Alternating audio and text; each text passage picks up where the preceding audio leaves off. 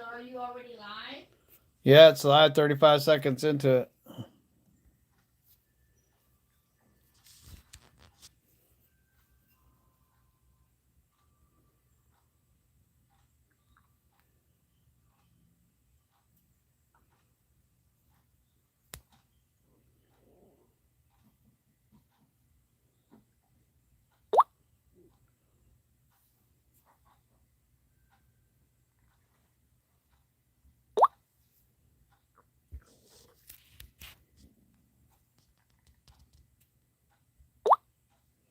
Live. All messages are visible. Right? Okay, I'm trying to pull it up on the big. That's one I choose, right? Yes, you choose that. Yeah.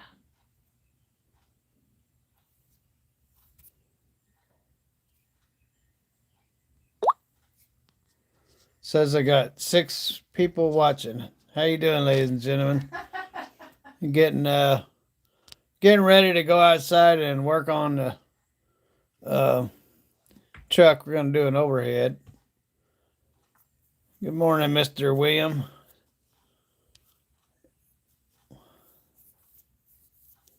Yeah, we're headed outside. I'm trying to get this camera set up where we can do landscape mode and also read the comments. Are the comments coming out level on your side, or are they going sideways? I'm turning monetization on.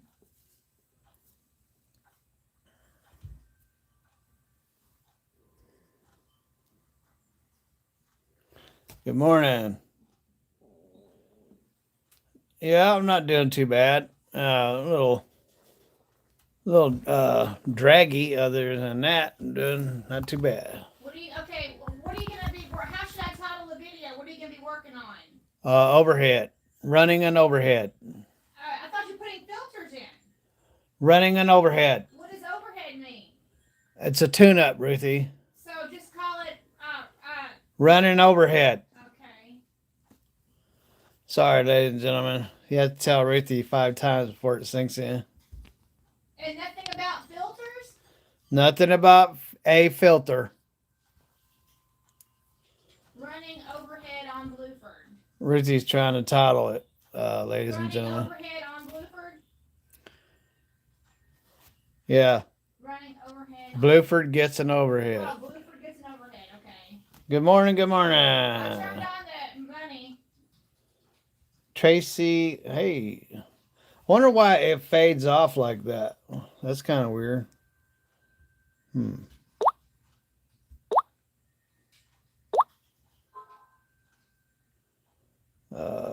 All messages. Top chat. Some messages such as potential spam may not be visible. Super chats. Hide all chats. Live chat. All messages visible. Good morning, Miss Tracy or Mr. Tracy. That could go either way, right? And Mr. Jeremiah, Mr. Edward Williams, Jeremiah. Okay, I'm going outside now. Out there in a minute. Do you need my stick? I'll get one from the truck. Will you get a stick from the truck? Yep. I'll be out there in just a minute. Alrighty. Wow, I can't see anything in the sunlight.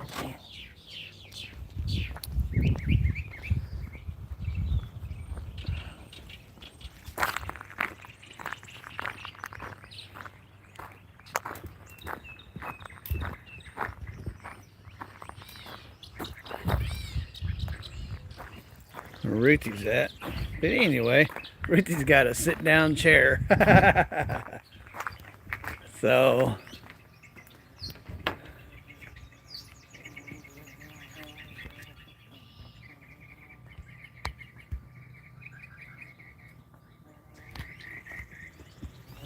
walk around Blueford here real quick.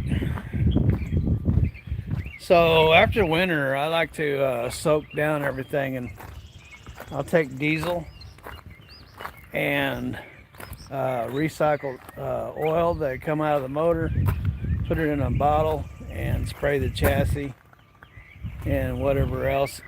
Get the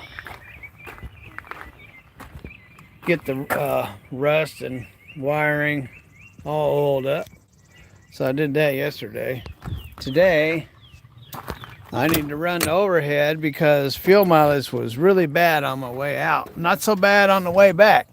Got about 8 miles a gallon on the way back.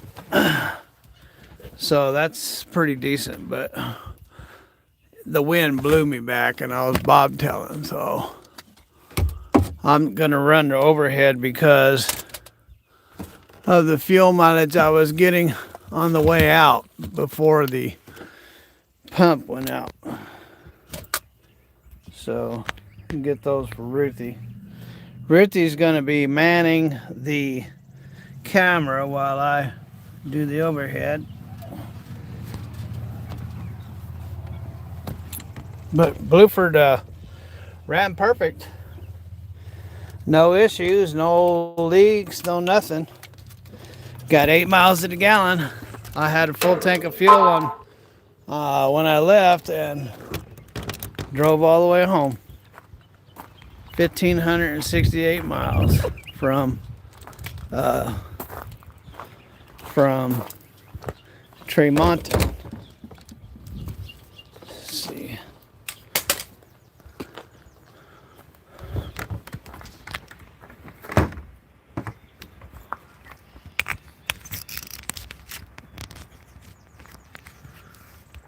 Ruthie had made a suggestion because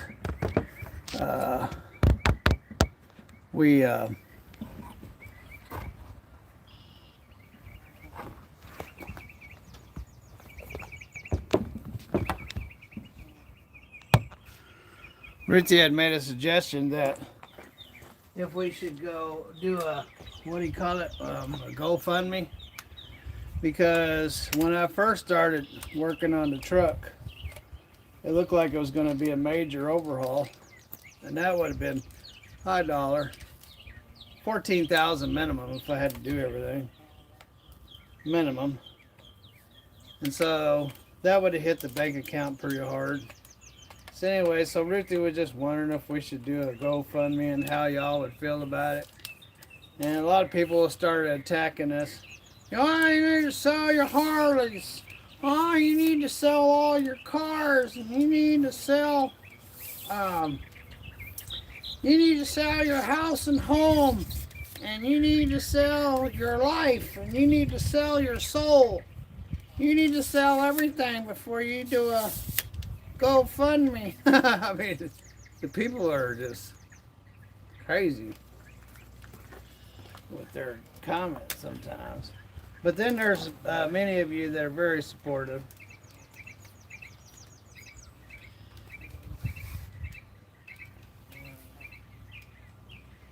But hey, you know you got a true audience when you got haters, right? You got those that love you and then you got those that hate you.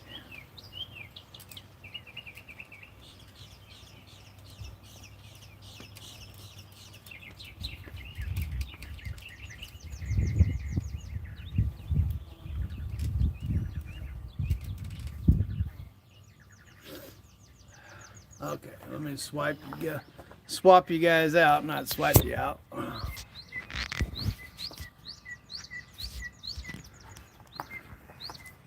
Gonna put you in this tripod here. Ruthie will make her way out, you know. She's I'm always waiting on her.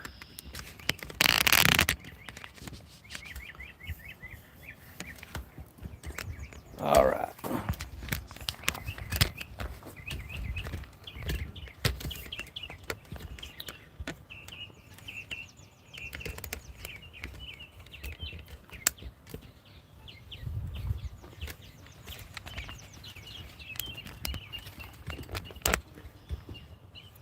That'd probably get it, huh? See how y'all look.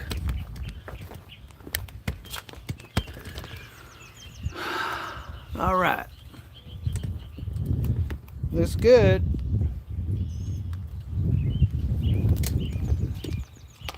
So you're hooked up on a camera. on a battery pack.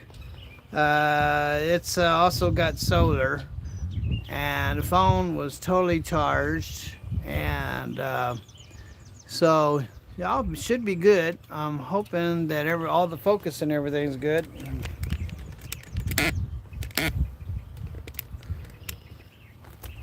Then Ruthie the bee will be out here in a minute. So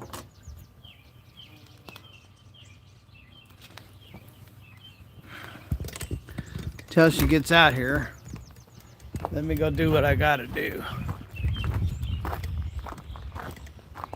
So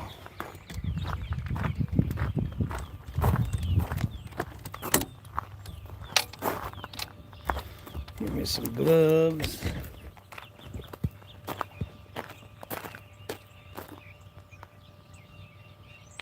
So I have a kit that Mr. Ken had set up for the truck when I bought it. So these Caterpillars really, when they start losing fuel mileage, you need to run the rack on them.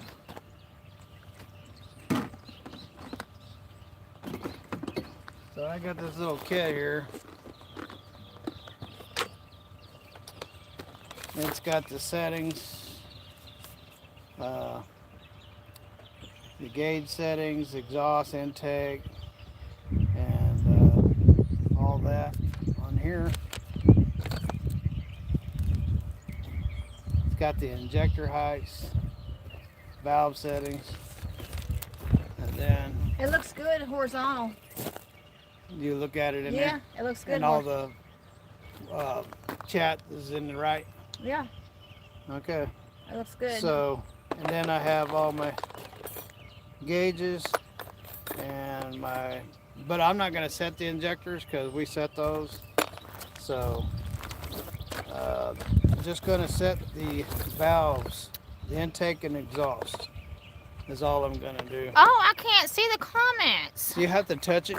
So, it's I can't see everybody's comments. over here where you see this little square right there, okay. you have to touch that and then you can see it. Oh, Uh-oh.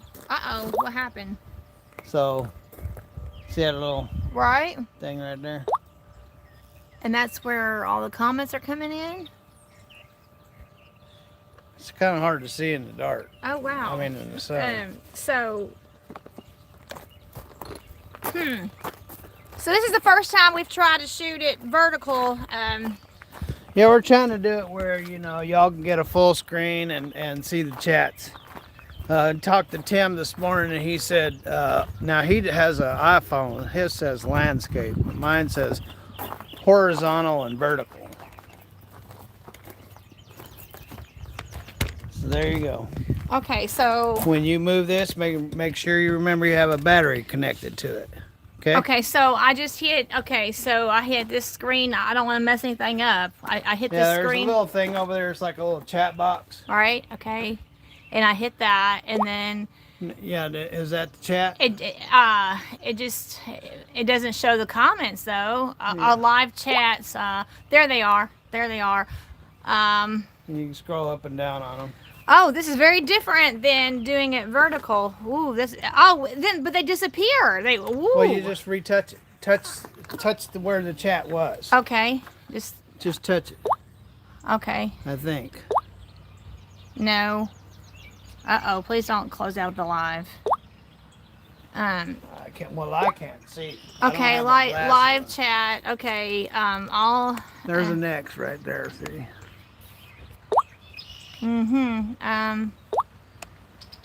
Okay, Get it figured out? okay, all right. Oh, here's some glasses. Okay, good. Oh, yeah, your glasses help a whole lot. I'm wearing Steven's glasses. All right. Oh, here we go, Mr. Edward Williams. Okay, Mr. Edward Williams, a lot better than the parking lot, brother. Run my own overhead to save a lot of money. And good owner-operator, Mr. Steven. I don't know what it costs. I know it used to be $500 before. And make sure that if you pull that out past that line, it'll fall out and hit the ground. I think I'll just carry the tripod with me. Okay. I think I'll just. And if you want to listen. Okay. Listen to me. All right. So this, we'll tilt it up and down. See, like that? Okay. That one does. Okay, so you see that? And then this one goes from side to side. Oh, yeah, I don't want to lock it out. I don't want to make the phone. Okay. And then this one here will make it go that way. We're playing with way. the tripod, everybody. Okay. All right, so I just don't want to make sure. I do not. Is it safely secure in the tripod where it's not going to fall out? I mean, is it locked in? I just want to make sure it's locked in. So where's the angle? I can't see. It's pretty high. So you take this one here, like that, bring it down, see? Okay. And then, there you go. Okay. And then when you pick up on it, if you pick up on this, it will come out. Oh, so I don't make want to sure do you that. pick it up down here. Down here, right by the here. legs, so the legs of the tripod. Right here. Yes, right there, by the legs of the, by the handle of the tripod. All right, there you go. Okay, so you can start doing what you got to do. All right, you all. This is a thank you for hitting like. By the way, we got 29 people here, Stephen. We're still not as savvy as Tim Gentry and the others are. We're still not. Has anybody commented since Edward? I'm not sure. We're still not as. These lead weights that are laying around here that I knocked off the wheels. Thank you. Somebody just hit like. Okay, we're still not as savvy as Tim Gentry is.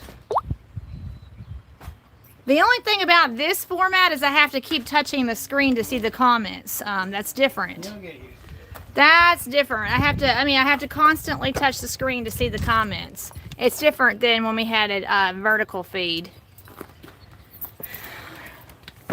All right, so we got so everybody, please just bear with us as I carry around this tripod and try to figure. So now, when you're carrying it around like that, listen to me. Hand it to me. Hand it to you? Yeah. When you're carrying it around, you can go like this, so it's easier for you to carry. Oh. See? And then you just spread it out like that. See? Lift, out. Okay. Lift, out. Okay.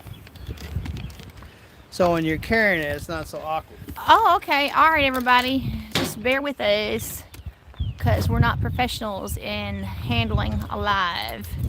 But we're going to try to do more of them, though.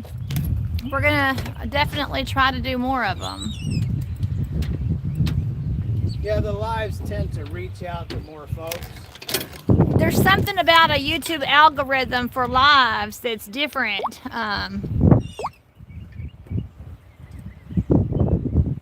It's the notifications. Again, it brings in a lot more people because of the notifications. At least you know, with all of our clumsiness and all of our bumbling around, you know, at least you know it's not AI, right? So read some of the chats while you're. Well, nobody, according to my screen, nobody has commented since Edward Williams. He was just saying that was a much better that you're not in a parking lot. Yeah, I think so. It's not a bunch of dirt flying around. In fact, I'm going to change my filter out today. I went to Hopkinsville and picked up 2 of them yesterday and 2 filters because I like to carry one on board. And the one that I use in Tremonton that's on there now was my spare.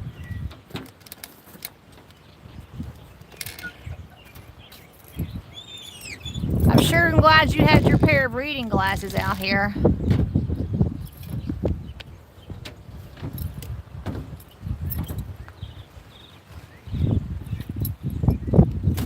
Well, maybe one day it won't be so awkward bumbling around with And they call her Bombo. But let us know in the comments. Somebody tell me if you think it's a whole lot better format having Stephen. It's different for me having him vertical format because I have to keep touching the screen to see the comments. So somebody tell me if you can see the comments if you're looking at live chat. Somebody tell me if you can see the comments okay in your live chat. See them directionally correct.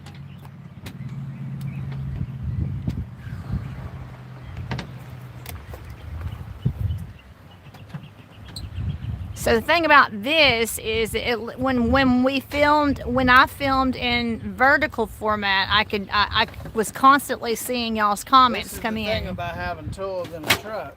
It's a process just to get them out.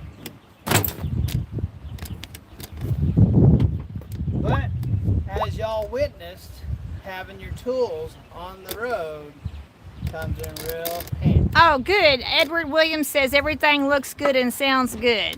All right, good. He seems to be the only one commenting right now. All right, well, good. That's fine. He's important. Well, of course he's important. He's one of our top commenters. Of course he's important.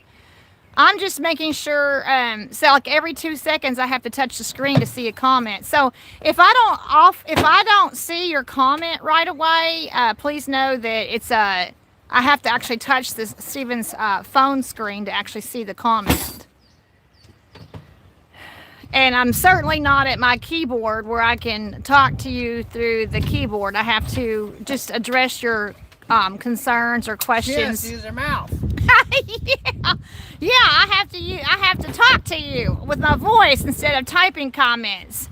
When I'm at the computer, I just answer you in the comments when I'm at the computer, but I'm not at the computer, and I'm filming hubby, and I'm interacting with you with my voice. All right.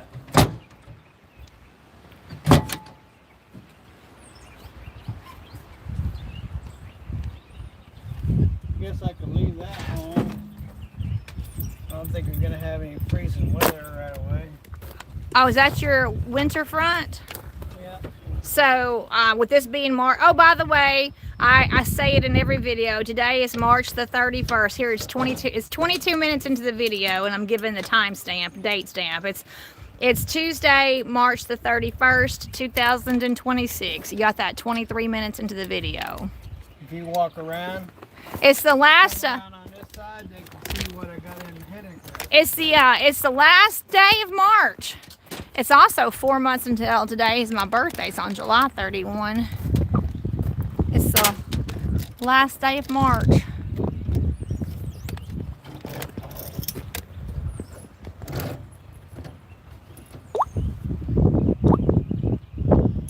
See, I even have my Hi Tracy. Looks good to me. Tracy says it looks good. I have my welder. Here's my new sockets that I bought that I didn't use because I didn't take the head off. That I gotta get put away. I think those were $32 a set. So you didn't use those? No, they're not, haven't been taken apart yet, have they? I guess not.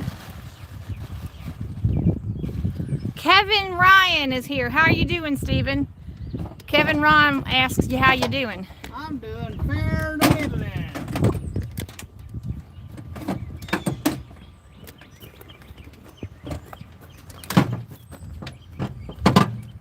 I apologize for not making it to Matt's.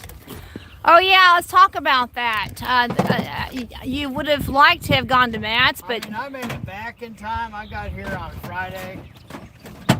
Was it Friday? Yes, you got here Friday morning. So Matt started on Thursday. I could have made it over there, but it was such a,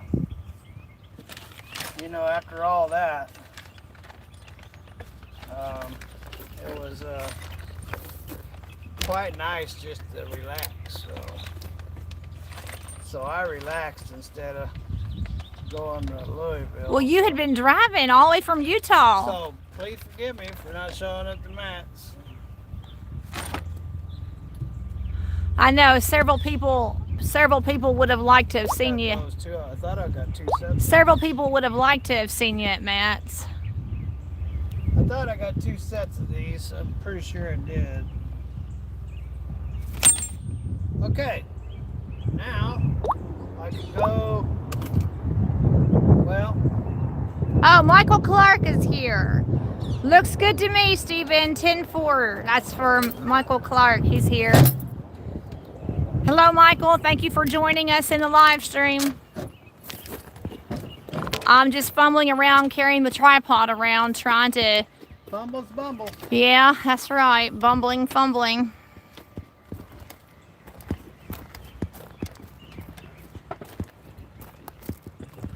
Try not to drop this whole... I'm holding a tripod with the battery pack and a phone, so I'm trying not to...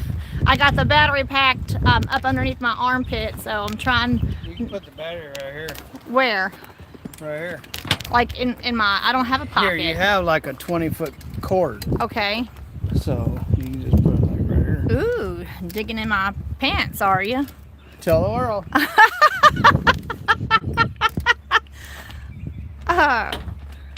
Well, all right, I got that tucked away in my pants then.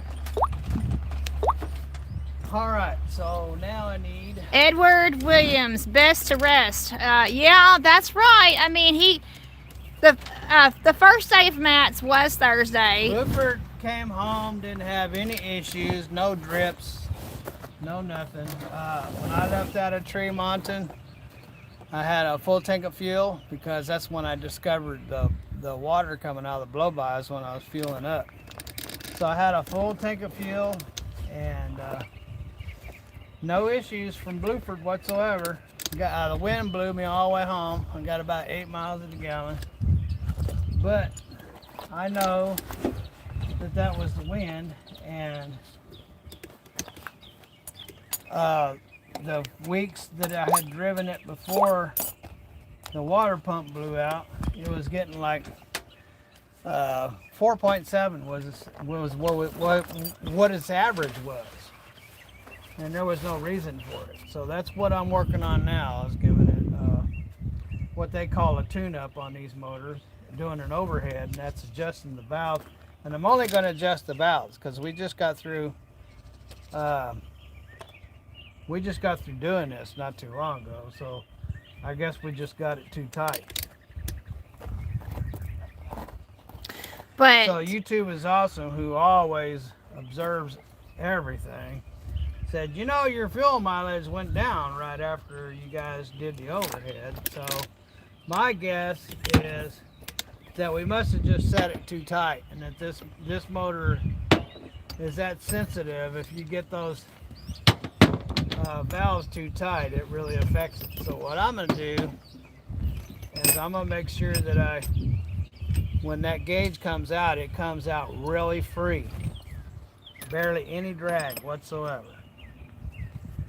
I figured I was going to go through this issue once I got all my tools out, and I had to find the little thing that turns the gear, flywheel.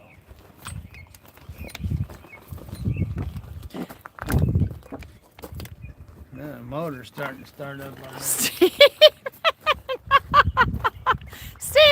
Steven.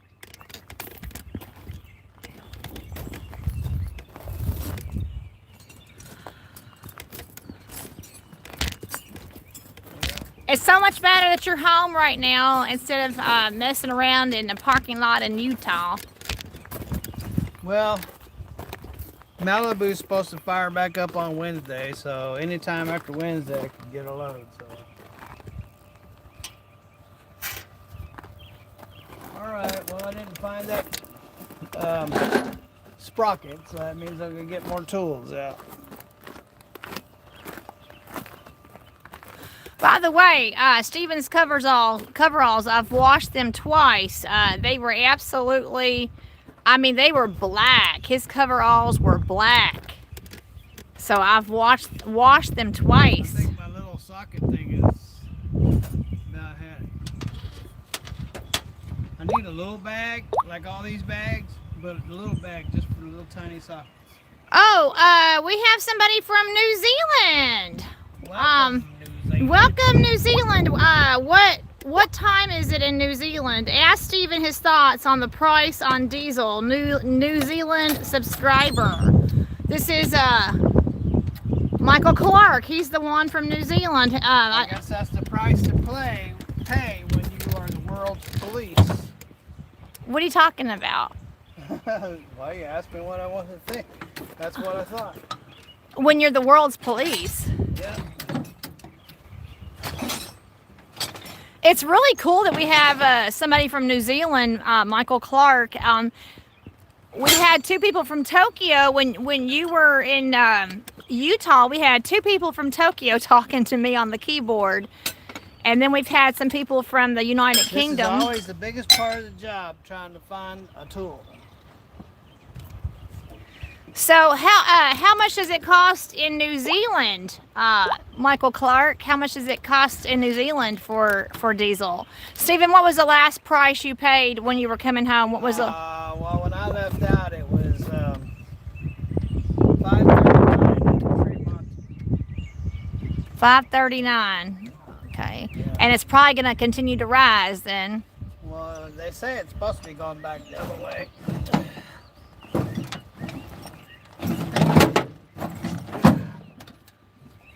Shit, you got to be freaking hurry. You got to be Hercules to get some of these bags out of here. So 16 people have given us a thumbs up. So all my tools out.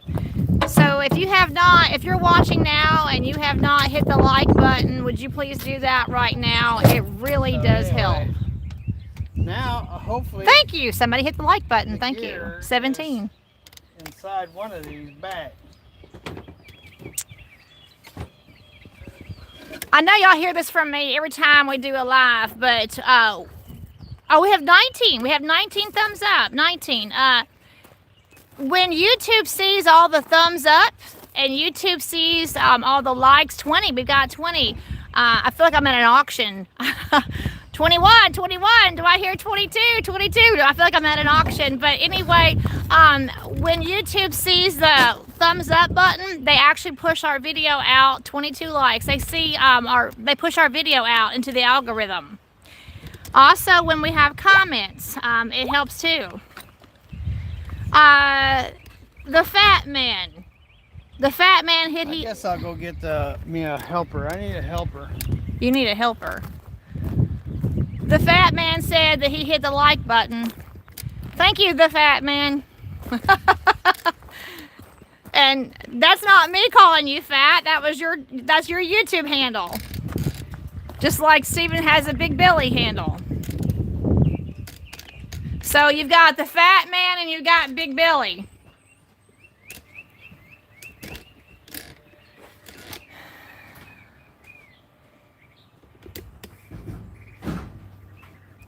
Alright. So what do you mean by helper? Let me get my helper out. Fat man is my nickname. Well, what would be really funny is if you're skinny. That would be really funny, is if you're actually skinny and your nickname is Fat Man. That would be actually funny.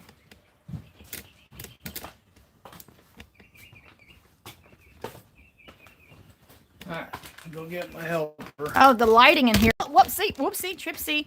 The lighting in here is much better than outside. I can see the screen better inside. I'm just the clumsy wife following with the tripod. Oh yeah, it's harder to read out here in the sunlight. But Stephen and I make a good team. We do make a good team. There's my Malibu that I haven't driven in over a year. It's been sitting for over a year. But I do keep the tags current on it.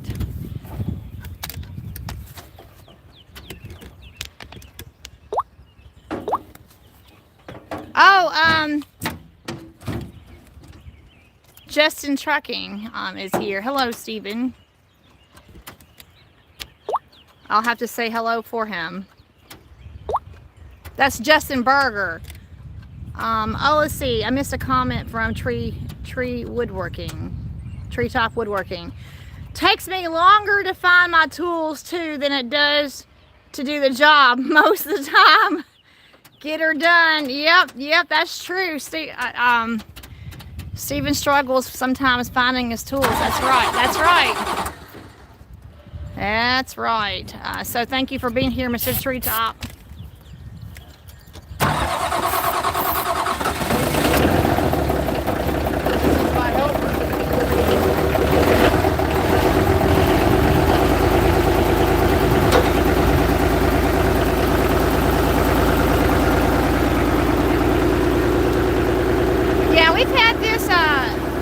for 6 years, and the forklift has been a blessing. It has absolutely been a blessing.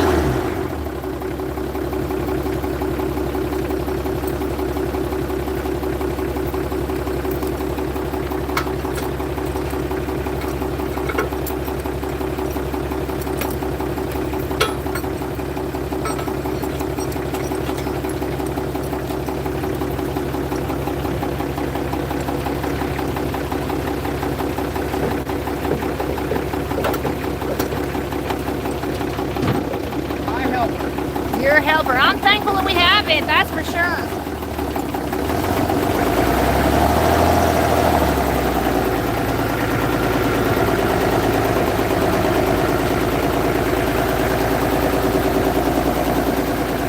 Makes all the difference that he has a forklift.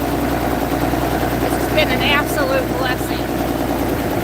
Praise the Lord. It's an old one. We don't know what year it is. Not know what year it is. We bought it 6 years ago at an auction. Do you remember how much we paid? How much did we pay for that forklift? Do you remember? I think $3,000. We paid $3,000 for it 6 years ago. Yeah. It's earned every It penny. has an injection pump on it, and the injection pump needs to be rebuilt. It's earned every. I mean, we've milked it for the whole $3,000. I mean, it's worth every penny. It doesn't have a computer on it. It has an manual injection pump. So in other words, it's not a modern day one. It's probably what year did we think that it is? It says right there on that tag. It's like a 96. A 96. Okay, that's 30 years old.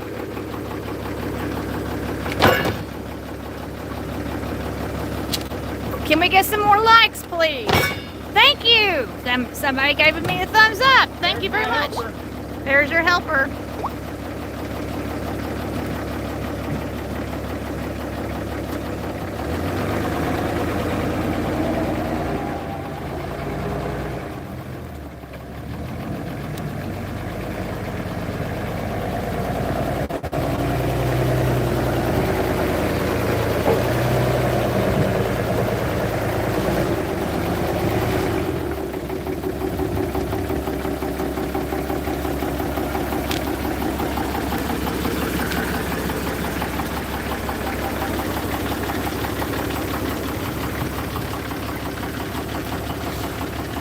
Whoa!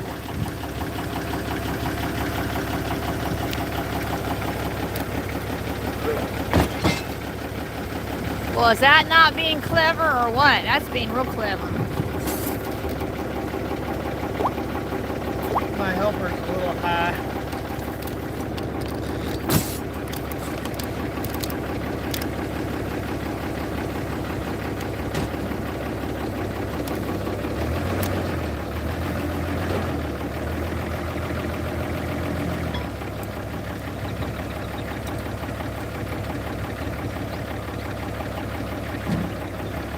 What do y'all think? This is a much better environment than a truck stop parking lot. Praise the Lord. Praise the Lord that Stephen is home and not in a truck stop parking lot in Utah.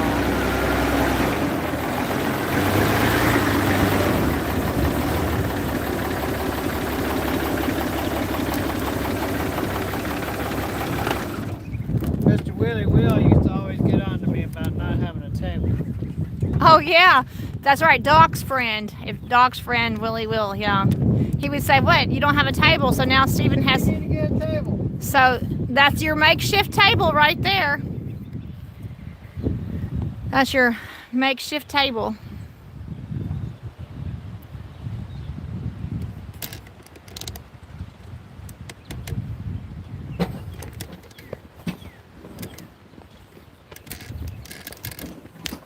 I don't need all these tools to do an overhead. I just have to have all these tools out here so I can find the tools that I need. Well, it's like currently, I'm looking for. It's like Mr. Treetop said. Currently, I'm looking for the tool that turns the flywheel. So I had to go. Here it is. So every single bag came out, and I finally found it. So that's what you were looking at in the first place. yep. Really? You got to have that in order to turn the motor over. Thank you for that like. Somebody just hit the like button. Thank you for that.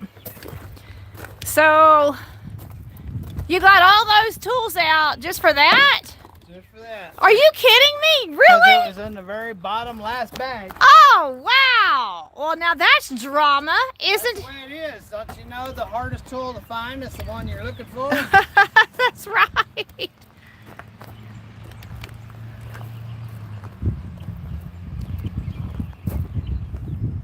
Well, it's just beautiful. It's I'm thankful for this beautiful day, this last day of March. It's an absolutely beautiful day. I don't think we're gonna get any rain.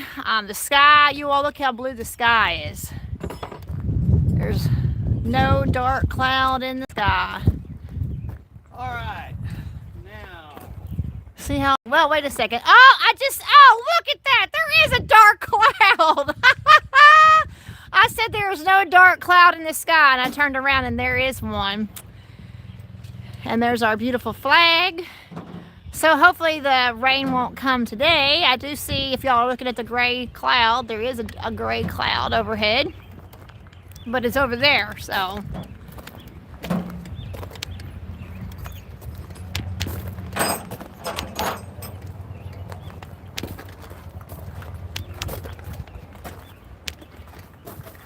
So I want to talk to you all about a phenomenon that we discovered simply because of all the live streams that we did, well, that Stephen did in Utah. We're discovering, we've been on YouTube for 6 years. 6 years in May it will be. And we've discovered something that we didn't realize for 6 years. So, Which ones of y'all remember the wind wing delete? oh, yeah. Is there a reason why you kept that? Because I didn't throw it away. Oh, but could you use it? Could you use it for something?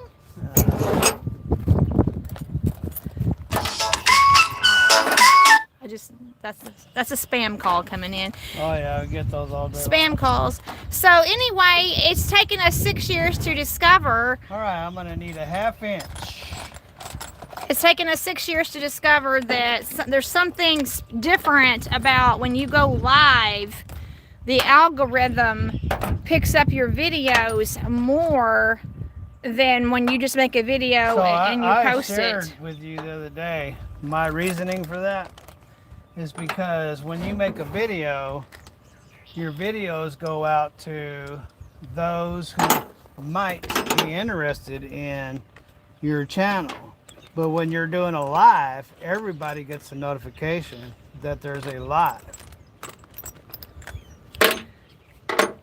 Right, so more people have Good theory? What do you think? More people have the potential of seeing that's a it. good theory? That's my theory. Well, it does make sense. So on January the 1st, BB's Adventure discovered us through a live, a channel that I follow very closely. Miss Bonnie, if you're watching, Bonnie of BB's Adventures.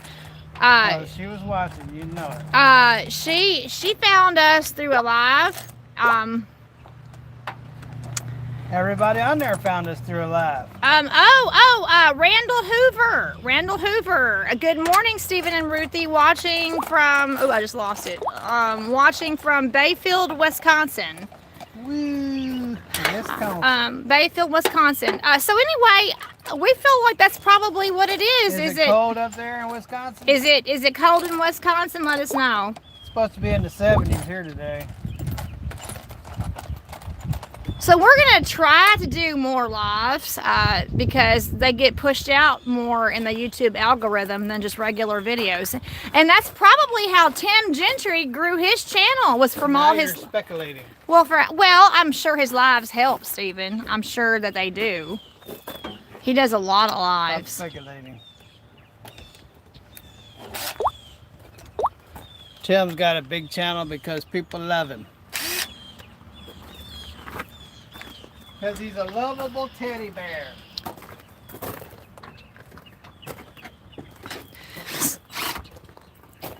So Stephen, based on all the videos that you have seen watching other people at Matt's, would it be nice next year if you were able to go? I can't tell you that into the future, but I'll see what I can do and try. I can try. So a comment that we get a lot is that we live in Kentucky, that we live right here in Kentucky, in western Kentucky, southwestern Kentucky, just above Nashville, Tennessee, southwestern Kentucky. And a lot of people say, well, you live in Kentucky. You live in Kentucky. Matt's is in, it's Louisville, right? Matt's is in Louisville. How come you can't go from your place to Louisville? So it just doesn't always work out. Just because you're in the same state doesn't mean it's going to work out just because you're in the same state. Ricky's getting huff puff. Well, I'm just saying, just because you live in the same state doesn't necessarily mean you're going to be able to go. Oh, Doc! Doc is here. Yeah, we were just talking about He said, "Did I hear my name?" Doc says, "Did I hear my name?" Yeah, we were talking about Willie Will, and so we mentioned your name. Randall Hoover says it's 33 degrees here. Oh my goodness. With a 50% chance of freezing rain today. Oh no, no, that's not cool. Sorry to hear that. He might love it. Well, on March the 31st, it's 33 degrees with freezing rain on March the 31st. Maybe there's no real spring there in Bayfield, Wisconsin. Yes, Doc, we were talking about you. That's funny. Did I hear my name? Yes, because Stephen was talking about how he has his tool bags on this plank of wood on the forklift. And your friend Willie was always after Stephen saying, you need a table. You bend over like Stephen would have his bags. Oh, there's no shadow. Hi, everybody. I'm waving at my shadow. Hey there. Like the groundhog seeing my shadow. Yay. So hi to everybody. And I'm holding this tripod. So Stephen would always have his bags on the ground.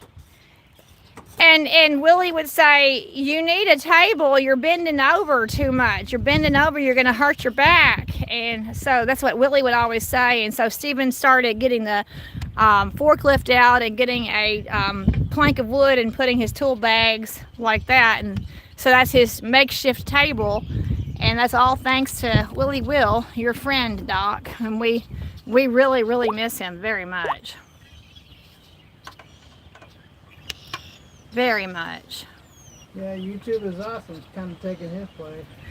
Yes, and we're very, very thankful. Right. We are very, very thankful to George. Mr. George from YouTube is awesome. He's been an amazing. There's also a couple other guys on there that are regulars that have shops. Yeah, that's right. You've gotten a lot of good advice, a lot of help for sure. And you've actually met George twice, haven't you? When I made the comments, I'll never take it to a Shyster shop again. People kind of like, yeah, I work in a shop and we're not that way. Oh, Doc says, seems like a dark cloud always follows Stephen around. Well, you know. Well, here, wait, Doc, let me show you a dark cloud. Let me see. Well, wait, hold on. Where's the rain cloud at? I don't want to point the sun in your face, but there was a gray cloud a minute ago. There was one. Anyway, a dark... It's just like when YouTube is awesome sees me working on the truck without taking these vent hoses off. He'll say, you have to take those vent hoses off and get them out of your way. These here. I'm like, well, I could work on it with them on there.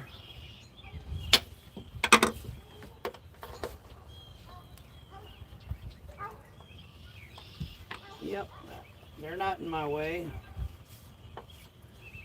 Well, they probably are in my way, but I can work around them.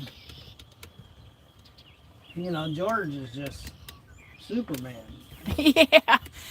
Let me tell you about Mr. George. He is so observant, and if Mr. George goes back and watches this later, I'm sure he will. He is so observant that when we were in the DTS Cadillac the other day, he must have taken a freeze frame or something, because he said the engine light is didn't he say like the engine light is on? The service engine light is on. And so he had to have just taken a freeze frame of that, or just spotted it right away that the engine light was on the DTS. So he notices. He notices everything. I think a low pressure sensor on the transmission, and then the exhaust gas on the manifold sensor on the front bank. So I know what the lights are. It's just they're not important enough for me to work on just yet.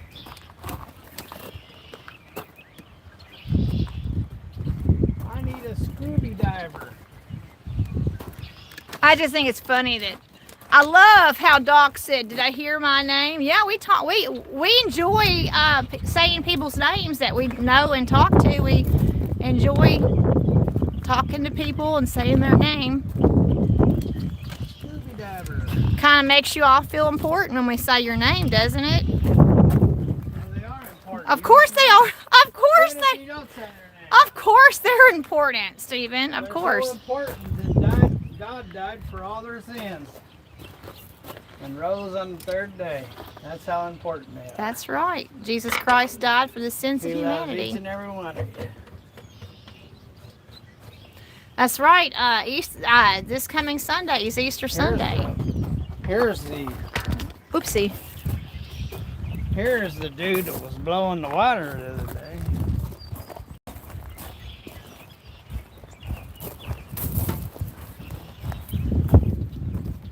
Well, so this is a blow by tube? Was it in, so is it you didn't replace that then, right? So is it in bad condition? No. It's not in bad condition. No. Looks like a big black snake, you all. Look at that. Looks like a big black snake. Where did I put the other one? No more water. I took one off, didn't I?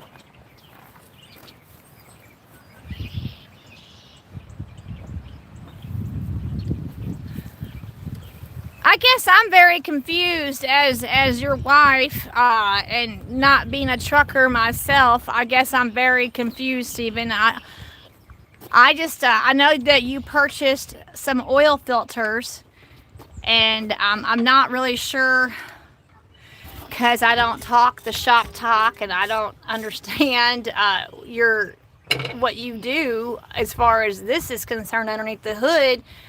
That you bought some oil filters, and this morning I thought that you were just going to be putting on the oil filter, so I'm not really sure I understand. Well, an oil filter has to, all you got to do is turn it and drop it, and then turn the other one and put it on.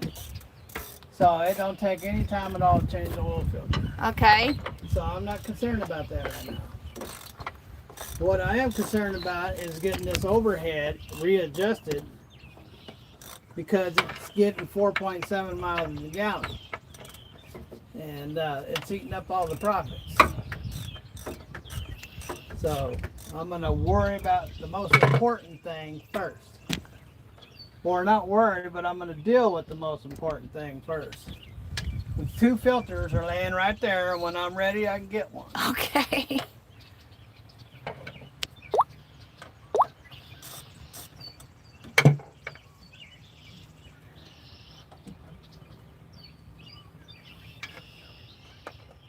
What I was trying to say, though, I'm just trying to clarify for the viewers.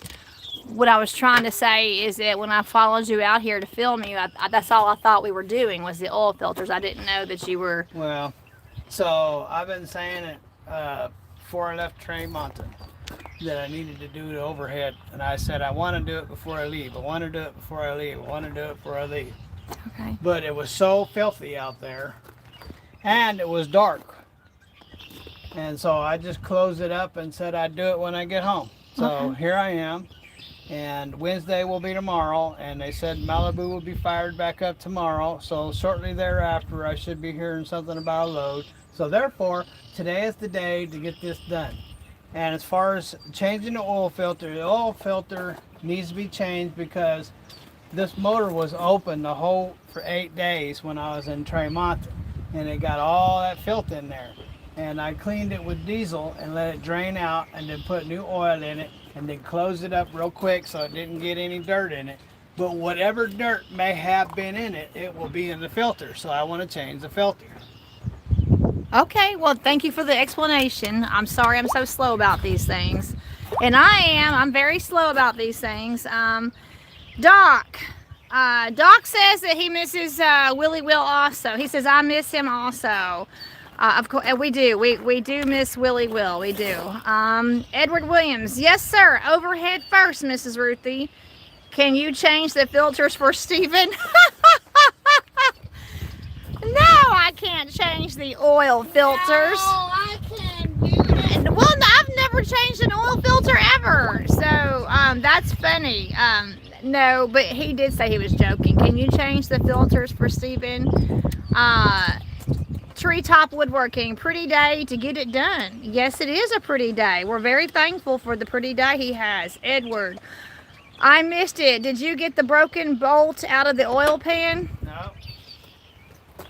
And you can go around and show them that it's not leaking. Just look underneath the motor, the same spot on the other side. On the other side. Okay, so just go to the other same side of the motor on the other side. Okay, and the same spot on the motor on the other side. And you still have the broken bolt. It has a broken bolt, but it's not leaking. Okay.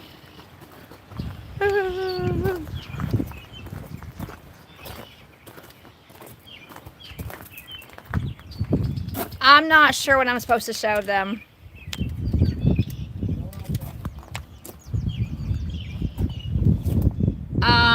I'm down here. Stephen, I don't know what I'm supposed to be showing them.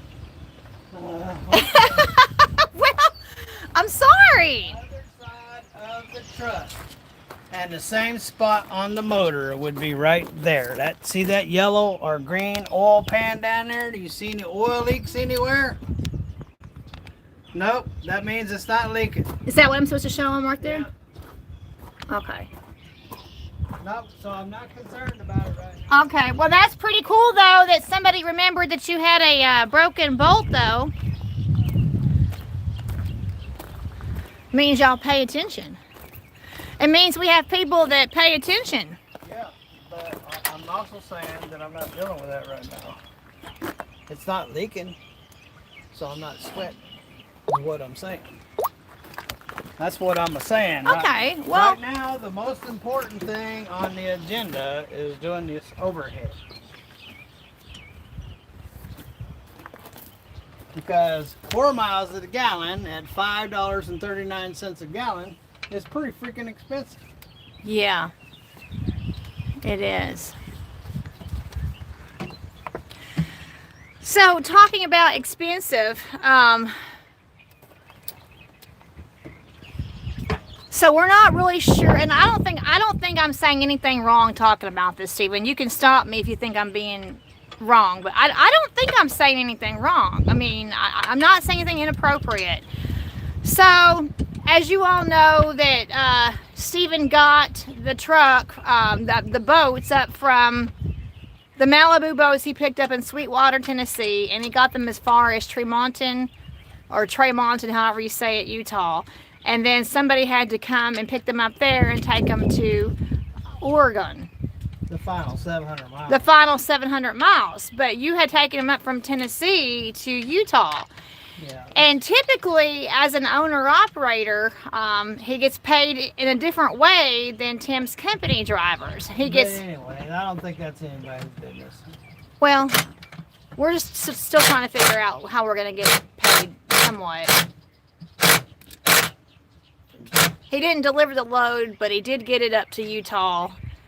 And so we're just trying to see how we're going to get paid for the for how far he got it to.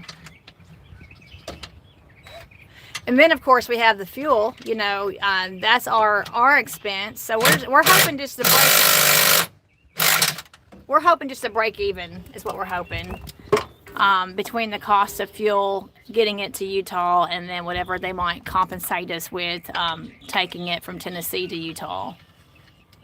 So trying to figure that out. Oh, well, this one bolt is always a booger. So I gotta figure out how to get it out of there.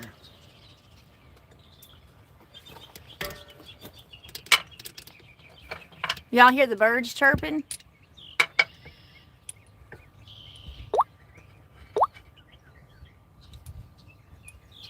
Oh, let's see. Richard Street. It's over $6 a gallon in Washington State. Yeah.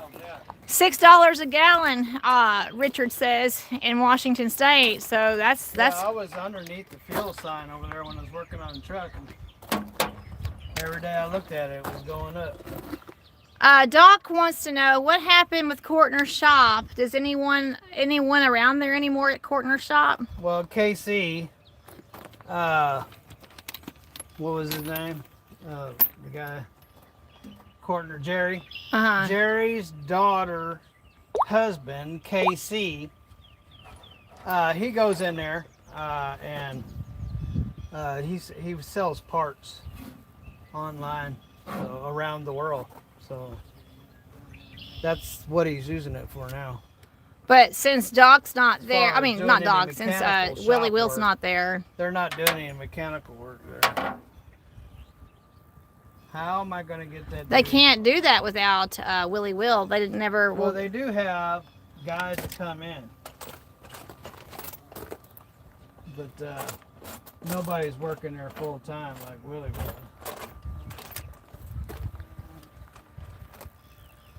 Yeah, that's really tragic. Coming up on 2 years of the anniversary of his death. 2 years. All right, let me see. We got some bumblebees. I've been trying to show y'all some bumblebees. We've got some bumblebees flying around Trying to here. figure out a way to get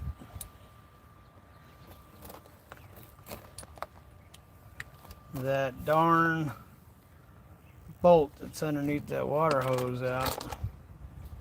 It's in a real oddball spot. All of them, you can get to every one of them but one. It's always one. Just like the hardest tool to find is the one you're searching for. Well, there's always one bolt that has to be a prick.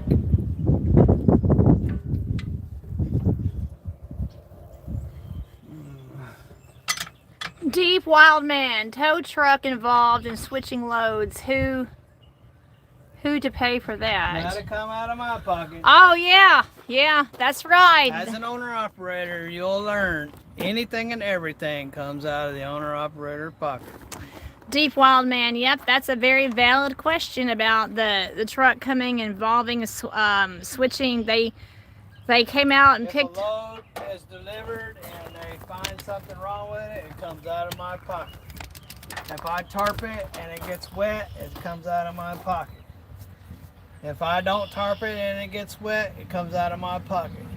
If I put my straps on it and I don't put a twist in it and it sits there and whips on the side of that load and damages, it comes out of my pocket. Everything comes out of my pocket. Yeah, so I mean, I think we're gonna go. Well, there's no thinking about it. We're definitely gonna be in the red over all of that. There's no breaking even. We're gonna be in the red. But that's the way it goes. I don't think so. You don't think that we're going to be in the red over all that? No. Trying to show y'all this bumblebee. It keeps flying out of screen. All right, let's see if this gizmo. But there's a bumblebee that keeps hanging this over setup Steven. and get to that bolt. I can't get a wrench on it because there's no way to get a wrench in there.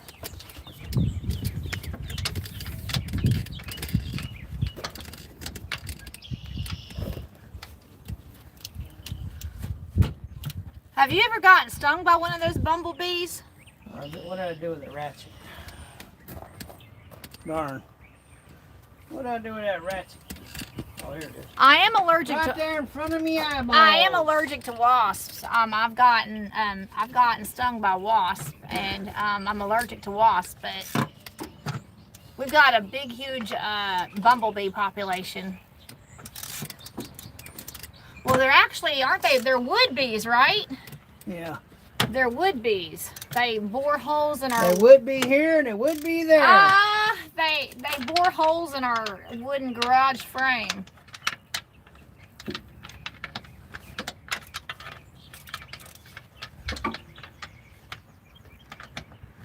It's the hardest bolt in the world to get to.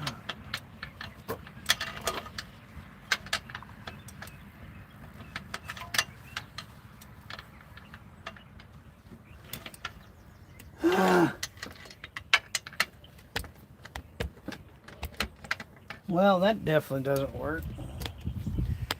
Let's try.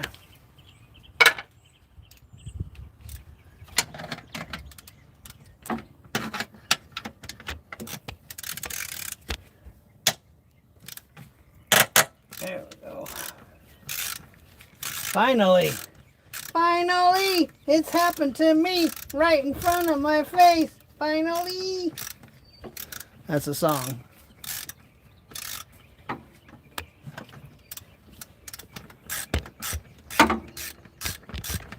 That is a song. I can't remember which one it is. But that's part of the lyrics.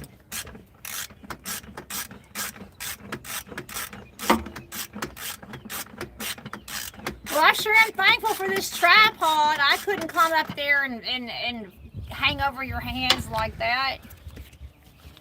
Ruthie the Hanger. I'm thankful that I have an extension on this tripod so I can. Let's see if it comes out of there now. I'm not climbed up on the truck. I'm using the tripod as an extension.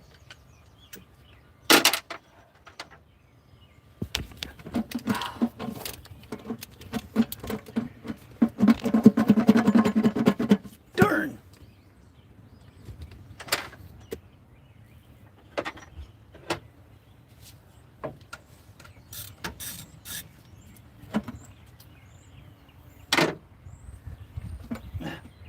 Come on.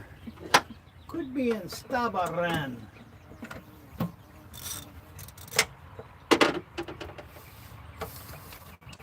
Let me click back on this screen here. Do I have any new comments? Let's see.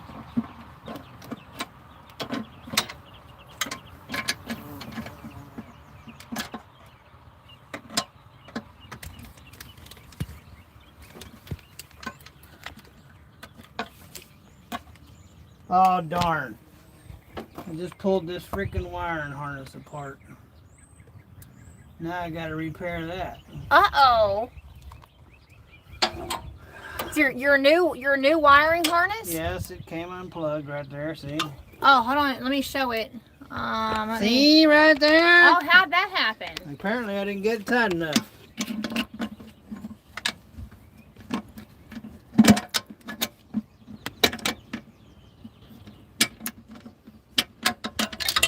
Oh man. See, this is where I would be getting chastised by YouTube. By Mr. George. He was saying, see, you should take that darn garbage out of your way. You wouldn't be having all the problems. I would have to drain my antifreeze in order to take this out of the way. I don't want to do that. I'm trying to give y'all the best view that I can.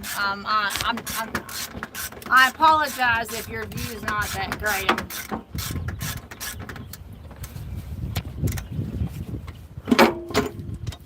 There. I'm trying to maneuver this tripod up where I can see what Steven's doing. I'm trying to, anyway. All right. She's open. He's open. Blueford's open. All my trucks have been girls up until Blueford. That's right. That's Steven. Steven has a hard time with that. He's always referred to trucks as females, but Blueford is a. Blueford's a male. Yep. Need to get him some balls and hang him, hang him off the bumper. You did not just say that. Yep. Y'all heard. Say it again. Need to get him some balls and hang it off the back bumper. Oh wow. What, do you think you would really do that? Yeah, one of these days, if I can remember. I have seen pickup trucks that have a set of balls hanging off of the back of them. I have seen that. Yep, Blueford needs some balls. Edward Williams, it's not cheap being an owner-operator, for sure. For sure, Mr. Williams. That is absolutely true. It is not cheap to be an owner-operator. So, It's the not for the- advantages of being an owner-operator is you can take off when you need to take off or whenever you want to take off. And you can work when you want to work. But my boss man is Mr. Bill.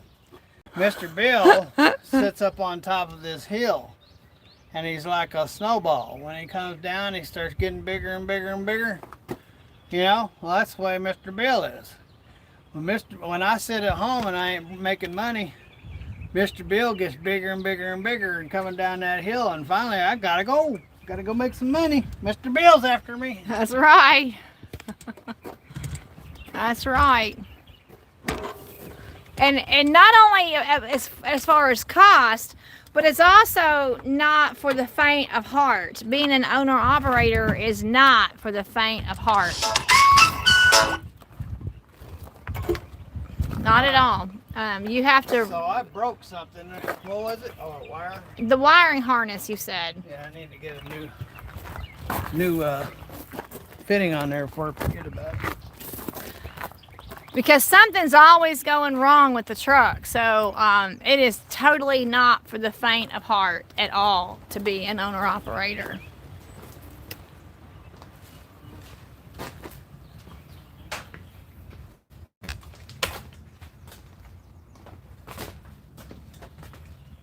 Oh, the lighting in here is much better. I can see the screen so much better here. It's hard to see the screen outside. That's why I'm not sure I'm filming everything correctly.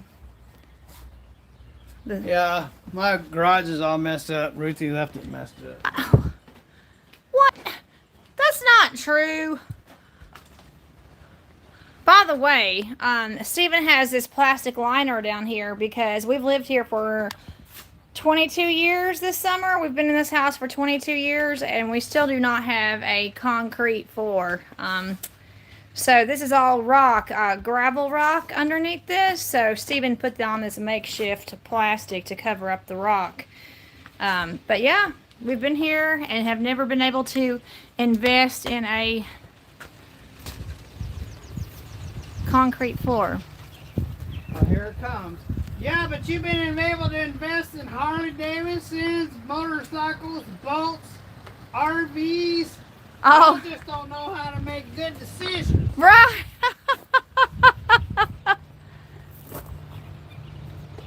I was trying to show y'all my neighbors. I don't think I did a good job. I was trying to. Glasses. Our 2 houses down from us is 2 Mennonite ladies that have their horse and buggy, and I was trying to show you the horse and buggy.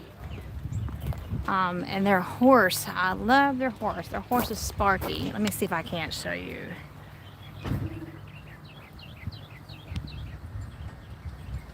Anyway, Sparky's down there somewhere.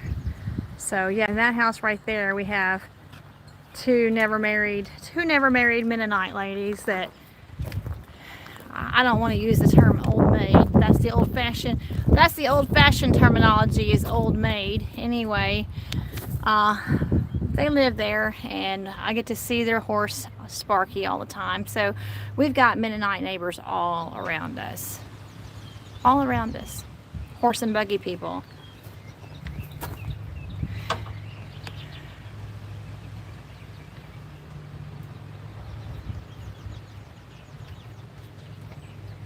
Well, I guess it's not going to go off already.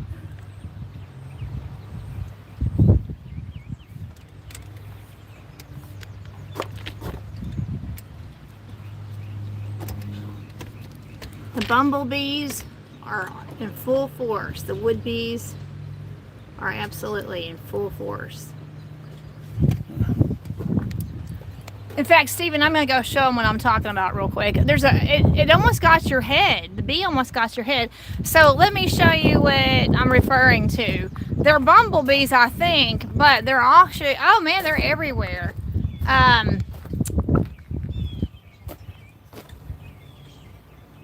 Catch you guys. Hold on a second. Who's talking to me? Doc, G, got to go. Storm rolling in. Catch you then. Oh, all right. Bye, Doc. And I actually figured that out. G to G. I figured that one out. G to G. Got to go. Storm rolling in. Catch you guys in the next one. Okay, bye, Doc. Thank you for joining us. Thank you. Okay, so here's what I'm talking about right up here. This is a wood frame up here. And these bees, they bore these holes. And they're all, like, they've got, like, nests up there. They actually, they're like termites, and they eat through they make these holes up here. And they have nests up there, and they live up there and have nests, and Steven's always trying to fill them in. Look at that. He puts glue. Oh! Look at that. Don't sting me. Please don't sting me. They don't sting. They don't sting? No. So look at y'all. It's going up into the hole. Look. See, look. That's what I'm talking about. It's going up. Y'all look at that. I'm showing you live. That's a bee. Look. And it eats through the wood like a termite. So it's pretty active around here with these bees. I don't think they like me being around here. But you saw, all right, you saw yourself. Let's see.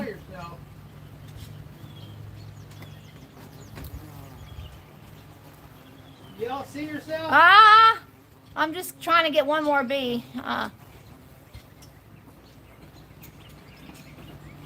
Anyway, you get the point. We got these bees that make these holes, and they climb up here and they live in these holes. And Stephen will probably tries to put silicone. Oh, here's an example right here. Here's some silicone where Stephen tried to put some silicone in. So anyway, it's just an old wood frame on this garage. Oh, look at that bee. Where's that? You see the bee? You see it? You see the bee. Anyway, I guess I better get back to Stephen. But I just wanted to show you that if you see a bee going across the screen, that's why. Because they want to live out here and bore holes in the wood frame of our garage setup. So hope you enjoyed that little detour about the bees. I guess I better show you what Stephen's doing. Wood bees. See, there's one right there. Y'all see it? Look, it's right there.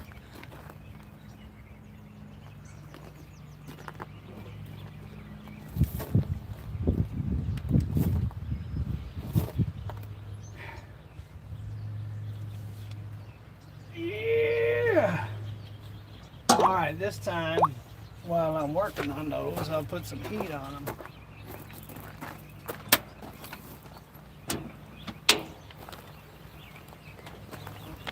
I didn't do it last time because it was windy. It's kind of windy right now, too.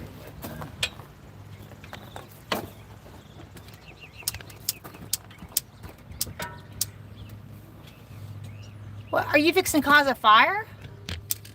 I hope so. I'm not going to be able to do it without a fire.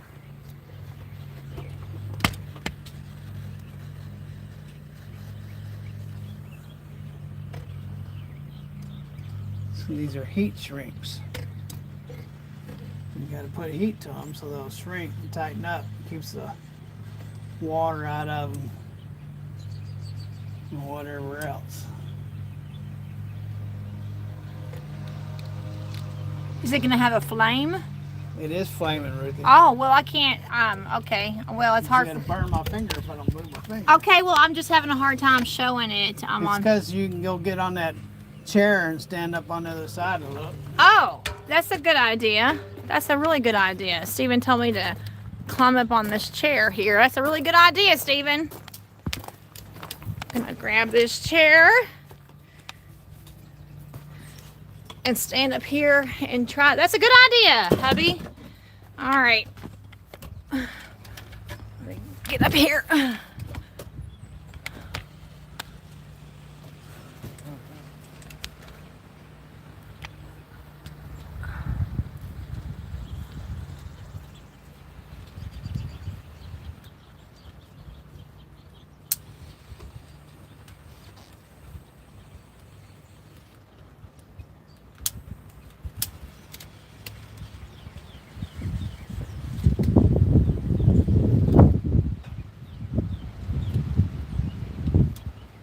Ah, no way. I guess. No way I'm gonna get that back in there. Darn. Uh-oh, what happened? It wasn't tight enough, but it slipped off. Go ahead and tighten these. Finish these other ones up before I go to that one. It's a good idea to be standing on this chair.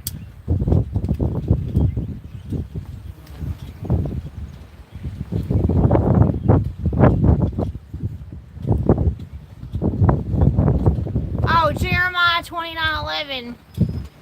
Be careful not to fall. Let's see, I missed it, hon. Be careful not to fall. You need a small step stool.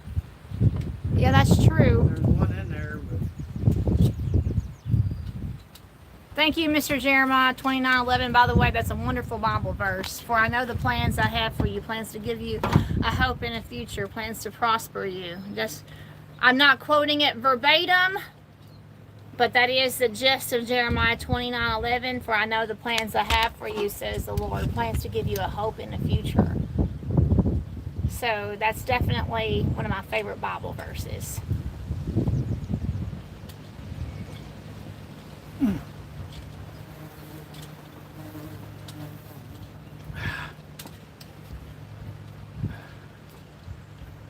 always really hard to open these back up once you squeeze them. But I'll give it an honest try. Well, I suppose so, Mr. Jeremiah 29:11. I suppose that has to be one of your favorite Bible verses if you're going to use that as a YouTube handle. So that certainly makes sense. Like, for instance, on my smaller YouTube channel, because I do have a second YouTube channel. And on my smaller YouTube channel, it's Ruthie B. Galatians 2:20, Christ in me. Because Galatians 2:20 is one of my, in fact, that's my testimonial Bible verse of my life. Galatians 2:20, I have been crucified with Christ. I no longer live.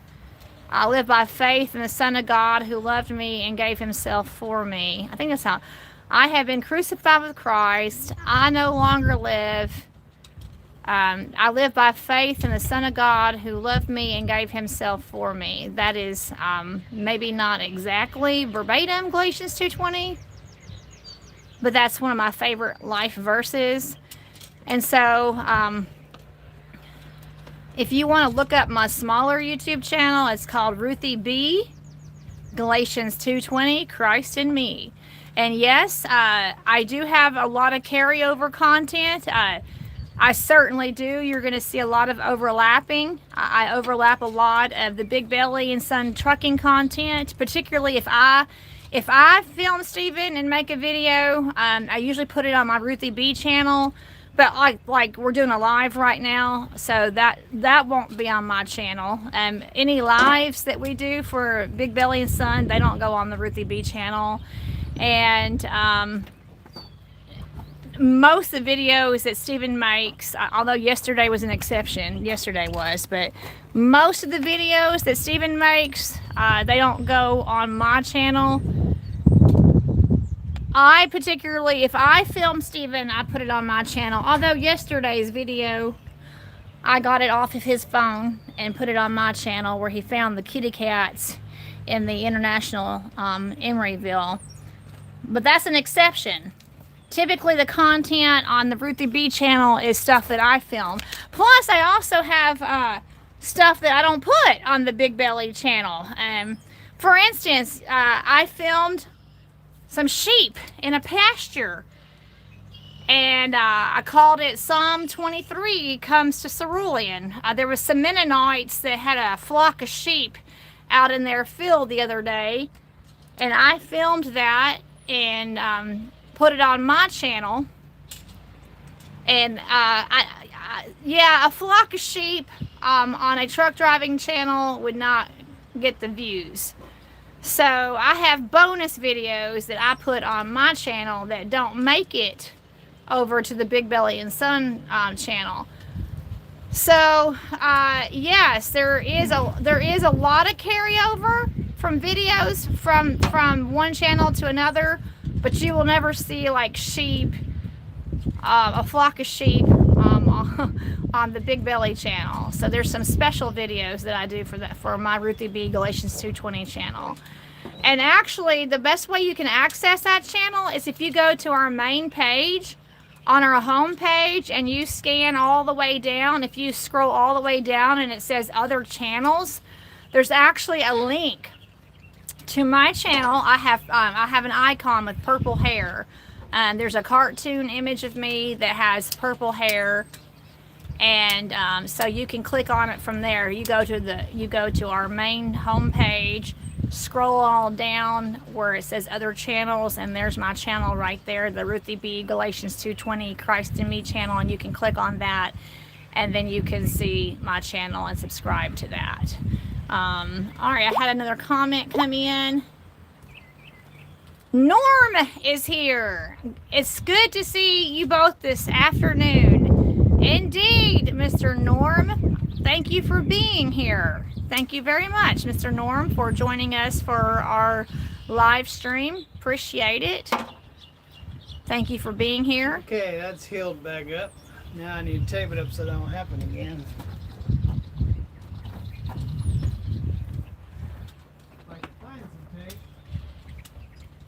That's always wait, I bought a whole brand new thing of tape.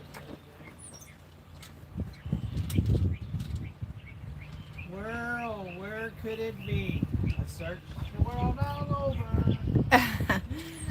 So Stephen and I sometimes both are guilty where we have problems of buying something and then not remembering where we put it. We both struggle with that. So I hope he finds it. Did you find it? Yep. Oh, well, praise the Lord. So where was it? It's in the side box. This stuff, I go through a lot of black tape. And during the summertime, it gets hot and melty and it gets ruined, so.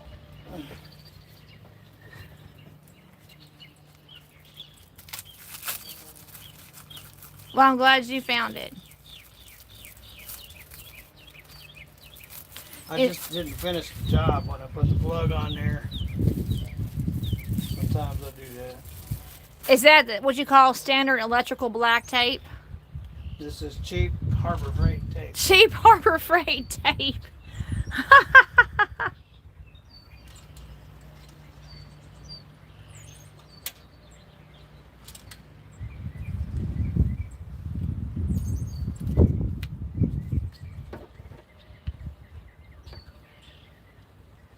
So that you're putting that on a wiring harness? I am taping up these fittings so they don't slip apart like it just did. It'll help keep them together.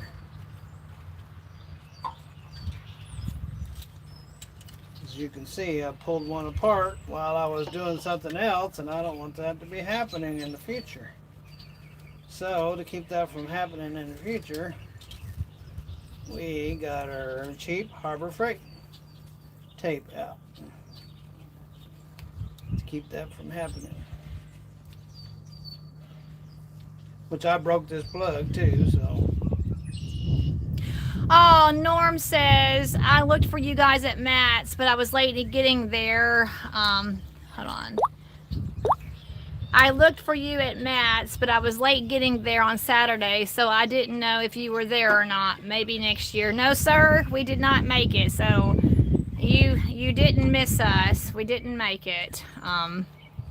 And even if we had gone, we wouldn't have had like a dramatic setup like Tim and all the other big YouTubers. We didn't. He wouldn't have been set up as a booth for somebody to go see. He would have just been there as a spectator if we had gone. I'd like to seen Sean Duffy and the head of FMMCA too. So, well, I got a lot to say to them. Yeah, we didn't know that Sean Duffy, because he's never been to one, right? He's never been to that. Now, usually they're like pregnant male guys, pregnant and taking time off from work for the rest of their life. So we weren't expecting Sean Duffy and also the guy, the head of the FFMC. And then the woman that was there before, last time Trump was, she didn't know anything about trucking at all. First time Trump was in the administration. In hindsight, Stephen said if he had known, see, Stephen arrived home to our house in Cerulean on Friday morning. Yes, Matt's opened on Thursday. You know, it was Thursday, Friday, and Saturday. Stephen got home on Friday morning. And he was just exhausted. I mean, he had been traveling from Utah. He was just exhausted. And so, you know, we just relaxed and spent time with each other on Friday and just caught up with each other on Friday. Wink, wink. And you know, but he said that if he had known that Sean Duffy and the other man was going to be there, then we might have actually tried to go, but we didn't know, so. Yeah, I wanted to get on to him for not responding to my letter. That's right. Even though we got our green card back in the mail, see, Stephen had written a really nice letter to Sean Duffy, and we did a return certified receipt, and we did get the green card back in the mail, but it came back unsigned. And oh, your tape. That's normal. I don't even see it. I'll get it. Don't worry about it. The tape rolled down. Something else fell too. So the green return receipt came back without a signature, and I paid for a signature. It's supposed to be a signature card, and I paid for somebody to sign for that, and they didn't. I mean, so the card came back with no signature, and I'm sure we're never going to get a response from Sean Duffy. So if we had known that he was there, we would have taken our letter with us and said, how come you haven't responded to the letter? But we just didn't know. Besides, Stephen needed to come home and rest. It was just not great timing. And then we were hoping to do an interview. Your tape fell. That's 2 rows. I dropped 2 rows. Oh, you dropped 2 rolls.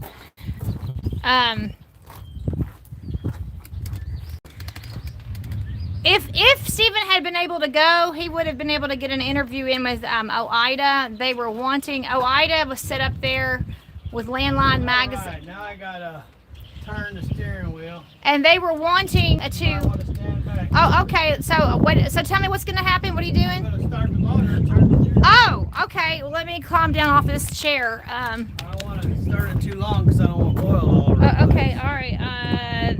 You're all right, Robert. Just where I'm at is okay. Yeah.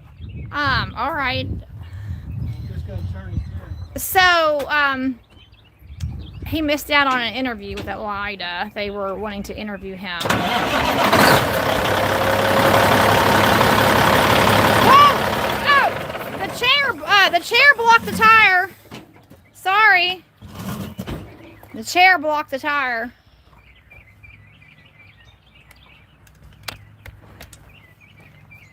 So that's also another regret about not being able to go to Matt's is he could have had an interview with Landline Magazine, and they were wanting to interview him.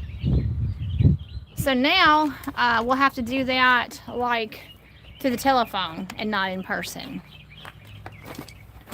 Okay, I got it set at top dead center so I can adjust the rack.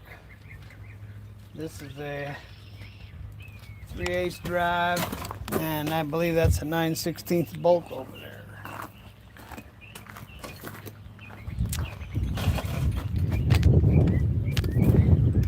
maybe that might still work out through a telephone interview. I mean, we didn't get to go in person to talk to OIDA, but they've been promising for several months that they were going to talk to Steven about our channel and run a story in Landline Magazine about our channel. But they've been saying that for 6 months now, if not longer. So tell me, use this opportunity right now to tell me in the comments who takes Landline Magazine. So Norm, I'm sorry. I mean, you didn't miss this because we weren't there. But tell me in the comments right now so I can see the comments come in. Do you take the Landline Magazine with OIDA?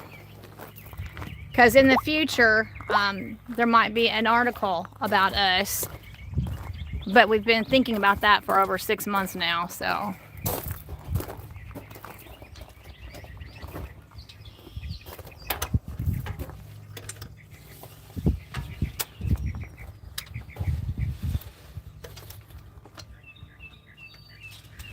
So the editors of Landline Magazine said that actually there are several owner-operator YouTube channels that they're want to cover, and that we would it wouldn't really be exclusively about Steven and Blueford, that it would be kind of a conglomeration, is that the word? A conglomeration of a feature story on how there's several owner-operators out there that have their own YouTube channels, and so we would just kind of fit right into that article. So it might be in a future article if you read the Landline Magazine.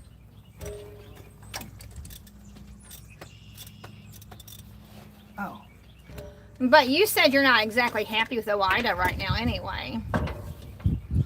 Well, all the fights over the years that I wanted them to fight against the government, or actually against big trucking outfits, we've lost almost every fight.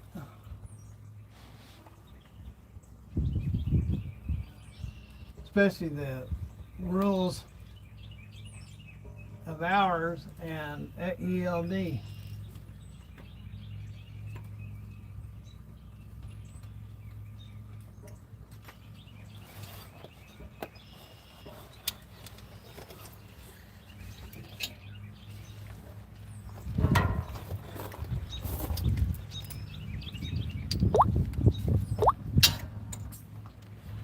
Well, so far I don't have any takers yet.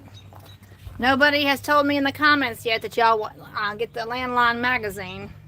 So nobody has said anything about it yet. No landliners? Apparently not. I've asked a couple times for somebody to say in the comments if they get the Landline Magazine, and nobody has. Alright, so on these cats, they have one short bolt and one long bolt. And you take this long bolt, and there's a hole in there next to the bolt that I took out. And you take that, and as you use this gear to turn the motor, this will fall into the hole, and that's what you call pinning the flywheel. And that'll find you top dead center.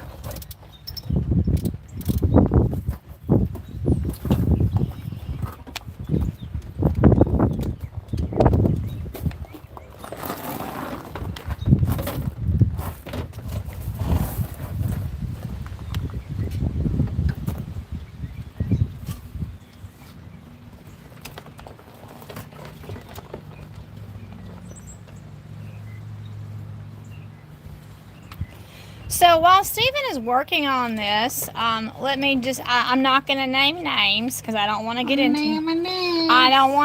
all that. But there are some very derogatory YouTube channels. That's Ruthie will focus on negative comments, ladies and gentlemen. She stays 100% focused on negative comments. So if you're a hater, Ruthie's paying attention to you.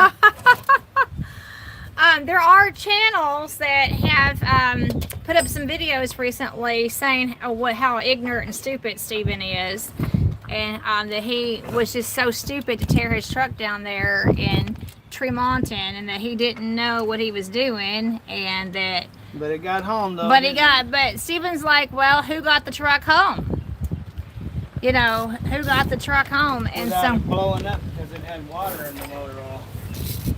So yes, there are, and if you know, you know. I'll just put it that way. Like I said many times, I will learn as I go. So if I don't know about something, I will learn, and I might have to learn the hard way sometimes.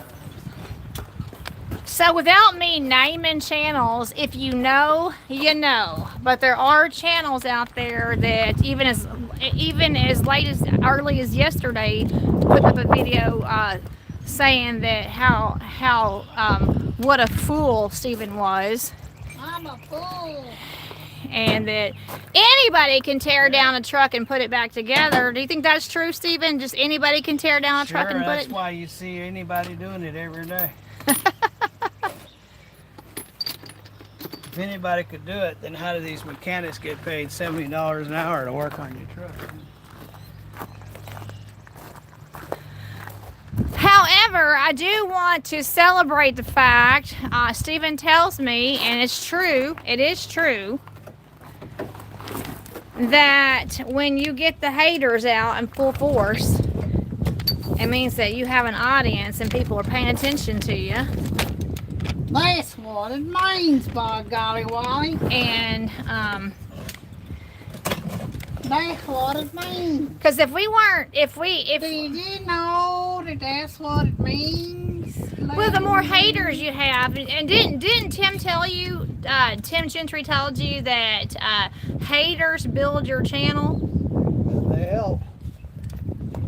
That the more haters you have, and the more. Look at the world we live in. You have people that love you, you have people that hate you. That means you have a true audience. If everybody was on there that loved you, then you know that you don't have a true audience. All audiences have haters just as well as the people who love you. So we have this one dude. He screenshots all kinds of things that Stephen does. I think he's in love with Stephen, in a sick way. That's a horrible thing. In a sick, psycho way. He screenshots Stephen. In fact, you all know that Stephen had a bloody finger the other day. And by the way, it happened the same day. Stephen's finger incident happened the same day that Tim Gentry went to the ER with his finger. So it's interesting, isn't it, that Tim and Stephen both nearly lost a finger on the same day? Waste finger brothers. Finger brothers. But there's this psycho out there who actually took some screenshots of Stephen's finger. Like We be the finger brothers. he paused the video and took some screenshots of Stephen's finger and made some stupid video about that. And there's just a lot of. So in case you aren't aware, there's a lot of channels out there that are hating on this right now. But at the same time, But you know that thing that talks, but talks. oh yeah. I'm missing some comments here. Edward Williams, no, ma'am. I don't get it. I'm not sure, Mr. Edward Williams. No, ma'am. Don't get it. I'm not. I apologize. I must have missed something. A lot of people don't know about the bolt trick. What's the bolt trick, Stephen? Edward Williams says a lot of people. The one that I just explained to everybody. Oh.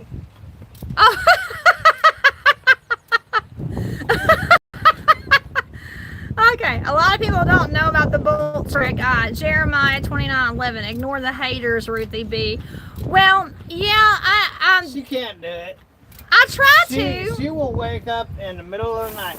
You know that such and such person said such and such darn thing about you. I just can't believe these people making these hateful remarks. And then she'll go back to sleep. I'll wake up an hour later. I can't believe the comments. These people make. Edward says, them haters can't even make a pot of coffee. I haven't seen anyone's channel saying bad things about Steven. Well, they're out there, Mr. Williams. They're out there. He says that he doesn't watch too many people on YouTube. Well, I guarantee you there's at least three hating channels against us, Mr. Williams. Man, my arm is tired. I bet.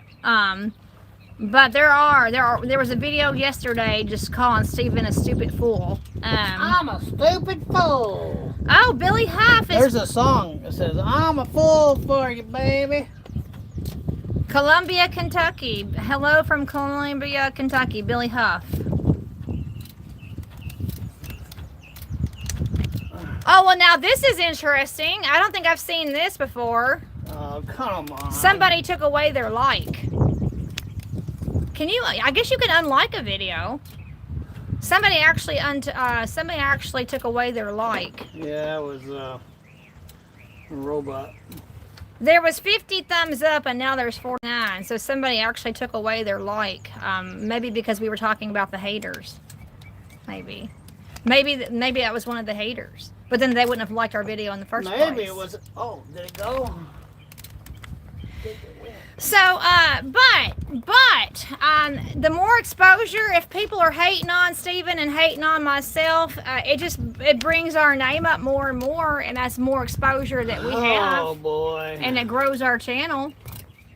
And that's what Tim has told Steven, that the haters grow your channel. Well, darn! I thought you said if I subscribed that would grow your channel. I thought you said if you give it a like and shared it, that would grow. Now you're telling me a whole nother story. So, what is it? Are you full of hyperboles or what?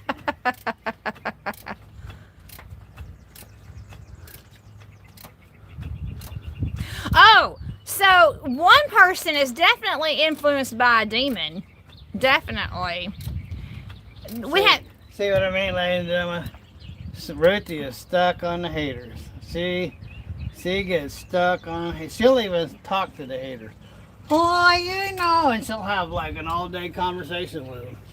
Well, I've tried not to do that anymore. I've tried. I've learned my lesson with a couple of them that the more you talk to them, the more they buy into it. So, I've tried my best. Come on, Ho. It's been a hard lesson to learn not to engage in conversation with the haters. Make sure I got that in the right pinhole. Seems like I should have found it by now. But that has been a hard lesson to learn, is to not engage in conversation with those that hate on you, because they're never going to hear what you have to say anyway. Yeah, it's in the correct pinhole. I guess I just have to keep working at it.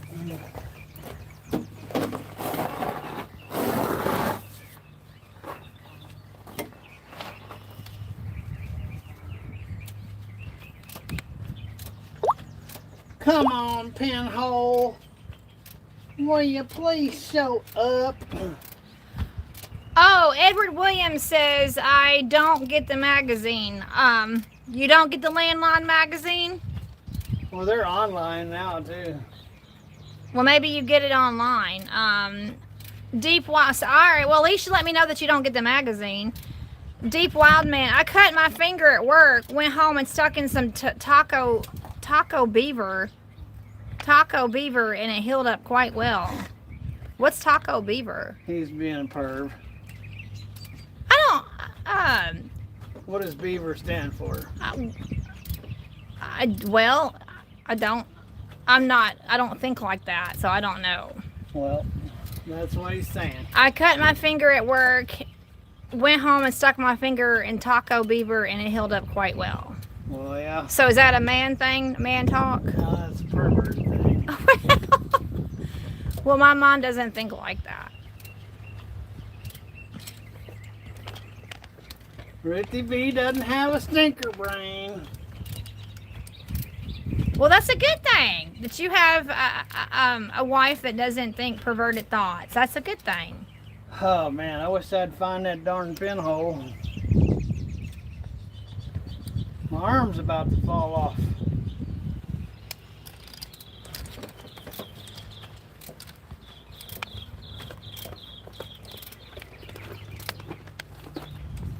Felt like I went over something right there. Hope I'm not missing it. I gotta be missing it.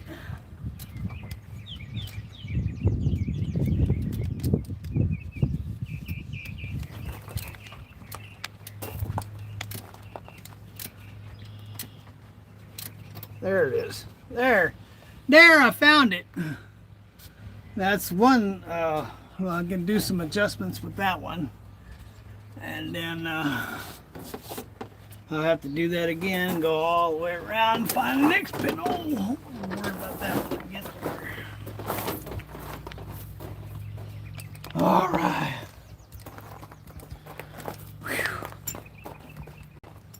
All righty. So we're either on top dead center or we are on last dead center. 180 out, let's say. So you go top dead center and you go all the way around, you do 180 out. So I'm on either or. I'm on top dead center or the other one. Find out in just a second when I get up here and look. If it's top dead center, that means this cylinder will be open.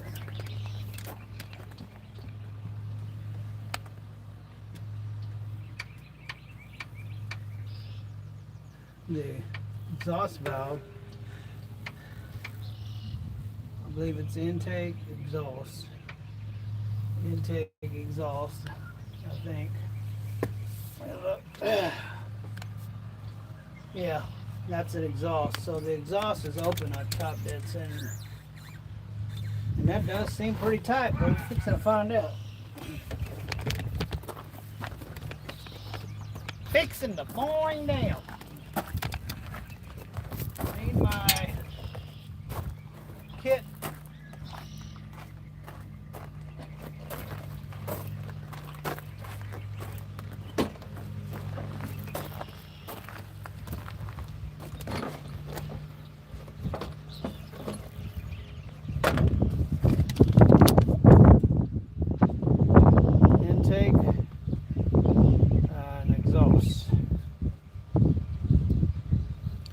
Oh, the horses aren't out today. Intake is 30, is that what it says?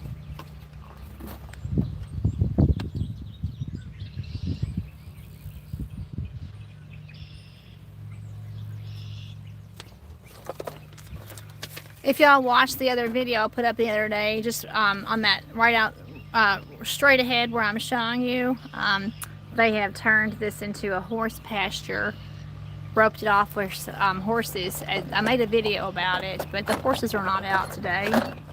That would have been fun to show you the horse. Oh, that would have been fun. They're not out today.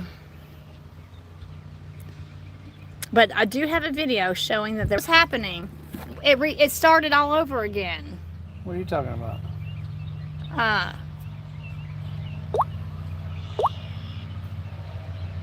If that's in the sun, it will get hot. Okay, are y'all still there? Something happened. Are we still here?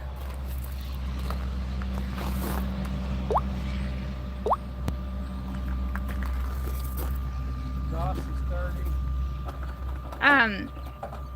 Oh, okay, Jeremiah. Thank you. Jeremiah was confirming what you said, Stephen.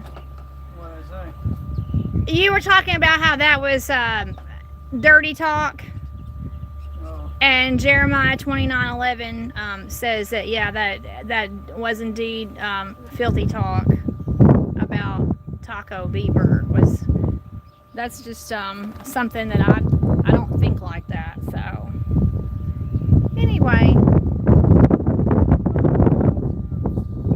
I thought we lost connection there for a minute, but I think y'all are still with us. It says it's still live.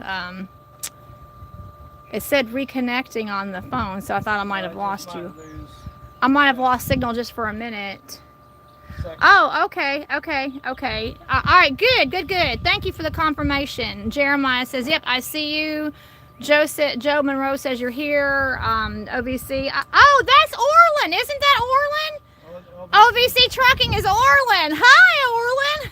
Hi, Orland. Well, on my screen it said reconnecting. Did he get back from Canada the second time? So, Stephen, did you hear Orland? Did you hear Stephen? Are you back from Canada? The second time. The second time? Yeah, sometimes when you're doing a live stream, you can like lose it for a second and then it comes back. And so I just saw on my screen where it said reconnecting and thought I had lost signal or something. That actually happened to Stephen in Utah. He lost everybody in Utah. So, yeah, that's cool that we have Orland here. Orland here. Orland's there. Where's Orland at? Is he in Canada? He was going to Canada, right? Now what, Phil?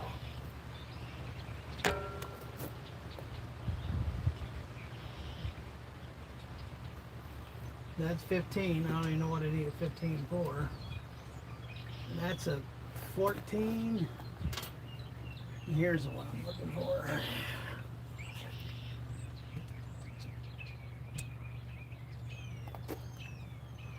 Holy moly. That's pretty tight. No wonder it's not running right. What are you looking at? What's going on? I'm adjusting the valves.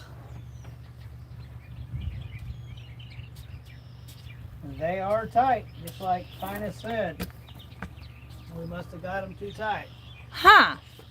They are tight, real tight. Oh. So tight I can't get this gauge in there. Oh, that's not good. Well, you ain't know what you're saying. Well, no, I really don't, but I mean, it sounds dramatic to me. It sounds very dramatic.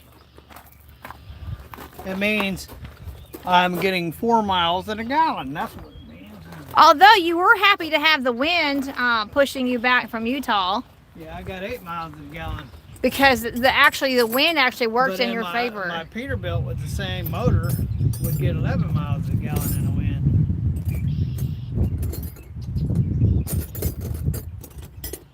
See, which wrench do you think I need? 9/16? I need the 9/16. Yep, and I have a little wrenchy D and a wrenchy do. So between these two, I should be able to adjust these valves. Oh, You have a chair on the other side. Just remember, the more that's in the sun, the harder it gets. let's see. Kyle Lockerbie is here. Hello, Kyle Lockerbie. Orland is in Canby, Oregon. Oh wow, that's where you were supposed to. That means he done both of his Canadas, and now he's in Canby. Okay, so you're back from Canada the second time, and Canby, Oregon is where Stephen was supposed to take that last load. Take that last load was so that you answered Stephen's question that you are back twice from Canada, and so you're in Canby, Oregon. Well, Stephen never made it to Canby, Oregon. Well, hello, Mr. Hater Andy Laterman. Got a hater on here in the comments. Yeah. Okay, well I got that under there, and that actually right on. Well, Mr. Andy, Stephen is very well aware of what he's doing, okay? So, Stephen, he's cursing you out using curse words, and he's saying he's tearing up. What junk is he doing now? Tearing apart junk. That's messed up. I told you, ladies and gentlemen. He don't know what he's doing. I told you, ladies and gentlemen, Ruthie focuses on haters. Well, you listen, Mr. Andy, I'm very proud of my husband. Maybe you don't have a wife that's proud of you, but I'm very proud of my husband, and I'm very proud of his knowledge and everything that he knows how to do. He's an amazing owner-operator. So, yeah, you just keep it coming, mister. Mister, keep it coming now, mister. Yeah, My husband's a real man. real man. Stacy Howe, love your channel. We think y'all are awesome, and Stephen is an awesome owner operator, an independent driver, and super duper mechanic. Be blessed in Jesus' name. Man. Well, praise the Lord, Stacy Howe. So right after that nasty comment from Mr. Andy, we have people that do show that they appreciate us. Got a fuzzy wuzzy in my old rocker. Love your channel. Well, thank you so much, Stacy Howe. Orland, always gonna be one. Well, that's none of your business, Mr. Andy. None of your business whatsoever. And that's quite rude.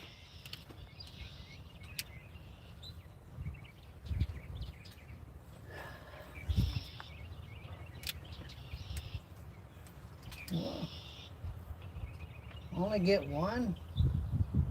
So from now on, you can make your comments, but I'm not going to even give you the gratification of reading them. Oh, yeah, I'll bet. I'm not going to, I can read them, but I won't read them out loud. Loves haters. I won't read them out loud. She spends her whole life thinking about haters. No. Utah, 801, why don't you go over the road? Well, I'm just, that's a legitimate question. Why don't you go over the road? I did go with him one time. And she peed on her. I did, Stephen Howard. I did not. I did not. It's just not comfortable for me. I don't enjoy being over, even if it's with my husband. I don't enjoy the close knitness of being in the cab of the truck over the road. It's just too tight of a quarters. It's just, I don't like it at all. Yes, Jeremiah 29:11. Pray for the haters. That's actually right. Pray for the haters. And we got one that's really present today. Thank you, Buck Barrett. Stephen had a friend, a childhood friend named Buck Kirk. Yeah. Buck Barrett says, love the channel. Well, we love your name, Buck, because Stephen's best childhood friend was named Buck. And he has great memories of his best childhood friend. Great memories. What was his last name, Stephen? Buck Kirk. Buck Kirk. Buck Kirk was his childhood friend's name. Buck Kirk. So, Buck Barrett, thank you for being here, and we like the name Buck. Oh, Chuck, Buck. So, what is the intake side? I think it's, let's see if I remember correctly. Intake is 15. Okay. So far, everything seems right. Nothing's out of spec so far.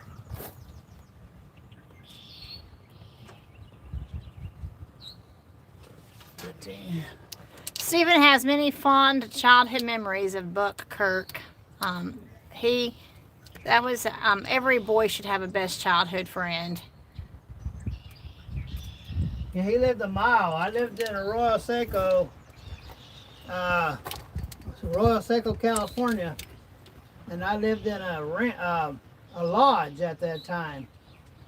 And that lodge during the summertime would have mini campers, and they had log cabins and stuff like that.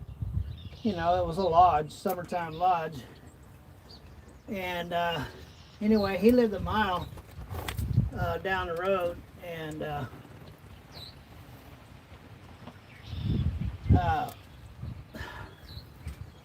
every day it was either my turn to go down to his house or his turn to come to my house. And then once we got to whoever we went, then we said, man, what are we gonna do? Because we lived up in the mountains, we got to do all kinds of fun things. Going up and down mountains, going hunting, riding horses, riding motorcycles. I had the motorcycles, he had the horses. His family did. His family had boats, and they would always invite me to go out into the lake and go on the boats and riding the boats and go water jet skiing and skiing. And we just had a blast, man. Like kids should do. Have a blast. All right, well, everything seems to be good. Thank you, Forrest. Mr. Forrest standing up for us. Thank you, Mr. Forrest Provost. Appreciate it.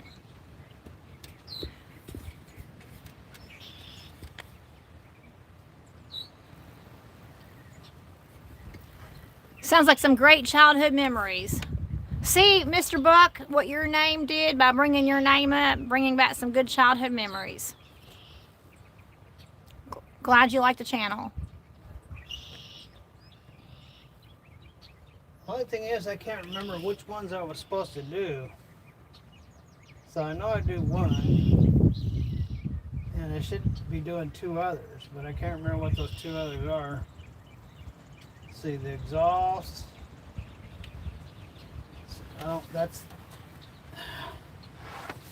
I need to look that up.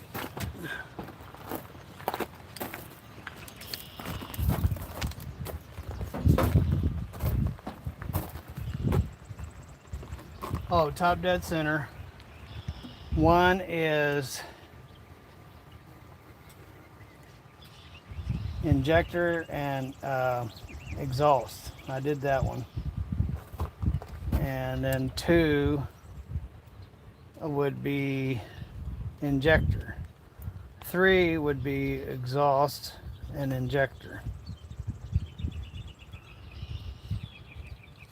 Okay. That's the case. 3 is way out of whack.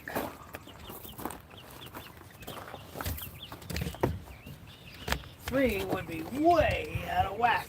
Wackadee, wackadoo. Alright, it said number 3. Okay. 1, 2, and 3. And here's I'm gonna 3. squash you. Here's the exhaust. Oh, wasp. And that is super duper tight. Too tight. We gotta loosen every nut. So we found one that was too tight. And too tight's what makes it gobble up gas or diesel.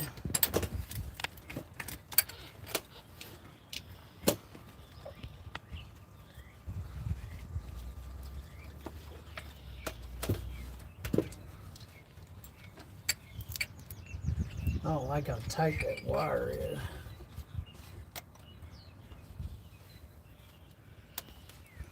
Alright. Where is it? There it is. Man, that wire is super tight. If I can just get this under there.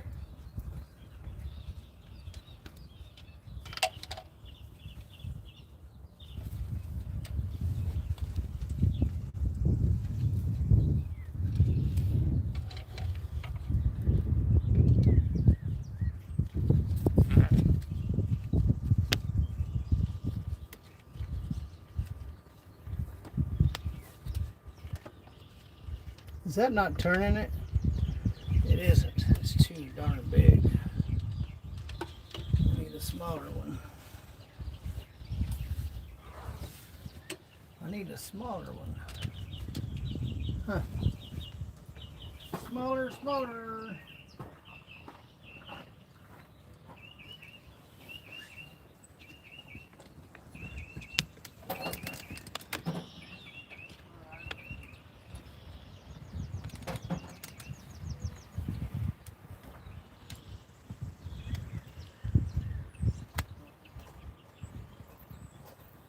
Got these bees chasing me. I hope they don't sting me. I'm allergic to wasps, but I hope these wood bees don't sting me, because they're everywhere out here.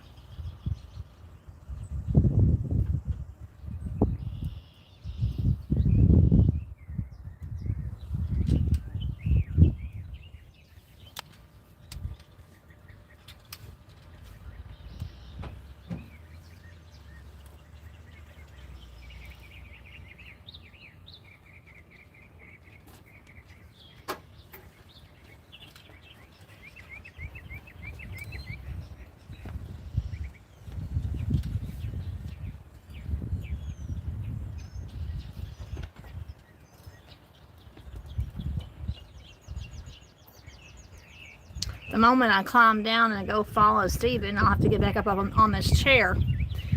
So I'm still standing up here on the chair. If I just got down to go see what tool bag he's digging in, I'd have to climb back up to this chair. All right, where was I? I was on number 3.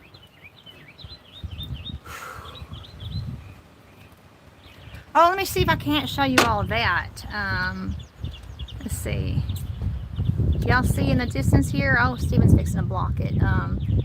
Y'all see right there behind Stephen, horse and buggy. All right. Anyway, there was a horse and buggy that went down the highway. I didn't get a very good look at that. That's too much. Slight. It's supposed to be a slight drag, just slightly. It's better to be looser than it is tighter. So that should be it right there.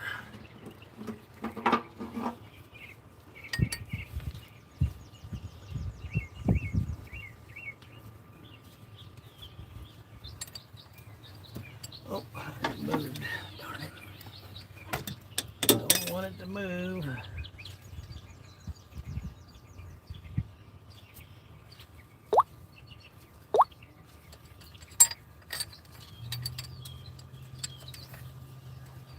All right, check it. Okay. Slightest little drag is what you want.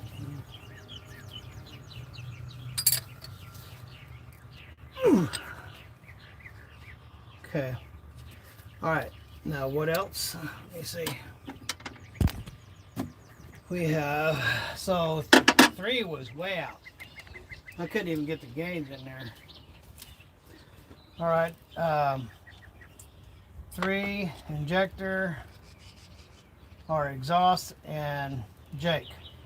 And then 4 equals injector. 5 equals exhaust and Jake. So number 5 on the exhaust. Check that next.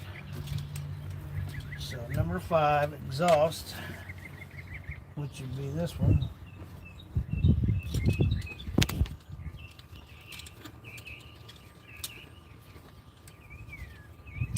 Let's see.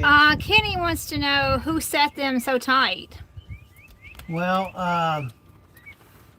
Finance and I both did it the last time, and I guess we just got it too tight. By accident. Well, you know, we took our time, or I guess we just got in too big of a hurry. But so yeah, that was Finest and I did it the last time. We worked together. Some people may not know who Finest is. Finest is Tim's father. Tim's father. Hank Smith, tell Stephen to spray brake clean in the bee hole, and that will get. I have the same bees where I live in Wendell, North Carolina. Oh, you're talking about our bees there in the garage. No, the bee hole in the truck. Ah, The truck bee hole. brake cleaner. Well, you've put silicone in there before, right? But he said the brake cleaner in the bee hole will get the bees away. The bee hole. Not that bee hole. Oh, Jeremiah 29:11. He's lived in many places with boring bees, plugged many holes to no avail. Boring bees will not sting you. They don't bother me until they get real aggressive, and they kept hitting me in the forehead, because they don't sting, but they will get to where they're constantly being bullies. Yeah, And then when they get to be big bullies, that's when I say, all right, enough is enough. So he's saying that Jeremiah 29:11 is saying that boring bees will not sting you. They don't sting you. But is it the female? But he's also saying that he's plugged up many holes too, and they keep coming back. That to no avail. They keep coming they back. get plugged. I mean, I glue the hole shut.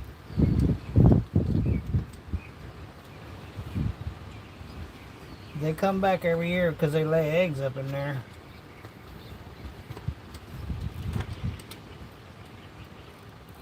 Tight. Right. That should be it right there. So, YouTube is awesome. Says it's supposed to have the slightest little drag.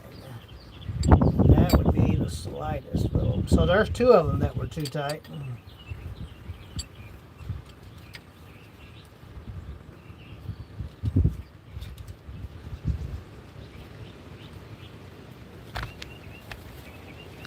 And so that messes your fuel mileage up. Yeah. This is how you do a tune-up on a diesel motor. On a Caterpillar motor.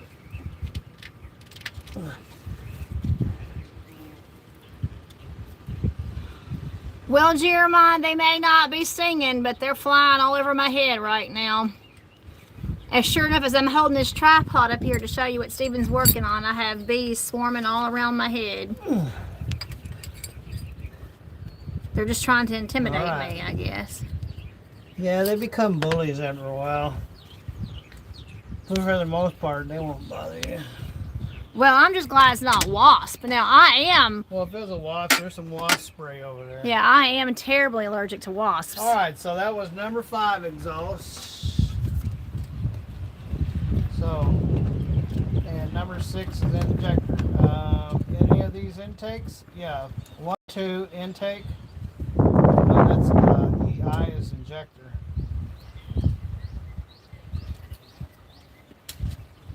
E is exhaust, and I is J is for injector.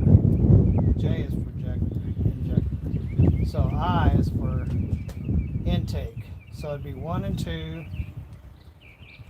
1 and 2 and 4 have to be set at 15, and that's 14. This is 15. Yeah, that's 15, and so it's 1 and 2 injector. Intake. Holy smoly! Man. Holy moly! Can't get that under there. So loosen that dude up. Some of them just way too tight. And see, from what I understand about these motors here, is that you would normally think on a mechanical device that the more you run it, the looser it will get. Well, so what I found out is that's not so much true on these valves. And this is what I'm told. On a valve, the older the motor gets, the tighter the valves will get. Because what happens is the valves wear up into the head. And so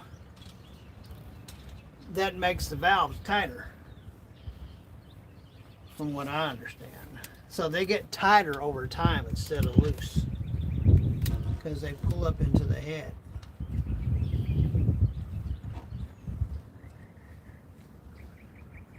Or they stretch. Let's see, what would it be? I guess they would stretch, is what it is. Is that right? Well, anyway, I don't know which one it is, if they stretch or whatever it is, but what I'm told is that the valves will get tighter the more the wear gets on the motor. So that's why they get tight. They don't get tight just because you adjusted them tight. They get tight because of the wear. So what do you think about that? Wait until YouTube is awesome here. Well, are you saying he's not going to agree with you? Well, that's what I'm told, is that they get tighter as the motor wears. Because I said, that's what I said. How did they get so freaking tight? Well, they get tighter as the motor wears, from what I'm told. Well, let's talk about, this is a 6NZ, and your other truck was a 3406E. Mm-hmm. So, but... Same motor. What? Same motor. It's the same motor. In fact, this same motor they built from the 80s. It went right on into the 2000s. Well, then why does it have a different name? Because they did different things to it. but it's the same casting. That block down there is the same casting. So this motor, when it was first built in the 80s, was all mechanical. So it had a mechanical pump, like on the forklift. Had a mechanical pump, and then it was in 95, I think it was, or 96, 95. They came out with, see, remember Jim Gillum? Yes. His truck had the same exact motor as my truck has, but his was a B model, and it didn't have a computer on the motor. It had an injection pump, but it was the same motor. Well, the following year was the motor that I had, and it had a computer on it, and so on and so on. And they just made advancements to the motor over the years, but it was always the same motor. So there's very little difference between a 3406 and a 6NZ. That's right.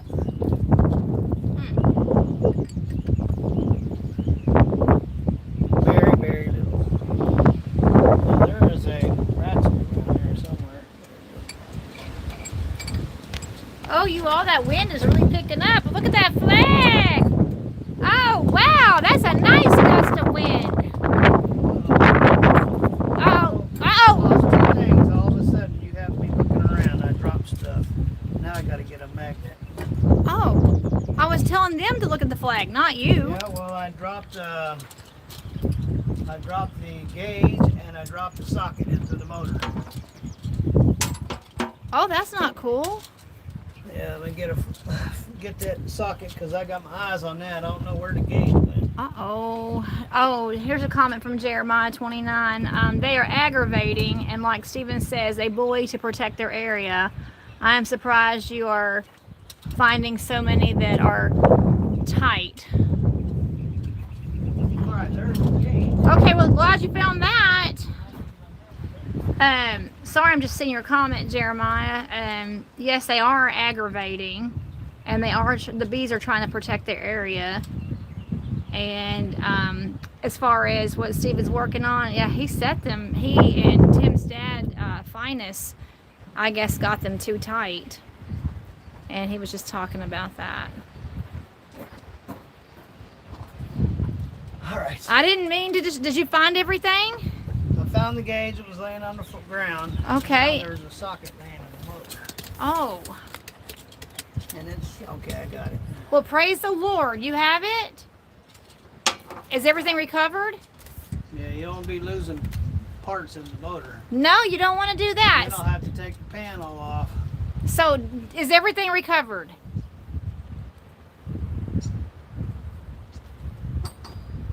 I didn't mean to distract you. I was just trying to show everybody the flag that was blowing in the wind. Uh-oh, I heard something else just drop. That's because I got greasy hands.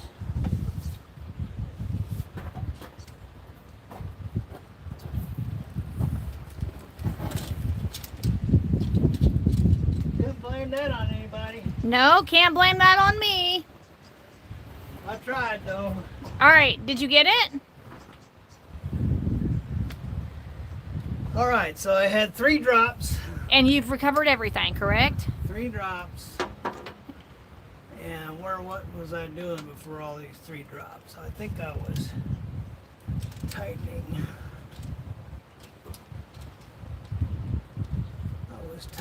Yeah, you don't want parts in your motor.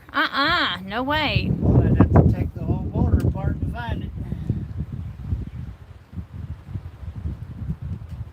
All right, according to this, that's right on the money. I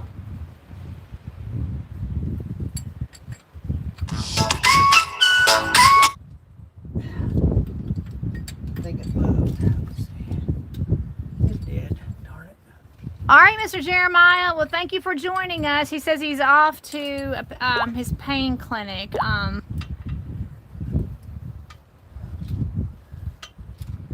That's what I need, a pain clinic. He said he will catch us later. Does it pay you a lot of money?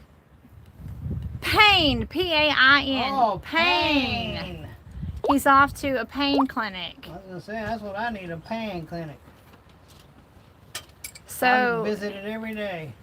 all right, well, thank you, Jeremiah 2911, for being here as long as you were. Appreciate it. Adios, Jeremiah. Jeremiah was a bullfrog. We did He that at the same time. was a friend of mine. We did that at the same time. He stopped by and said hello right here on my live. That's right. Thank you, Mr. Jeremiah 2911. Hope you can take care of that pain. Darn it, tighten up on me again. Actually, if I can tighten it down right there, that'll probably work. Let's see.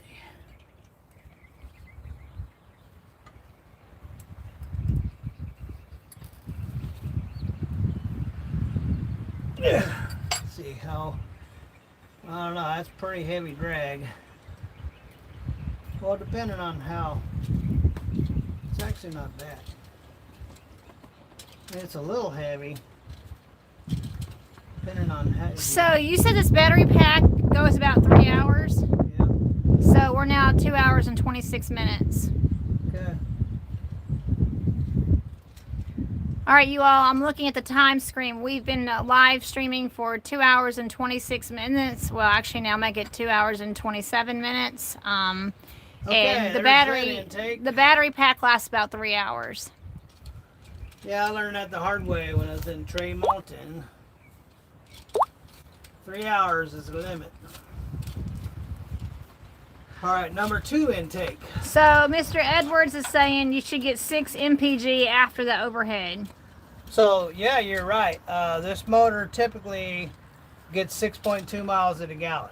So 4.7, that's a little concerning.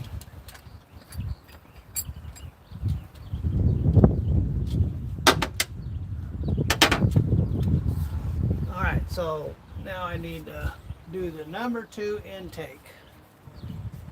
And is this one? Yeah. Number 2 intake, that would be this one, and that one seems like it's probably on the money.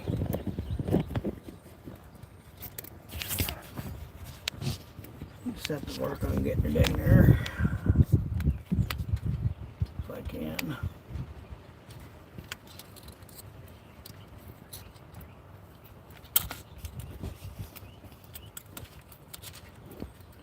Well, maybe not. It doesn't let me get it in there, so I'll go ahead and loosen that one up, tighten and readjust it.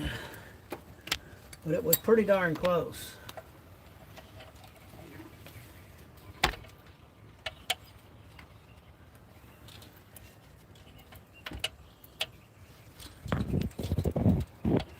Pretty darn close.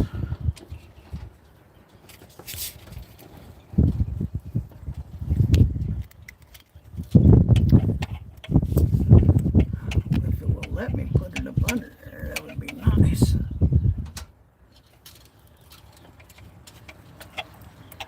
Alright.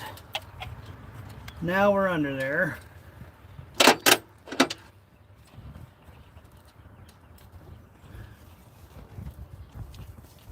It's like you're doing surgery. It's like you are a surgeon and you're operating on somebody and you're doing surgery.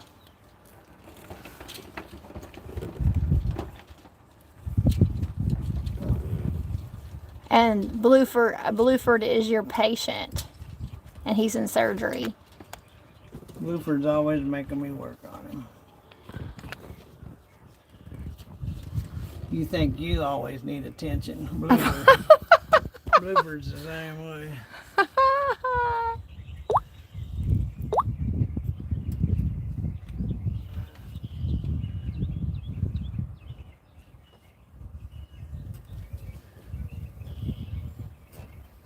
All right.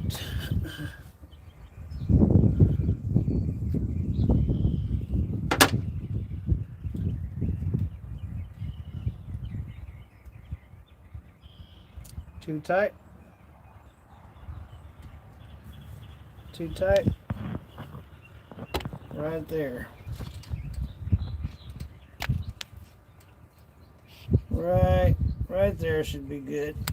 Try tightening that dude up. So you all, if you have not hit the like button, this would be a good opportunity for you all to do that right now. If you've been watching and you have not smashed the big thumbs up, would you please do that right now? We would really appreciate it. It would help push this video out into the YouTube algorithm. Oh boy, oh boy, oh boy, oh boy. Well, people need to be reminded that it does help. I gotta be reminded what I was going to do next. What was I gonna do? Oh boy, I forgot. I was gonna go to the bathroom. Well, Steve, it does help when a video has a lot of thumbs up. YouTube sees that, and they push it out into the algorithm where more people will get to see this video. So it certainly helps. So if you haven't hit the like button, please do that right now. We got 20,000 views the other day. Oh yes, 2 weeks ago, when you were first broke down in Utah, 2 weeks ago, we had over 22,000 people that watched that live stream. 22,000, not 2,200, 22,000. Yeah, and they were coming from all over the world. All over the world. All over the world. And that's got to be by far the biggest that we've ever had as far as 22,000. That was very exciting for us. All right. Okay, so the number 1 and the number 2 have been set. Let's see what else I got on this top dead center. Top dead center, what do we got? And number 4, injector. Or not injector, but intake. So number 4 would be 1, 2, 3, and 4. And that would be this one. Can I have this, please? Thank you very much. And which one's 4? 1, 2, 3, and 4. Thank you. Somebody just now hit the like button. I see that we have another like. So we want to thank you. Thank you for hitting the like button. All right, well, that ain't going in there either. So I guess the intakes were really tight.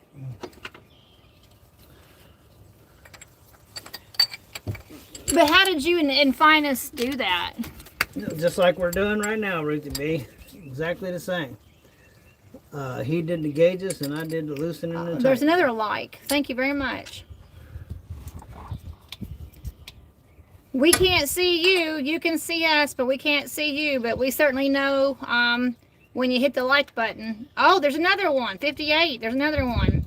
I feel like I'm in an auction. 58, 58, 59, 59, 60. Can I get 60, 60, 60, 60? I feel like I'm in an auction.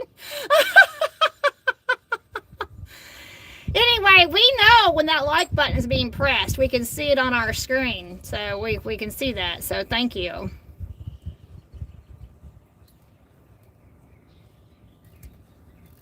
All right, that's good right there. My leg's getting crampy. All right. All right.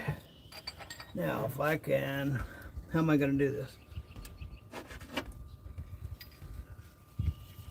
This ratchet has got water on it, and it doesn't want to work right. It's giving me a time.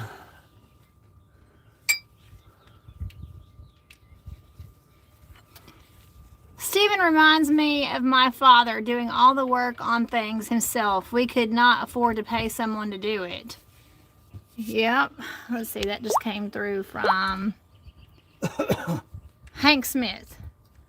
Thank you, Hank Smith.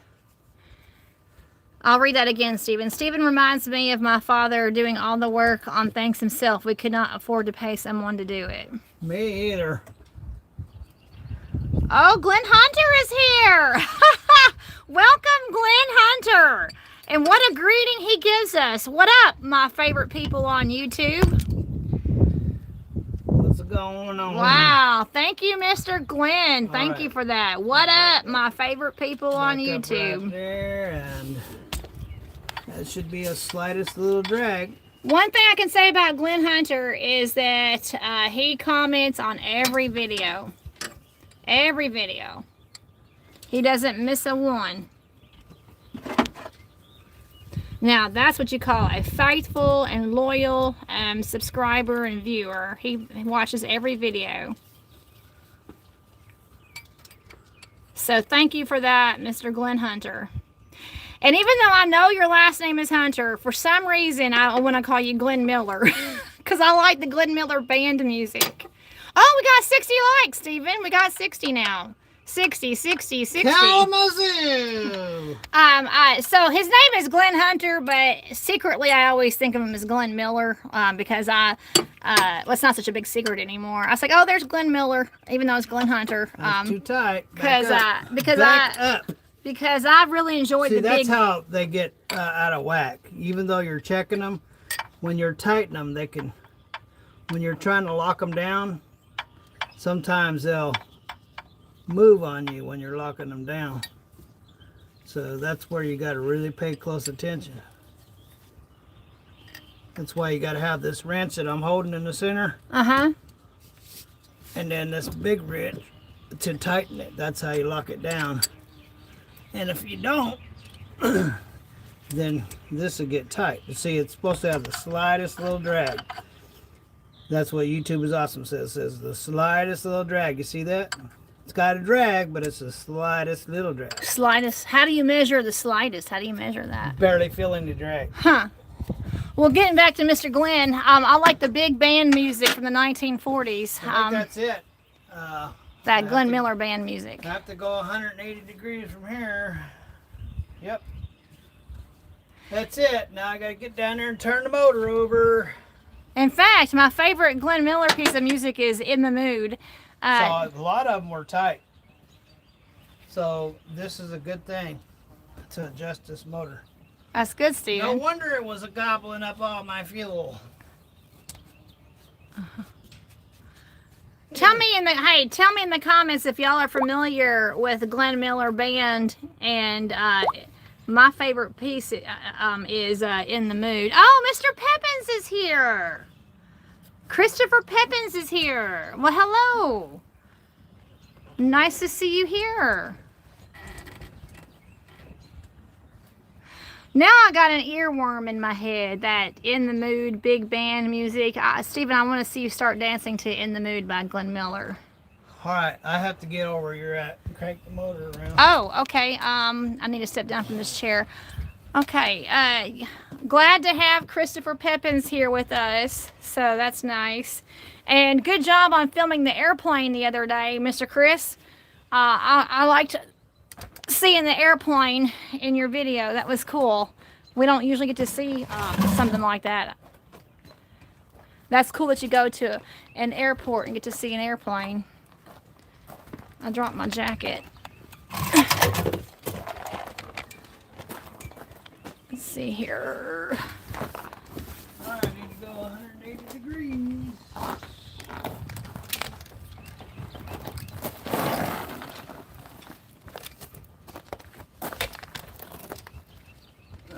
Yeah, so Mr. Peppins does a lot of work up by an airport, and he gets to see small airplanes. Isn't that cool?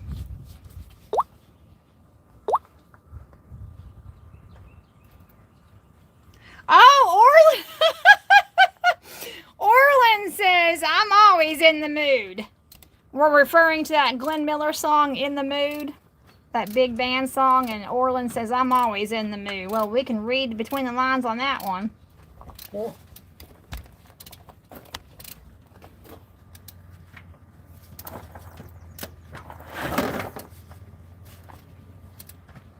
Oh, you're going to the airport right now?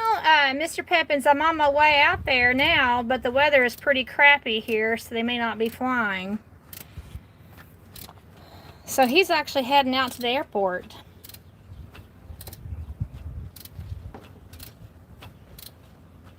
What you need, Mr. Peppins, is somebody to follow you around with a tripod. You miss out on a lot of good footage, and not that you don't have good material, but you miss out because you don't have somebody to follow you around. I don't even know. I don't even know if you're married. I don't know. I don't know if your wife would be willing to follow you around or not.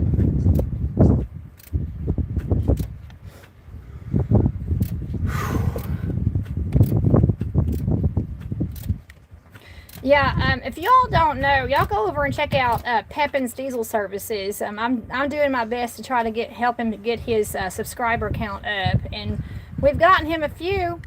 We've gotten him a few subscribers. So you all see his comment here. It's Pepin's Diesel Services.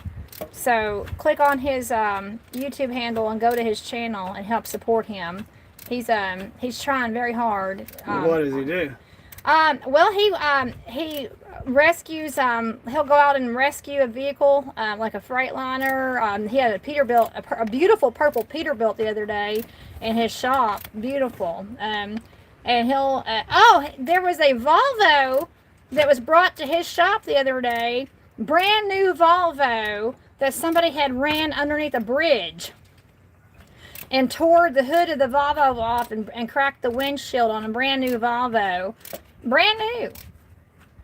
So he works on and restores big trucks. His channel is called Pepin's That's Diesel. what happens to brand new Volvos. It's called Pepin's Diesel Services.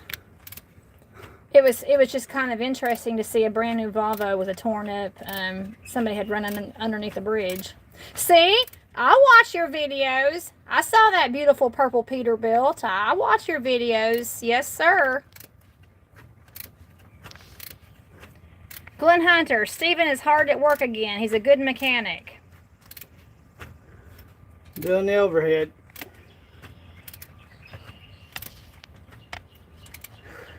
Need a new arm.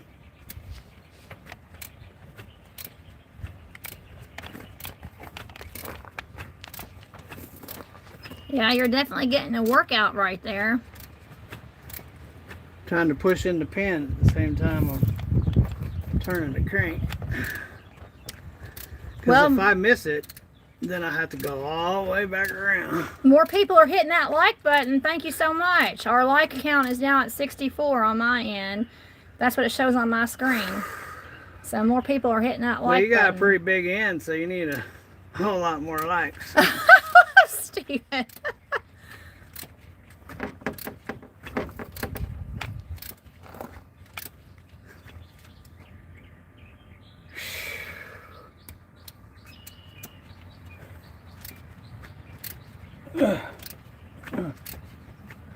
Come on, you can do it. Well, this definitely is giving you a remarkable workout. I'm burning all kinds of calories. Yeah. I'm glad you're getting a good workout. Yeah, that's right. By holding this tripod and following you around, I am getting a good workout.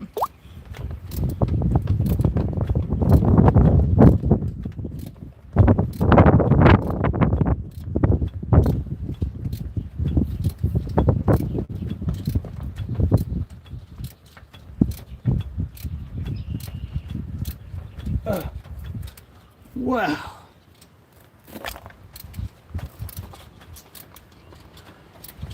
I'm gonna walk around with one blown up arm. You'll have a Popeye arm. One of them. Yeah, one of them's gonna be a Popeye arm. Popeye the sailor, his You're arm. gonna have a Popeye arm. That's right. Get that spinach going in your pipe. Gonna have a Popeye arm. A pop in the eye arm. Popeye. Oh, man, my finger. All right, we should be coming up on that hole any day now. I bet you're thankful that you got your hair cut a month ago. Can you imagine if you were out here working on that with all that hair you had on your head? So, what do we got here? Glad you got your hair cut, Stephen.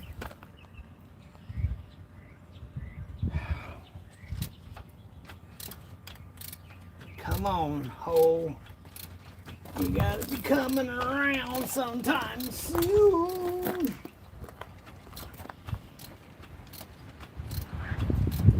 Sometime, any day now. Any day now. Holy schmoly.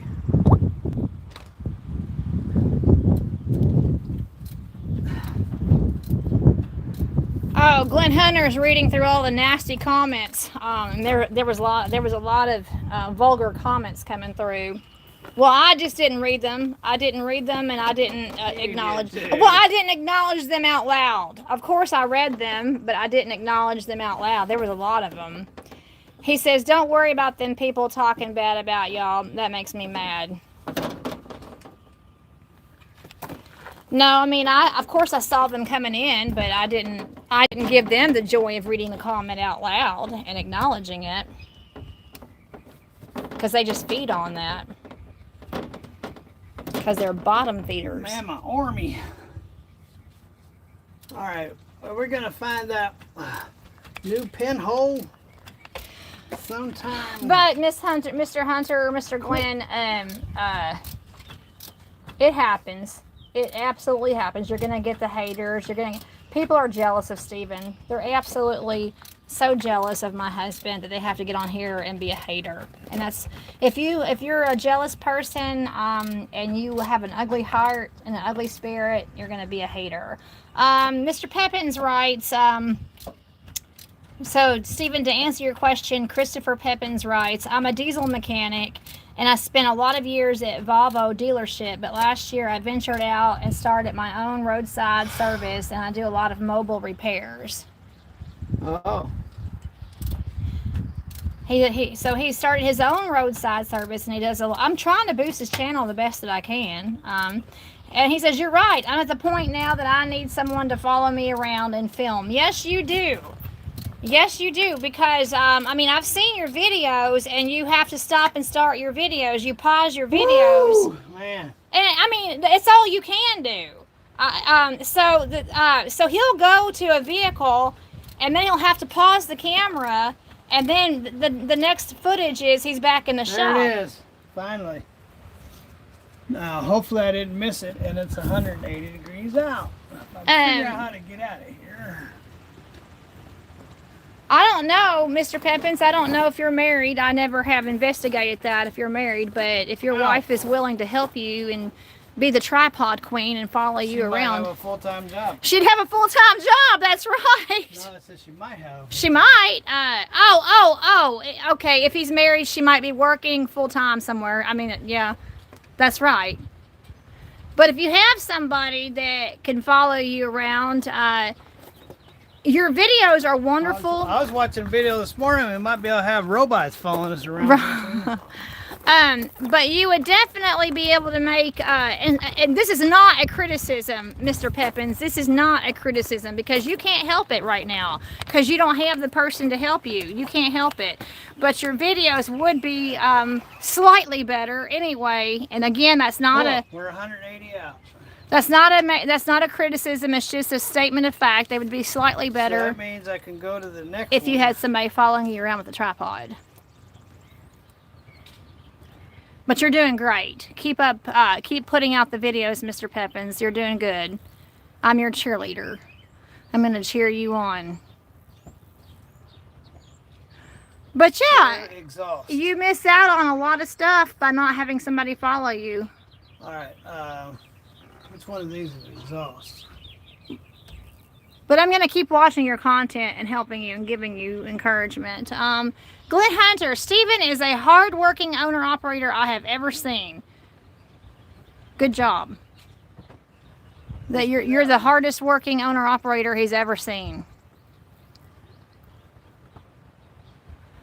Well, I would have to agree with you on that. Of course, I'm slightly prejudiced towards favoring my husband. Number 2 exhaust, and J for Jake brake. Well, Stephen, I'm not sure how long this. We're 10 minutes away from the 3-hour mark, and there's a freaking leaf in here. Uh-oh. So you all stick with us, but the battery may end up dying. Well, you can plug it in somewhere else. You can get you can go in the house and go get that big battery. What? Plug it into that. What big battery? The big jumper. Oh, plug it into that. Yeah. So this phone will plug into that? Well, yeah, it's a battery. Okay, well, because I don't want your life to be interrupted. Well, it may. You don't hurry up and do it that All right, you all, so come with me. I'm going to go get that battery because we're 10 minutes away from 3 hours. And Steven said that the battery pack that I'm hooked up to is about a 3-hour. Before you go, I need a leaf fell in my motor. So I need, see that green screwdriver laying on that paper? Yeah, that, and then lay that black thing on top of the paper so it don't blow away. Alright, bring me that. And you need this. Yeah, I gotta get that leaf out of my motor. All right, you all, come with me to get the other battery pack so that we can avoid problems of the live dying. Wait a second, another comment just came in. Norm. Yes, ma'am, I knew that you wouldn't have been set up, but I was just looking for you guys at other people's booths. Oh, yeah. Well, I'm sorry, Norm. We didn't make it. We did not make it to Matt's. It would have been nice. Look at y'all. Can y'all see that flag? Look at that. Kind of wants me to break out in song. Oh, beautiful for spacious skies, for amber waves of grain, for purple mountain majesty above the fruited plain. America, America, God shed his grace on thee, and crown thy good with brotherhood from sea to shining sea. I think that's how it goes. I am not a musician. Let's see if I can remember the pledge. Y'all get your hands on your hearts right now. Join me. Let's say the pledge. Okay, I'm going to trust that you're going to do it with me, all right? Put your hand on your heart. I pledge allegiance to the flag of the United States of America. Say it with me. And to the republic for which it stands, one nation, under God, indivisible, with liberty and justice for all. All right, you all. Hope you joined me for the pledge. We're very patriotic here at this house. All right, we love our flagpole. Okay, so we're gonna go in, and how do you like this? We're now in 2026, but we didn't want to abandon our sign there. So we had that out in the yard 2 years ago. Isn't that the truth? Can I get an amen in the comments? Can I get an amen on that? All right, so, oh, hello everybody. I can see my reflection in the glass door. Hello everybody. We're gonna go in, and Steven says that, all right, I can hear me playing on the other. Hello everybody. We're gonna go in, and Steven says that, well, there's certainly a delay, isn't there? I can hear me playing on the other. That's funny. That's y'all, that's funny. Ha ha ha. I am watching it on the other computer. That's funny. So I've been playing the live on my channel. That's funny. That's y'all, that's funny. Oh, y'all, look at the Valentine's Day balloon. It's still, it finally has gotten to the point where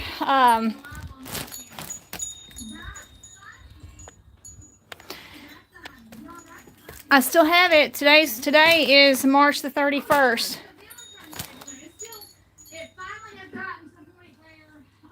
So since February the 14th, and today's March the 31st. So it's kind of deflated. Look, there's another flag. See, I told you that we're patriotic. There's another flag. All right, here's another opportunity right now. Put your hands over your heart with me right now.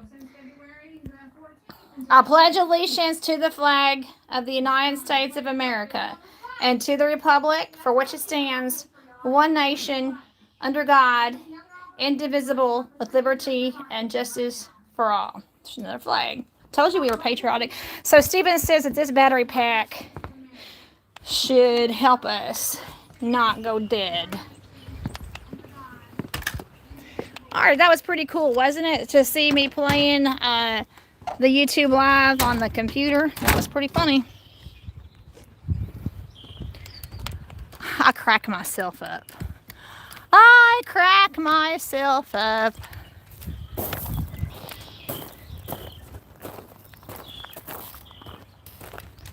We don't want our live to go dead like it did in Tremont in Utah. So this battery pack has just about had it.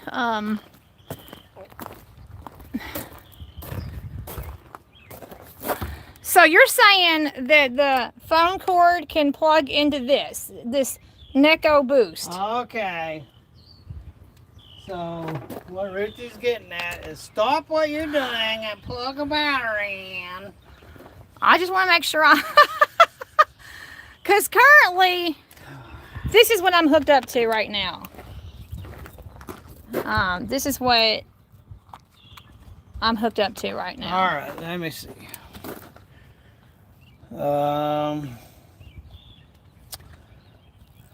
In and out. So you need to have a USB. Is that a USB? So that's out. Did you see a battery notice? How about now? Did you see a battery notice? Oh, it's like really green. No, I mean on the phone. Oh, I don't know how to check it without messing. It will automatically show up. Oh, well, no. All right, I'm gonna turn it off and look in the corner over here. Okay. Okay, now I'm gonna turn it on. Any notifications? No. Oh, yeah, 51%. There you go. Yay! Now you gotta carry the big dude around. Got this big dude, and it's cords. You can charge this one back up. It's in the. I think the last place I used it was in I think the Cadillac's got it in there. So you can take this over and plug it into the Cadillac. Plug this into the Yeah, so it's charging up. Okay, so I've gone from a small, look at that, a very small personal size. Like, look, that's small. And the one I'm having now is a big old chunk. And okay, so it said 51%. So we're going to get to go live longer on our live. Cool. Oh, no, not longer. Well, I'm glad that we thought about that. So, No. so is it in the DTS? Your chart? The white one. That is the DTS. Okay, the white one. Okay. So let's go charge this thing up. Did y'all like seeing that Valentine's Day balloon? I can't believe it's March the 31st and I still have a Valentine's Day balloon. Okay. All right. Getting in the DTS. And let's see here.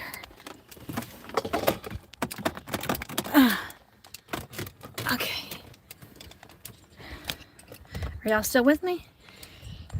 Let's see. All this moving around is doing funny things on my screen. Funny things on my screen. Okay. Sorry, you all. I'm trying to figure this out. See if this works here so I can charge this up. Second. Yay! Okay. Alright, I'm going to be charging Steven's battery pack up. Okay.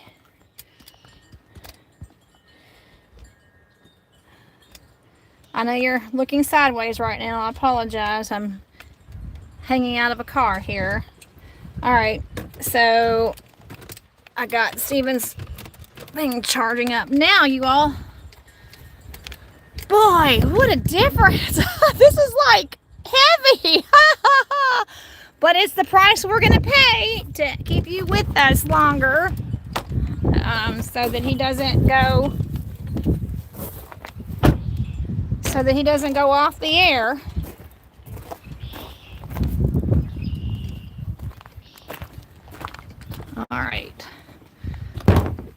So, I mean, every one of them. I think all of them were tight, but one. all of them were tight but one? Yep. All right, so we are successfully, the phone is plugged into this Noco Boost HD, and you can see It's the called Noco. Noco, not Noco, but Noco. So we're plugged into the Noco Boost. Well, I knew we were coming up on the 3-hour mark of our live. Now we're at 3:01. We've been live for 3 hours and 1 minute. So you have to take precautionary measures. That was a real bum. That was really bummy. That was a real bum. When Stephen, When Stephen did the big bum. well, when he died, when I the died. well, When I died. when the live stream, It was a real bummer when Stephen died. when the live stream died. He died. He died. So I'm gonna set this here on the tire. The real bummer when Big Belly died. Big Belly died. Well, your live stream did.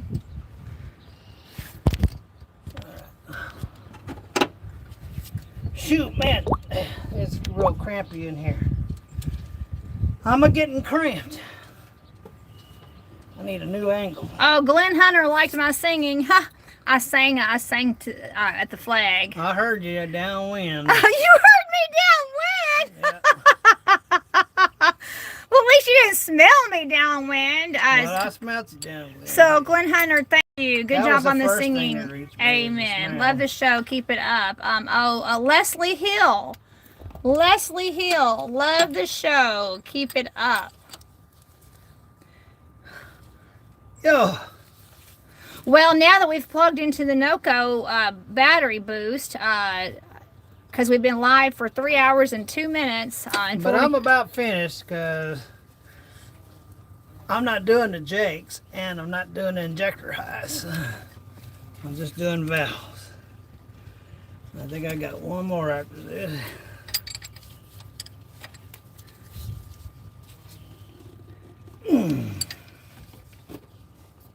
Because we just did all these a few months ago. And I've always, when I had a good good rack, so when my rack has been set right, I can go over a year without having to do it again.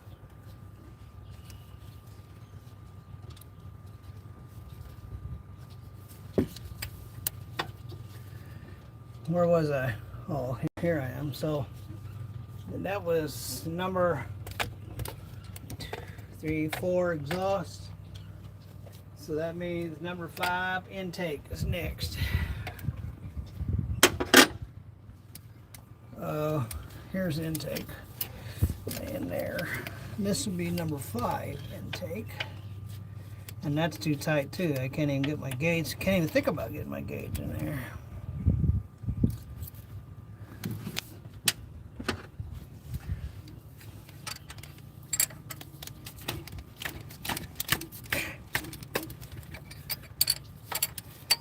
Alright, bet you I can get my gauge in there now. I'll go ahead and take this out so I don't lose it.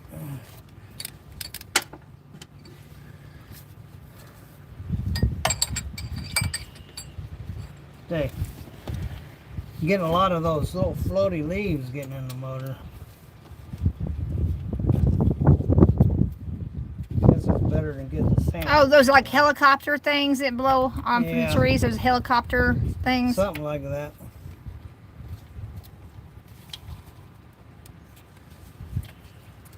It's one of the reasons why I hurry up.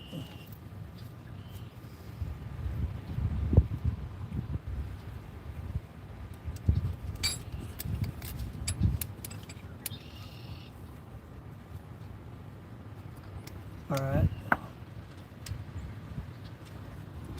Slightest little drag. Be right there.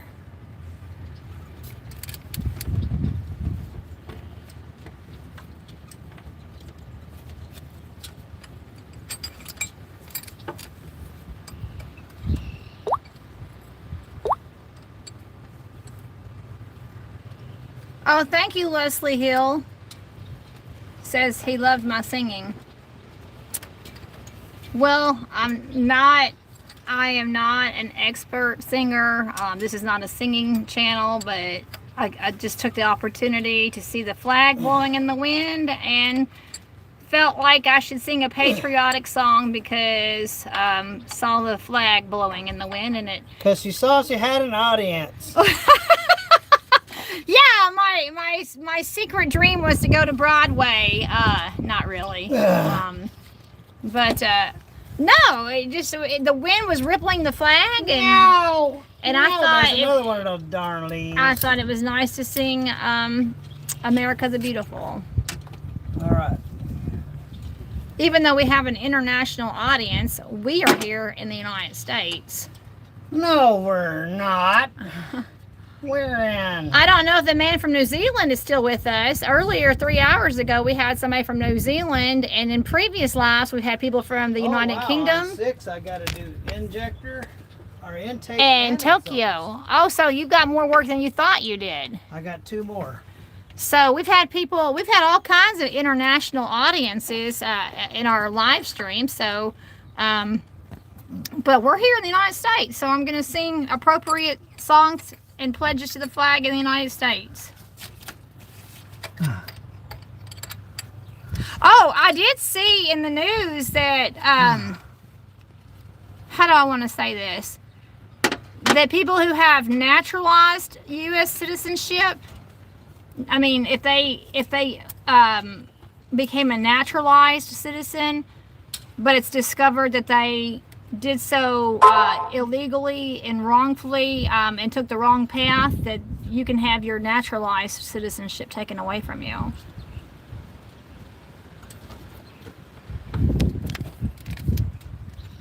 So be advised, if you are a naturalized U.S. citizen and you got that inappropriately, then it can be taken from you. Trump is making that law. And of course, I'm thinking of a certain congresswoman. All right, I'm getting political. I'm just saying. I'll be quiet now about that.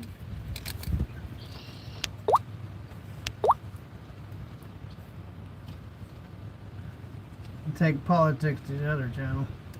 Okay. Stephen's right. I don't need to be talking politics on this channel. Stephen's right. People get upset about politics.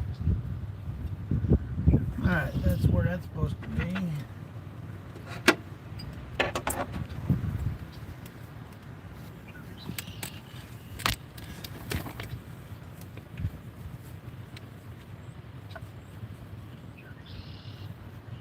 Another fuzzy trying to get in the motor. See a fuzzy wuzzy. I gotta hurry and get this motor closed up. Because of all those The things, wind keeps bringing things over the here. wind is blowing stuff in.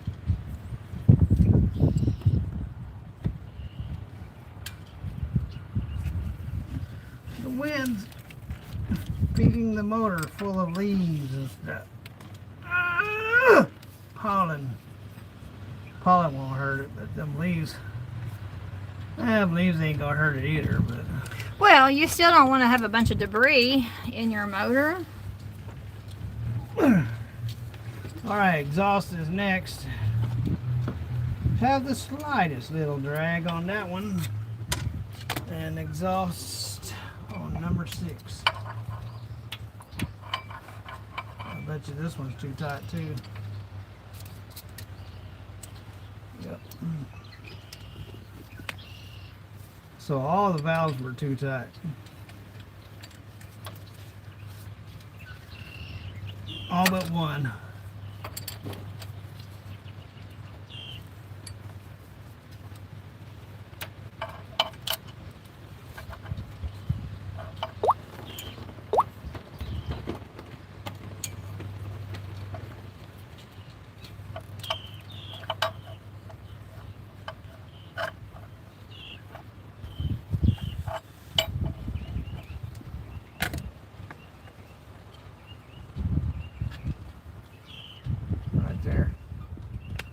Right there is where you want it. Okay, tighten her down, buddy. Oh, I moved it.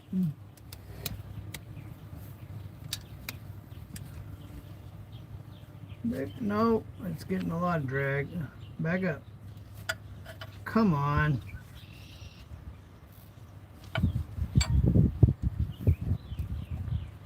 Should be right. This should be good right there, I think. That's too tight. Right there. Right there should be the monkey.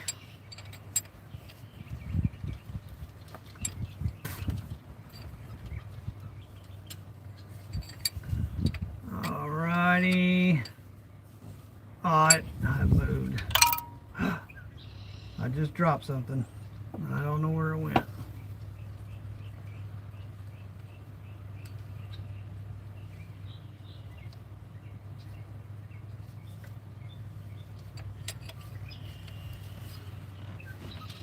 I hope that didn't move. It did. Darn it.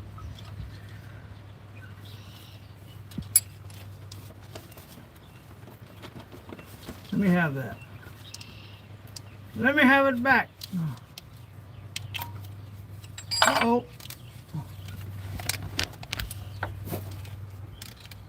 Alright, it moved, so...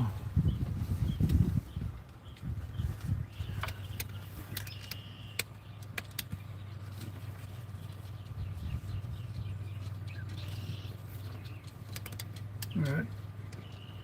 Right. There. I knew I was going to do that. How'd you know you was going to do it? Oh, because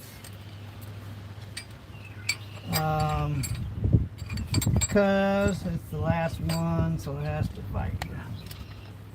Just like which tool is the tool that's hardest to find? You know which tool that is? The one you're looking for?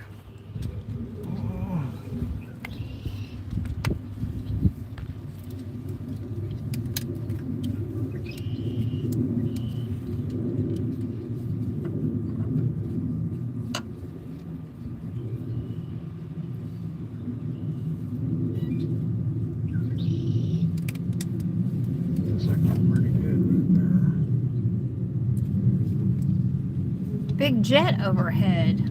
We live close to Fort Campbell, Kentucky. It's breaking the sound barrier above my head.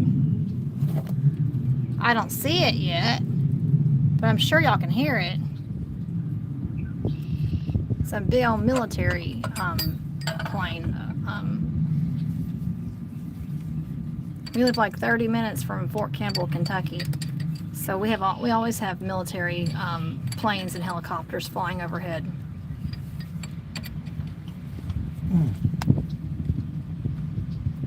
And sometimes they get very low.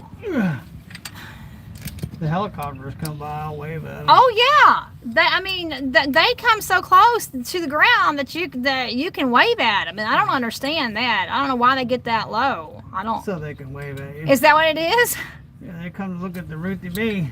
Ah. B for bungles. What? B for bumbles. That's not what you said. You said something else. Oh, you're just hearing things. Oh, darn, there goes a tool. My hands are wood and tools went flying. Slippery.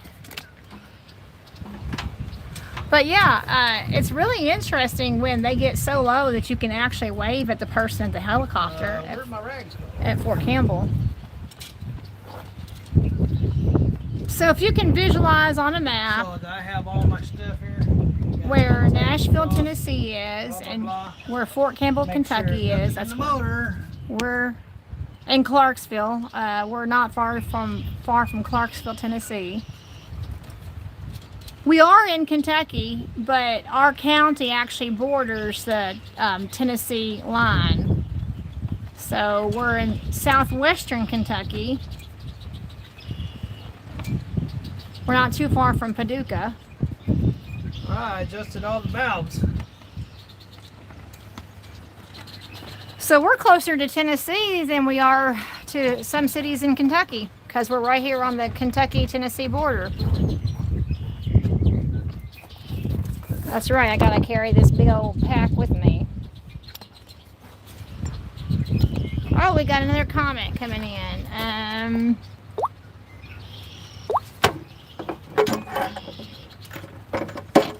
The Bill Man, love the show. Thank you for sharing. All right, well, we got the Bill Man here with us. Biddle, man. Bill Man, thank you, Bill. Biddle, what kind of biddles you? No, Bill, as in B-I-L-L, Bill Man. Biddle man. We got Bill Man with us. He says he's liking the show. So you're putting on a show for everybody. So he says thank you. Next to Mundo.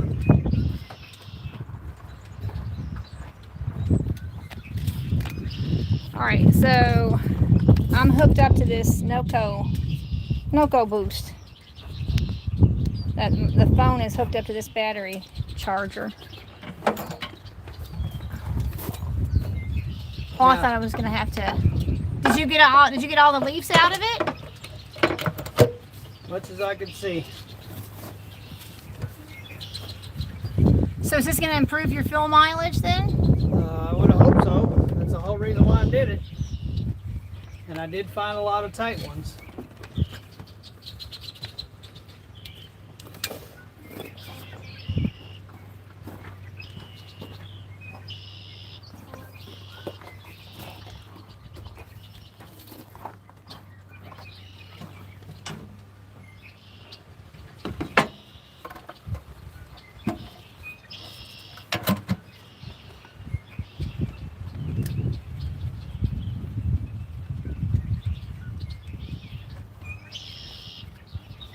Y'all hear the sounds of spring behind me? You hear the bird song and the bird chirping?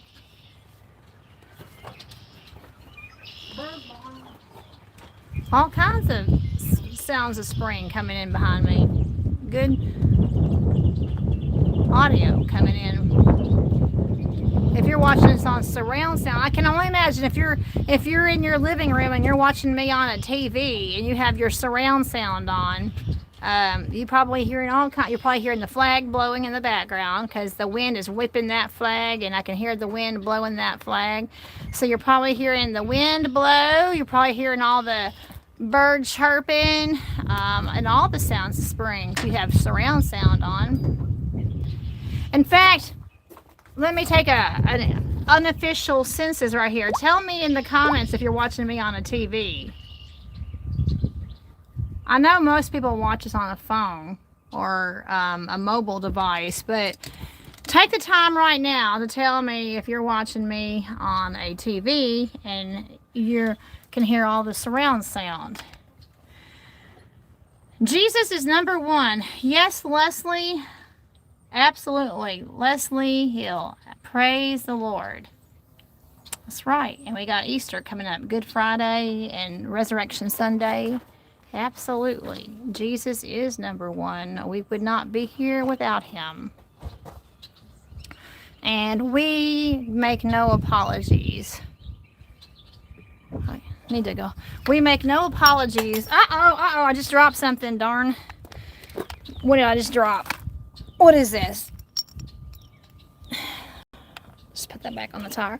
We make no apologies on this channel of Jesus. Nope. I gotta carry this battery pack with me. We make no apologies for professing Jesus Christ as our Lord and Savior. All right. Where's that little rat?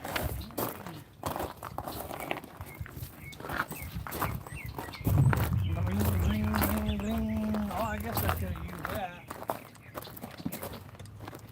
I could use this. What do I need to use this? I need this or this. I think this one. Or this one. They're the same. Alright, I'm going to try this one. To help speed them up.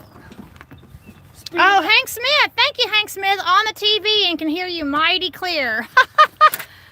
Thank Thank you, Hank Smith. So he's hearing all the surround sounds. That's good, Mr. Smith. Thank you for letting me know. You can hear the birds chirping. You can hear the wind flapping the flag. You can hear all the nuances around here. You can hear Ruthie Bee chirping. You can hear Stephen farting over there.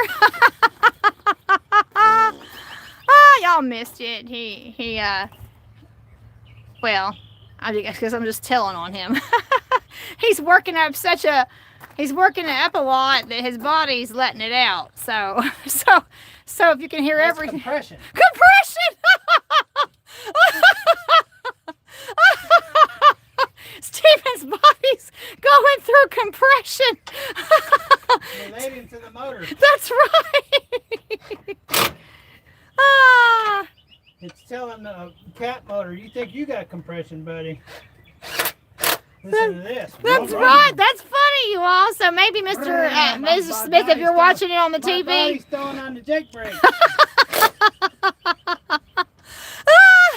You crack me up, Stephen.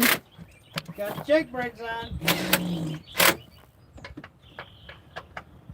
Glenn Hunter, I am on a 75 inch big TV. You're watching us on a 75-inch big TV. Well, how nice is that? So That's you almost like being here, ain't it? Yeah, like a movie theater. All right, so you're really hearing everything. Glad you actually were able to catch us for a live, Mr. Glenn. But yeah, if you're watching us on a big screen like that, you're practically here with us, like a movie theater. Now, what I do there is, that sped up the process a little bit. Tighten the rest up. Fire this dude up. That'll be nice for the surround sound to have a big old diesel motor starting up. I don't think I need that. Better to let it out than hold it in if you don't want to blow up. Better to burp and taste it than fart and waste it. Oh, Stephen, and that was funny. That was Hank. I think that was Hank Smith that said that. Better to let it out than to blow up. Let me see here. Yeah, better to let it out than to hold it in and you don't want to blow up. That's right. And you said better to burp it and taste it? Better burp and taste it than fart and waste it. Oh.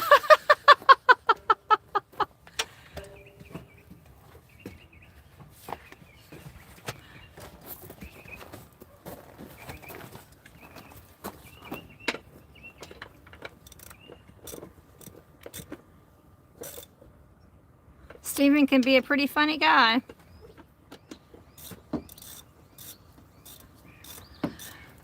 That's one thing I was not blessed with. I was not born with a sense of humor. I was not. I have had to learn how to appreciate Stephen's sense of humor. We've been married 23 years in August. 23 years we've been married, and I have learned to have to really appreciate Stephen's sense of humor. I was not blessed with that. I'm a pretty dry humor person. And a lot of things I don't get. He'll say something and it'll go over my head and I won't get it. Gotta get the catch 'em hat. That's right. Because it goes over my head. A lot of times he says stuff that is supposed to be funny, and it would be funny to anybody that had a sense of humor, but not to me. I completely miss it. And he kind of gets aggravated about that. He kind of gets a little aggravated about it. Uh-huh. Mm-hmm. Well, you do. You're like, better get your catch 'em hat. Yep. Mm-hmm. I get a little aggravated. Uh-huh. All right. But we've been here, so we've been married 23 years, and we've been in our house for 22 years. So we've been here in Cerulean, right here in this house, for 22 years this summer. We were married 1 year when we moved here. We were newlyweds when we moved here.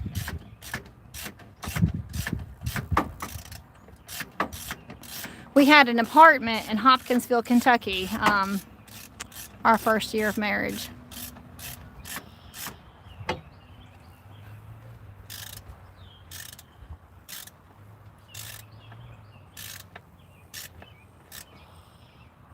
So the longer you're with our channel and the longer you watch our content, you learn things about us. You learn all kinds. Oh no! Cut it. Oh, well, praise the Lord. Well, that's good. Praise the Lord. So the longer you're with us and the longer you've been watching us, you learn things about us. Oh, You I learn. gotta tighten up the blowbar. You learn about who we are. And we're just regular folks. We're regular people. There's nothing high and mighty about us. We're just regular people that we can talk about passing gas and think it's funny. Excuse me.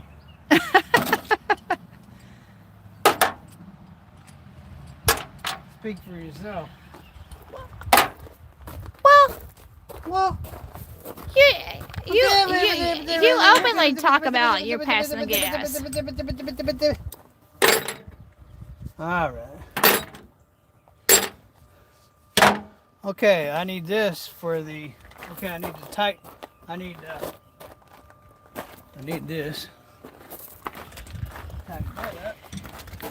And what a blessing that I can follow Stephen around with a tripod. He certainly wouldn't be able to film himself doing all of this. So when you set up when you were filming yourself in Utah, that was pretty difficult to film yourself. I had to carry it around with me. That's why I kept dropping the phone and bumping my head and all kinds of stuff.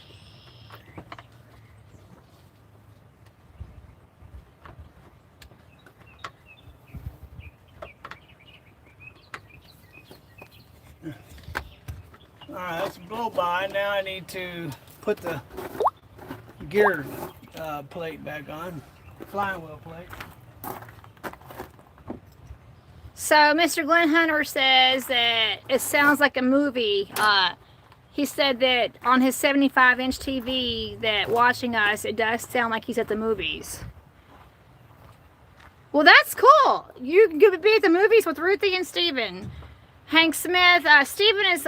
Stephen is what old school is about. A lot of people can learn from. Yes, Stephen is very old school. That's absolutely correct. Thank you, Mr. Smith. Jam Formers, love the show. Well, welcome, Jam Formers, and thankfully... Jam, lamma, bam. Jam, J-A-M. Jam. Jam Jam, Formers, love the show. Jam, lamma, bam. Thank you. That means a lot. Really do appreciate it. Jam, bam. I know Uncle Sam. Stephen. He's just having fun rhyming your name. Don't take it personal. Stephen just likes to rhyme. He's not making fun of you. He's just having fun with the name. Jam, bam, lamb. So, Stephen just has a sense of humor. I like to eat ham. Sam, I am. What'd I do with that extension with the socket? You see that there? Oh, is that it here? Is this it? No. That's not it? It's got an extension on it. Nope. It looks like this, but it's got a socket on it. Where should I go looking for it at? Should be laying right here with me. Thought I put it down here with me. So, Jam, we are glad you're here. Stephen's just Jam, lamma, bam. being silly. Ham. Did you find it? You ain't helping me much. Where should I go looking for it? Well, I just had it.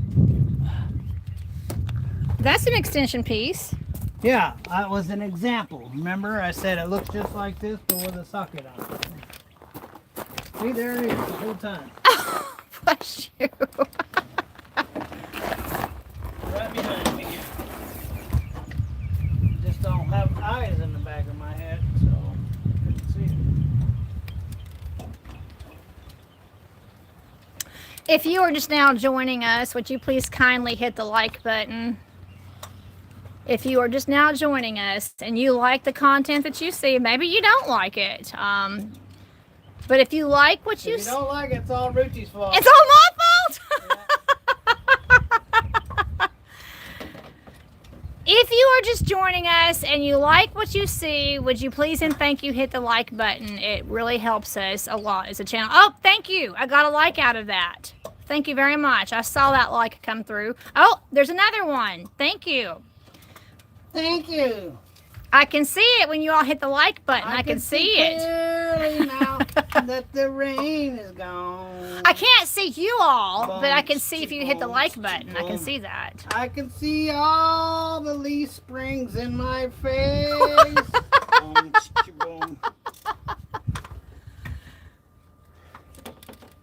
It doesn't hurt to remind people to hit the like button. It doesn't hurt to remind people of that. It really helps the channel. All right, ready to fire them up. Thank you. I see another like coming through. Thank you.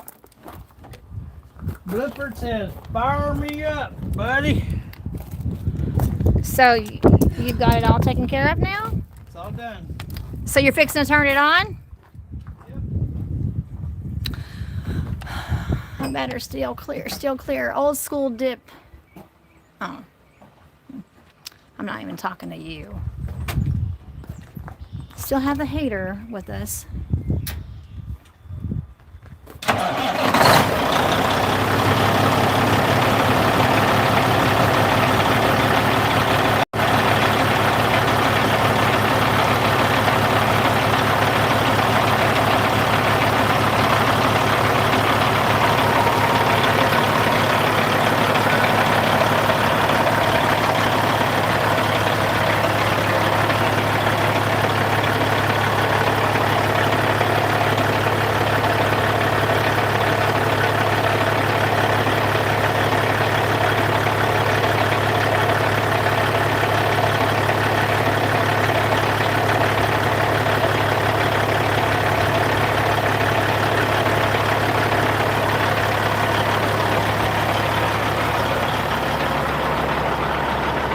Some people are just jealous.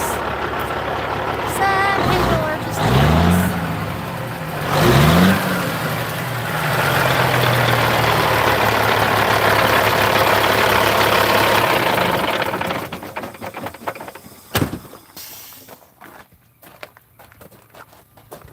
So then your fuel mileage should be a whole lot better now, right? It should be. They were all but one were tight.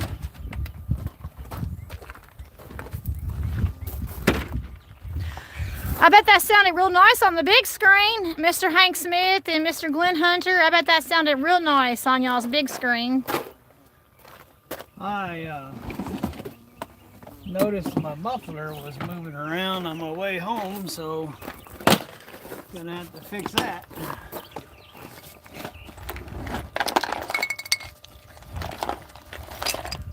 Look at there, muffler fixer. Abracadabra. What did I do with the bolt? I had it. It's right here. Muffler fixer.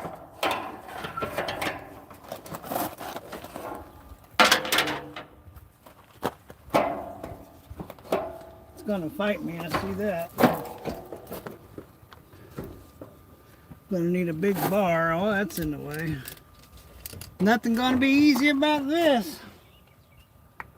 That's the way it goes.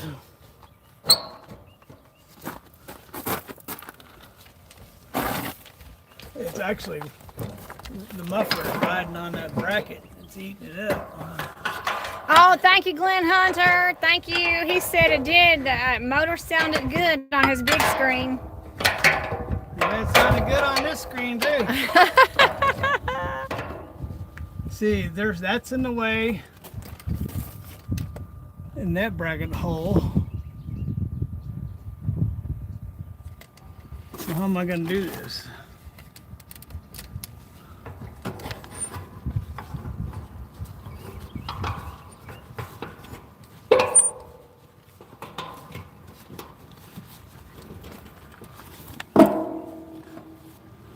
Huh. So this should be real fun, it looks like. Why is there a dent in it like that? Because it's old. You know, it's beaten on it or whatever. Does that affect the quality? You don't like it, lump it. I was just asking, Stephen, does that affect the quality? It ain't hurt my feelings any. It's not. No. Remember, Blueford's got the tether look. That's right. That goes along with the look. Hank Smith, when is Stephen going back on the road so we can have some good videos? He wants to know when you're going back out on the road. I have no idea. These people, they said Malibu should be picking back up on Wednesday. So sometime after Wednesday. And tomorrow is Wednesday. The problem is, and I'm going to say something, and Stephen has said it himself. So I'm not saying anything that Stephen has not said. I'm not.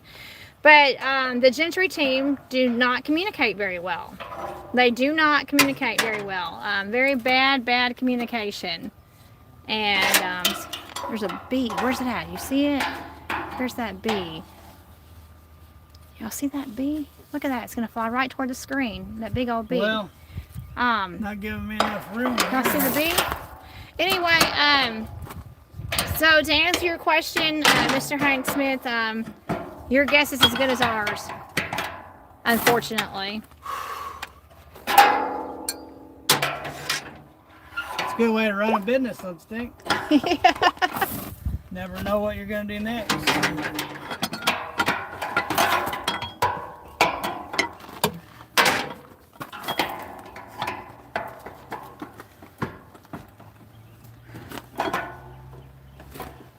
Darn. What I need to do is loosen that and turn it out of my way, I guess.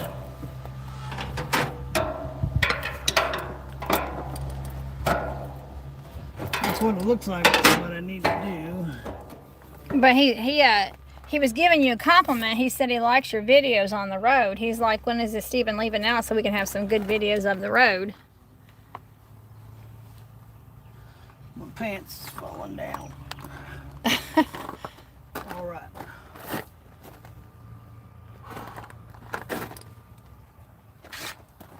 I bet you this little bitty thing here won't take them bolts off. So, Mr. Hank Smith, what's your favorite thing about Stephen being on the road? Tell me in the comments. What do you like best about being on the road?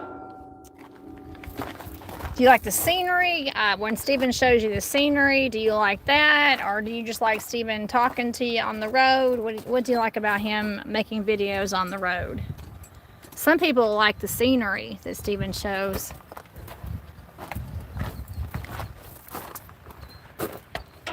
I'm working on the wrong one then.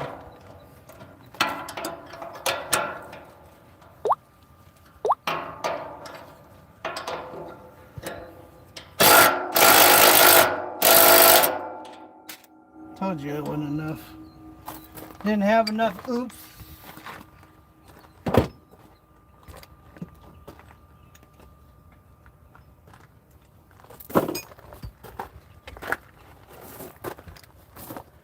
I don't know when those bolts fell out of that, but can't be having that. What are you talking about? You got some bolts that fell out? Yeah. Where did they fall out at? That bolt laying on the step. This? Yeah, no. The bolts and the nuts fell off of it. And the whole muffler was falling off. Oh, yeah, that's not cool. Golly. You hear me say that when I was talking about it the first time? Well, Stephen, I don't ever always get everything. I don't speak the truck I language. says, the reason why I'm working on this is because the nuts fell off of this and the whole muffler shifted down and was riding on the bracket. Oh. How long's that been going on? I noticed it on my way home is what I said. On my way home. Okay, let me just start over. I noticed on my way home that this muffler was moving around. And I noticed the nuts had came off of it. So I need to fix it. There you go. Now you're cut up. Holy moly. Oh yeah, I'll just move this is what I said. Oh my goodness. Yeah, I'm just going to move that.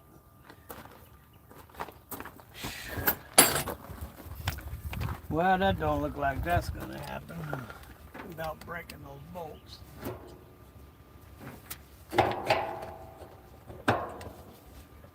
And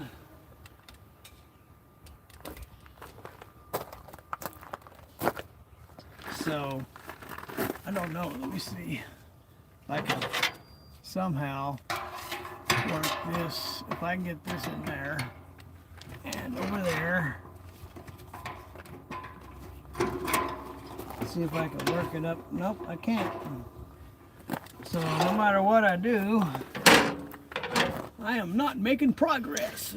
Hank Smith, the places that I probably will never see. I have been to California. Let's see.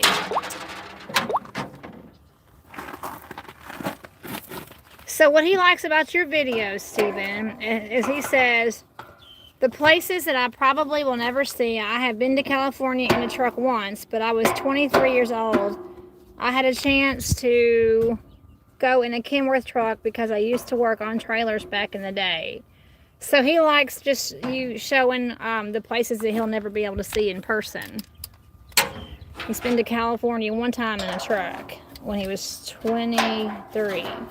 Huh. I had a chance to go in a Kenworth truck because I used to work on trailers back in the day. Okay. All right, well that's cool that you. Well, I didn't know people like watching those because I've made so many of those videos. If you go on my archives, back when I first started YouTube, and that's all I made was Montana, Wyoming, Idaho, all these beautiful places that most people don't ever get to see. I made videos of them. And they wouldn't get 20, 30 views. And I'd spend, because I was running 4 cameras. I had a camera set up on that mirror that was facing forward, and on the other mirror facing forward, and 2 facing back.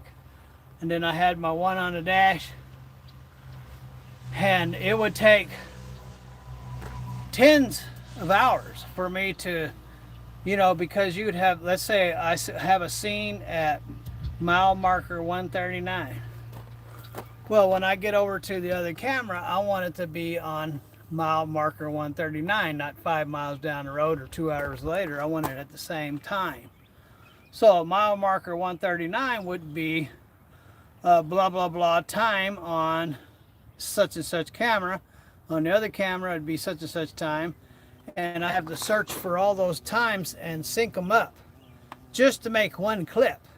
And think about making a 20-minute video. It would take me 10 hours to build a video. And he did do that, you all. It would take me 10 hours to build a video. It sure did. He's not exaggerating. I'd probably get 10, 20, max 50 views, and I finally got tired of that. Yeah. And that was before we were even a monetized channel. So, but you all, he did do that. He made some beautiful, beautiful footage of different states where he took the security camera and put it all together, and he would spend hours. He would spend hours on making these beautiful videos, and of course we had a much smaller audience back then. That's true. We did have a much smaller audience. We didn't have 14,000 subscribers. We probably didn't even have 1,000 subscribers at that point, and we were not a monetized channel either. So any type of view that we got on that, we didn't get any money for that. Okay. So this might. But it was discouraging for sure. But one thing about our channel is what you can do, and maybe some of you don't realize this. When you go to our homepage, and I'm not trying to dumb y'all down, like some of you may not know. If you go to our homepage and you go to where it says videos, you can choose the latest videos, or you can choose the newest and the oldest. There's like a little drop down menu where when you get to videos where it says latest videos, newest videos, oldest videos. So you can hit the oldest videos and go back and see. We've been on YouTube for in May. It'll be 6 years in May. 6 years. So we've got the videos. We have the videos. So if you've never known that you can go to the videos where you can choose between oldest and newest, or you can even do most popular. So it's got most popular, where it ranks it by our highest viewed videos, oldest, newest, current, whatever. And then we also have some playlists too. If you're not familiar with that, if you're on our homepage, where you can know it says videos, shorts, lives, and then there's a tab that says playlist. You can go to our playlist too and choose to watch videos from a playlist. So there's all kinds of ways to explore our older content. Yeah, if you like to see on the road videos across the country, there's a lot of them. There are. Stephen worked really hard on those, Mr. Hank Smith. There's a lot of scenery on that. Yeah, I was running 5 cameras 24/7 with the black Freightliner.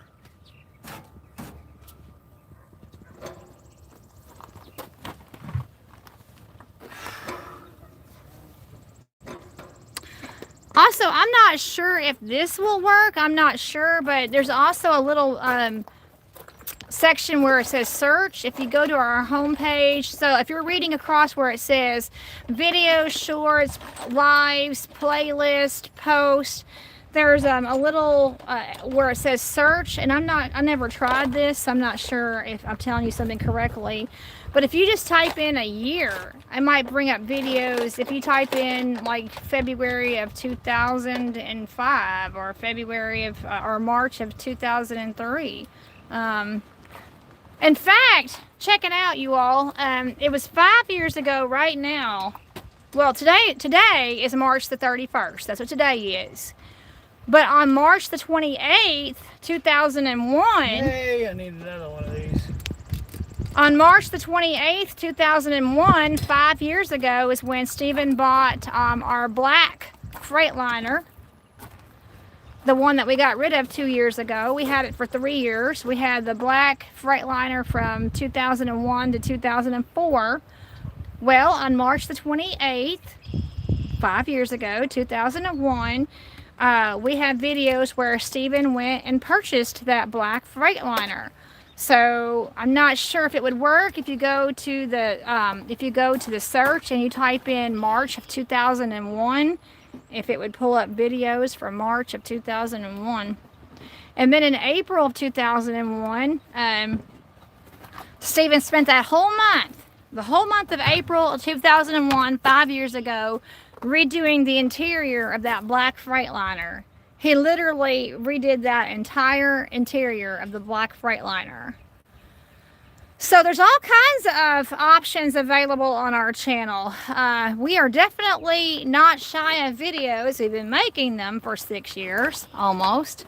And there's all kinds of ways to access them, either through the search button there, or put some glue on these, or the playlist, or going to where it says oldest content. There's all kinds of ways to get our back videos. And we have discovered that when we get a lot of new subscribers, we have discovered that a lot of our older videos are being watched. People do go back and watch our older videos. And Stephen, didn't you say that when you discover a channel, that you kind of binge watch and you kind of go back and watch to see where they started from, how they got to where they are? Right. So Stephen has done that to many channels himself. He'll find channels that I like the Goon Squad. And half-ass garage. So half-ass customs. And you've gone back and watched a lot of his older videos, haven't you? Oh yeah.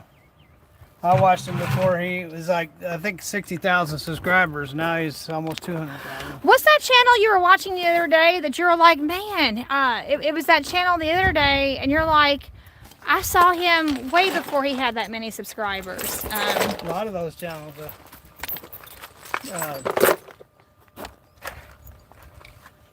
Gas Monkey Garage, not Gas Monkey Garage, but what's his name? I don't know. You ask me, and my brain goes freeze. What's that guy that always says ring that bell? Who's the guy that says? Scotty Kilmer. Yeah, you've watched Scotty Kilmer. Scotty Kilmer's been on YouTube Since the beginning. The first day of YouTube. So 25 'Cause years. he used to work television. He had his own television show. So Scotty Kilmer, YouTube is 25 years old. And Scotty Kilmore's been on YouTube for 25 years. Yeah, and he lived in Houston. He lives over in Clarksville now. Does he live in Clarksville? Yeah, he moved over to Clarksville. That's just down the road from us. Yep. Clarksville, Tennessee. It's just down the road from us. That's where Scotty Kilmer lives? It is now, yeah. What took him to Clarksville? Houston's getting too crowded and too expensive. So how did he find Clarksville? I don't know. I don't know. All I know is that's where he lives now. So what I'm trying to say is that Stephen has done it himself. He's found channels that he really gets attached to. And you've been watching the Goon Squad since they were really, Yeah, I mean, since they had very little subscribers. that's right. I have. I like the Goon Squad boys. So, yeah, so just check out those options. Go across our homepage and go to playlist. Go to the search button and try to type in like a year and a month. I don't know if that's going to work or not. I don't know. But, and then we also have that option of where you can hit the oldest content, the newest content, the most popular content. We have those options too. But when you've been on YouTube for 6 years and you've been making videos for 6 years, you have quite the variety. I'll tell you that much. Quite the variety. Half an inch. See if I can get it now. Aw. Tell me it ain't a half inch. Golly.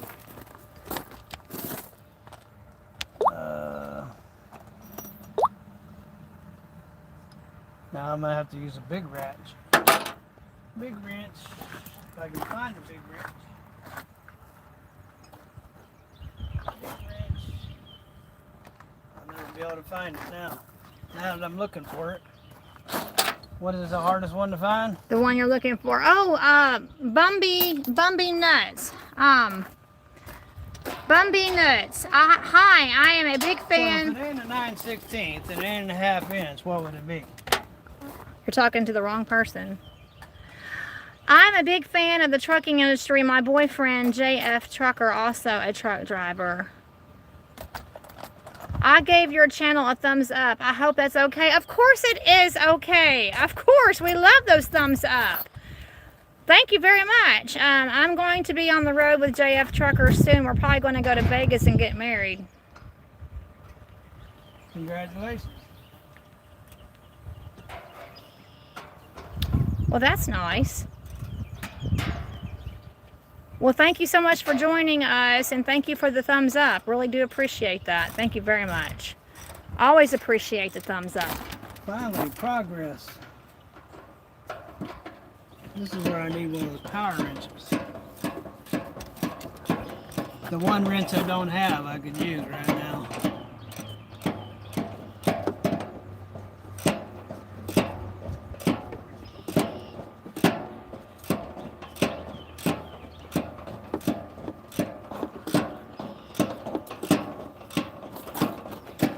Thank you, Forrest.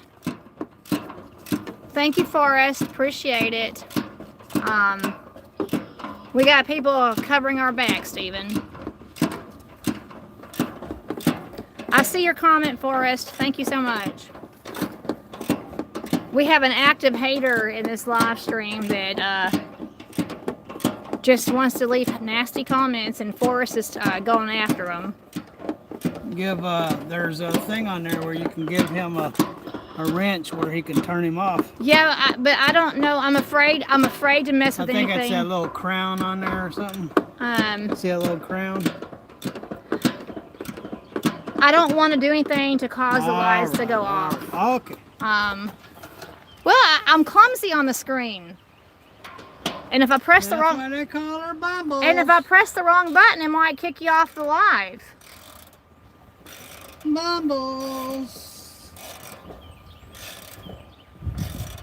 But that's My not... muffler don't move now. But that's nice when we have people that got our back. That's nice.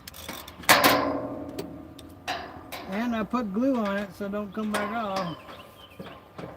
The funny thing is you get these trolls on the channel that leave nasty comments, but what they fail to realize is that their watch time counts towards us. So the joke is on them. They're sitting here, he's probably been here the whole 4 hours, trying to troll for 4 hours, and that's 4 hours of watch time we got out of you, buddy. I think leave them people alone. Don't stoop down that low. Lord says you heap coals on them. How do you do that? How? Showing compassion.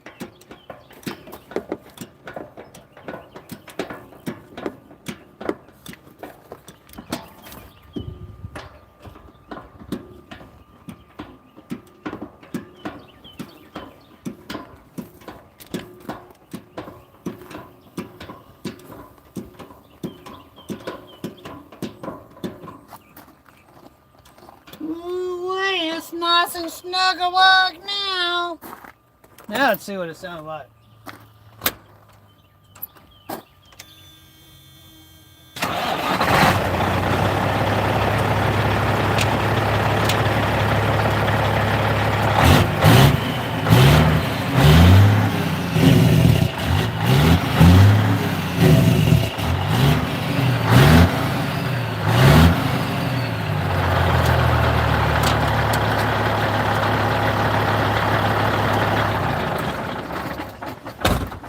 Blueford sounds far out, man. All right, other than the filter, that's it.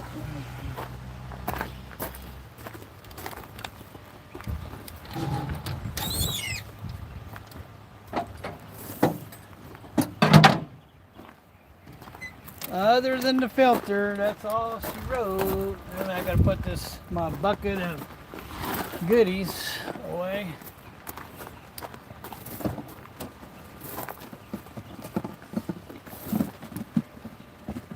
Well, I'm glad we plugged into the other battery, Stephen. We're now at 4 hours.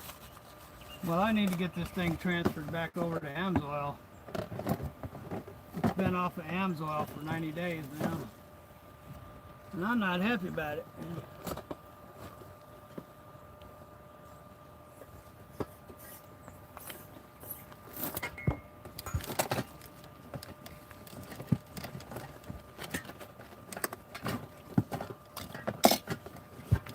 Who's doing what?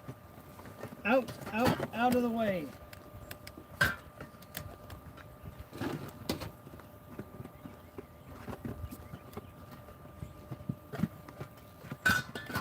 All right, something's not working.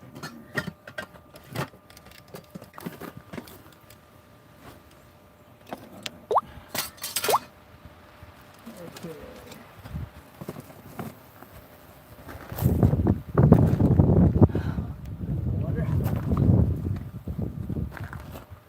Oil. That's all I need when I put that new filter on. I got a new bottle of that. And I need to get it while I'm thinking about it.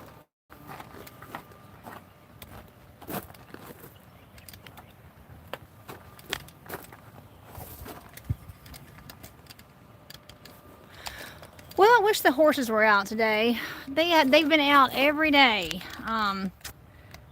They have been out every day. So in this pasture right here, I even made a video about it. There was several horses out there the other day.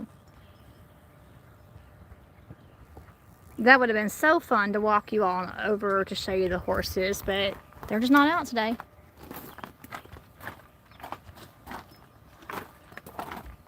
All right, got my new stuff. Got house cleaner and seal washing fluid. My gloves probably all need to be washed. Oil change there.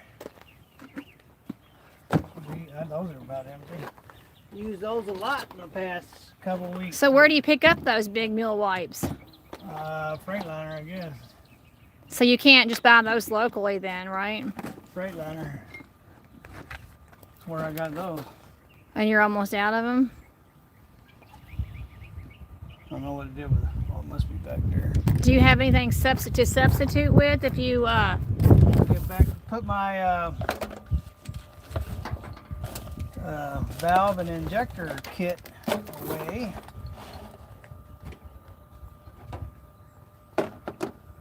This was given to me by Mr. Ken and Tammy when I bought the truck. wait a second, what this was? Yep. What is it? It is to run the overhead kit. Oh, what you just did. Yep. Okay, that was given. All that stuff I was using just now That was came out of this little box. Mr. Ken and Tammy gave it to me. Oh, the people that you bought the truck from. Okay. Well, that's nice.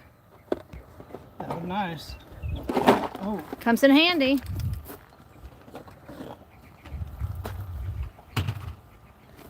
things need to go in the right spots. That goes there. That goes there. That goes there. That goes there. And this goes here. And that other one, wherever I did with it, goes in the truck.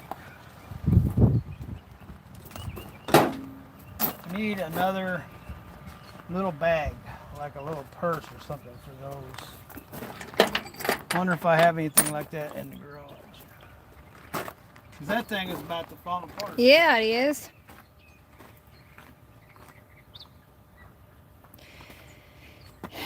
Yeah, that's about ready to fall apart. He keeps all his sockets in this styrofoam container. And yeah, it's about had its day. Had its day. Kirk DeWitt. Thank you for Mr. Kirk DeWitt. I don't think he's on here on our live, but we have a man named Kirk DeWitt that Captain Kirk is what I call him. And he mailed Stephen some tool bags. So that was nice. Sounds good. Great job, Stephen. Thank you, Edward Williams. I bet that sounds real nice on a big surround sound. Let's see.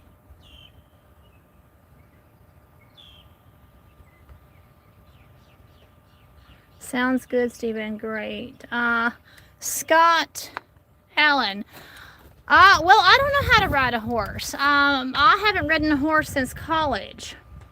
Ruthie, you should post a video of you riding a horse. I'm sure that would get a lot of views. Another YouTuber I watched did it and got thousands of views. Yes, but that person probably knew how to ride a horse. So, Mr. Scott, that's a good suggestion for somebody that's an equestrian.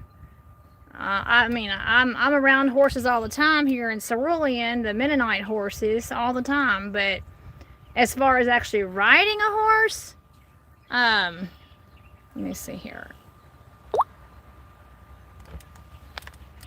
As far as actually riding a horse, there you go. You can see my face now. I flipped the camera around.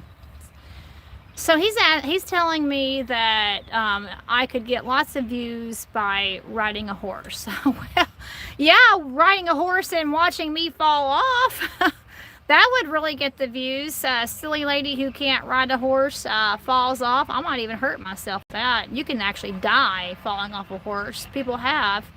When I was in college, I think there's been 2 occasions in my life where I have ridden a horse. And it's pretty scary. I didn't grow up riding horses. I have not taken any horse riding classes. So it's pretty scary. for me. And I did a trail ride in college, and it was not for me. And I mean, if I had stayed with it and I had gotten more comfortable with it, and I decided that's something that I wanted to work on and do, then sure. But I was never comfortable with it. And horses can smell your fear. I mean, their animals can smell your fear. So that's a really great comment. Since I'm always talking about horses, I'm always talking about how over here in this field we have the Mennonite horses, and then my neighbors 2 houses down, they're Mennonite ladies, and I love their horse Sparky. Sparky is a remarkable horse, and I like petting him. He lets me pet him, and he lets me feed him apples and carrots, and he enjoys my attention, and I enjoy Sparky as far as feeding him. But as far as riding him, now I've ridden with the ladies in their buggy. These Mennonite ladies have let me ride in their buggy with them. So I have ridden behind a horse with them in their buggy while they were driving the horse.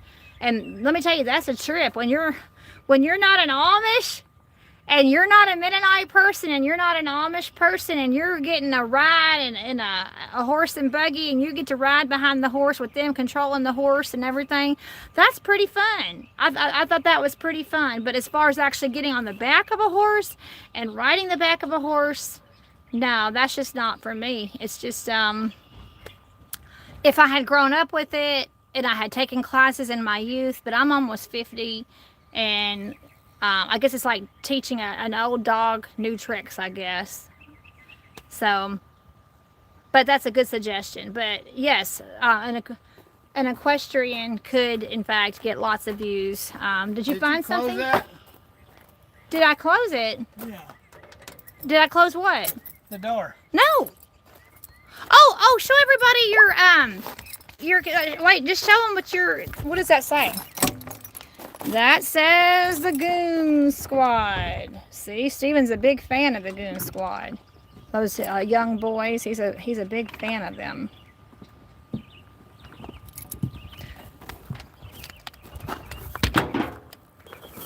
Somebody was asking me if I would make a video riding a horse. What's up? You want to ride a horse, Steven?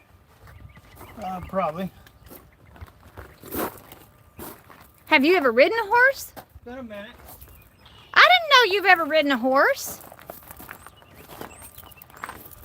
Told you earlier when I was talking that Buck and I, he'd had horses and I had motorcycles. Well, I know that from your childhood, but you never specifically. That's about how long it's been since I've rode a horse. I've probably ridden one since then, but I can't remember. Can't remember when it was.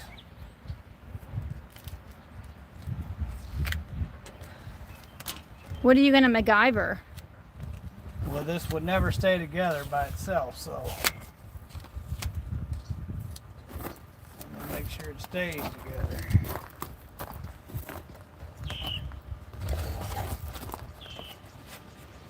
Would you, at this point, you're gonna be 64 in July. Would you take a horseback riding class at this point? Class? No, I'd get on a horse and ride. I don't need to get on a class. You know the old saying, if you fall off the horse, you get back up in the saddle and do it again. So you would literally just get on a horse? Literally? Well, what did I just say? Okay. Well, then you're braver than I am. Well.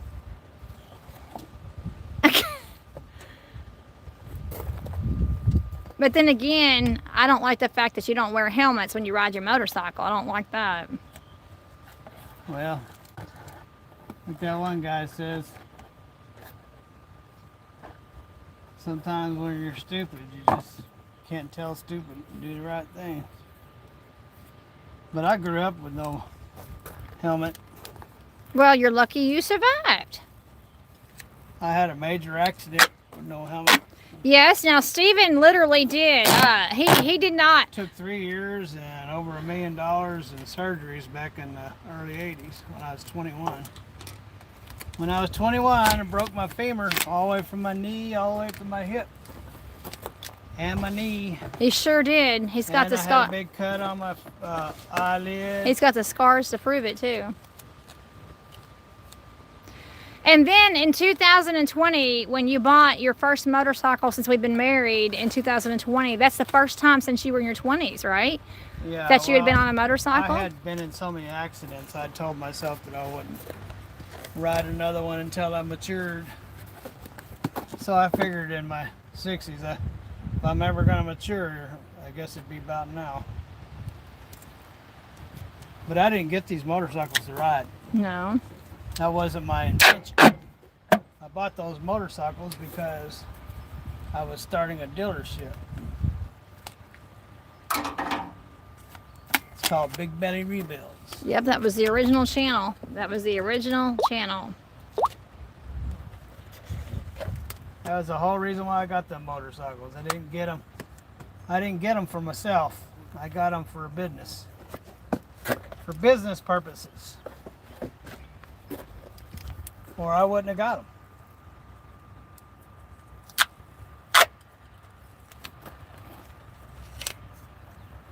I hadn't gone that many years without them. Wasn't going to hurt me to continue to go without them. Right?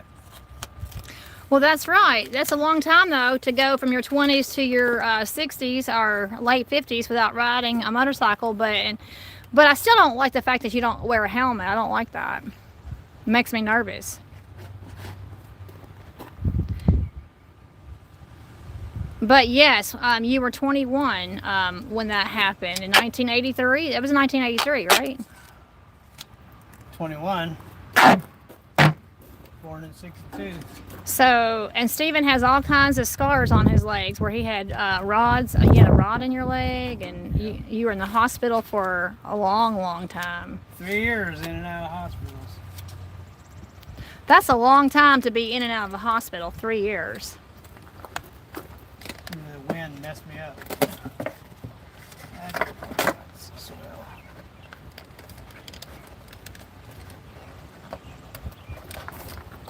The wind messed that one up. This stuff is really tacky. This is boat tape. Boat tape. Yeah, you know that the white covers are on the boats? Oh, yeah. That's what this is for. I'm not really supposed to be using it, but one of them's mine anyway. Okay. One of them is mine. So there you go. You can use it then. So that's like if you get a hole in the tarp, is that what that is? Yeah. Because I've seen some of those tarps. I've seen some of those I've had boat to climb tarps. up on them boats, and it's not easy climbing up on them boats. They don't look like they're very high up there, but you're up there, you're pretty high. It's a pretty good little fall if you fall off. So is that just like an industrial, like a duct tape, industrial duct tape, kind of? It's a real sticky adhesive plastic. Looks like it looks like it's hard to cut. I don't know if I need this top, but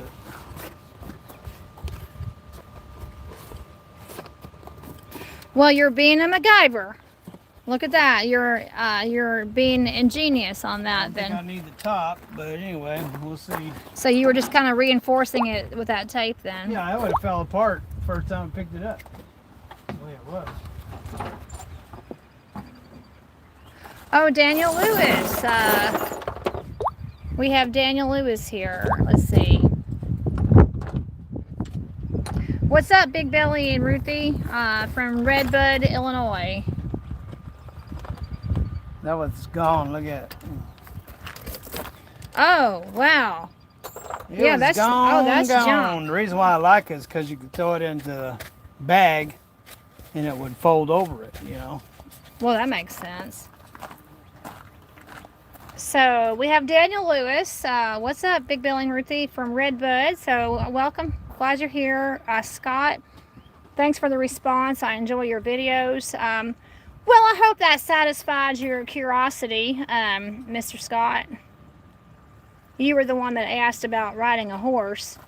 So I gave you special attention in that. Told you, I even put the camera on myself and showed you my face and told you that I'm not gonna be riding a horse anytime soon. But I'm not gonna be riding a horse. not that I know of, anyway. Anytime soony. Oh, well, you're welcome, Mr. Daniel Lewis. He said, thank you, Ruthie. I just heard my name. Well, we try to acknowledge you when you leave a comment, unless you're a hater, of course. We try to ignore those. Now, Richie pays attention to those guys anyway. Yeah, but I'm not going to give them the satisfaction of saying their name. Oh, that's mean. Yeah, that's just feeding into them, so. That's real mean. But, You big meanie, you. Redbud, Illinois. Well, that sounds like a nice place to be, considering this is a time for redbuds. Dogwoods and redbuds come out in the spring. So, See, I keep all my little stuff in there. Stuff that it's hard to find if they get down in them bags. That's where I keep it. See? now is that lid going to get in the way? Probably. That's what I'm examining right now.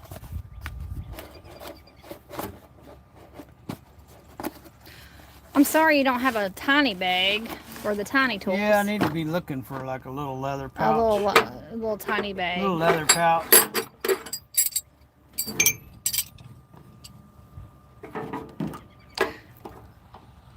Little leather pouch.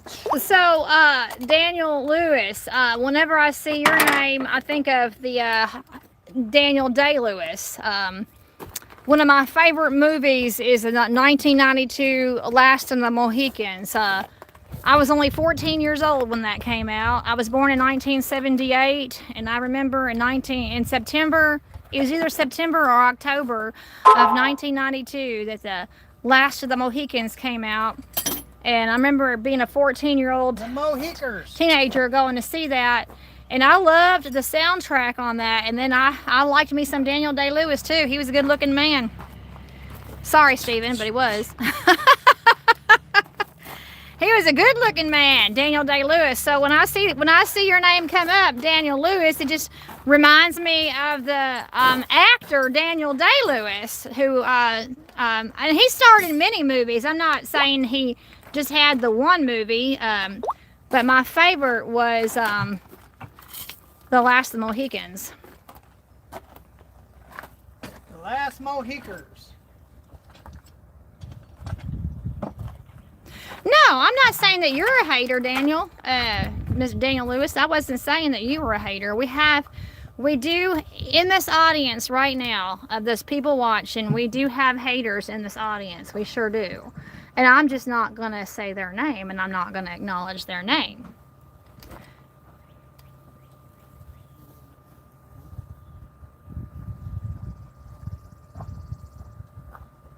Mohicans.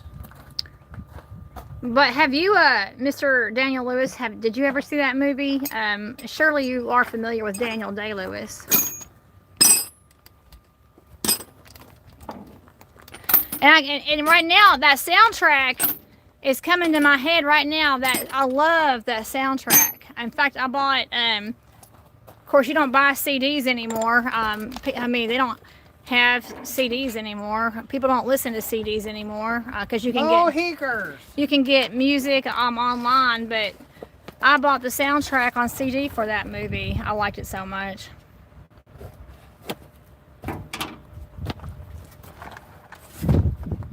Okay, what can I do to make this stay? I could put a little screw right here, tape a little thread on there and wind it. I could do that. Make it very convenient, very quick. That way they don't fall out. So, you guys better get out of here. I'll get my... Stephen's talking to the bees. Edward Williams, I graduated in 1982. You graduated from high school in 82? I was 4 years old in 1982. So you graduated from high school in 82 and I was 4 years old. Daniel Lewis, yeah, I know. Thank you so much. Well, you're welcome, Daniel Lewis from Redbud, Illinois.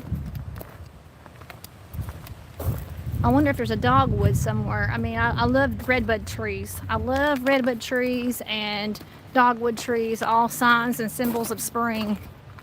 I like that. Let's go find out what Mr. Stevens is gonna do. All right. Just gotta get something to hold it closed so the thing won't fall out.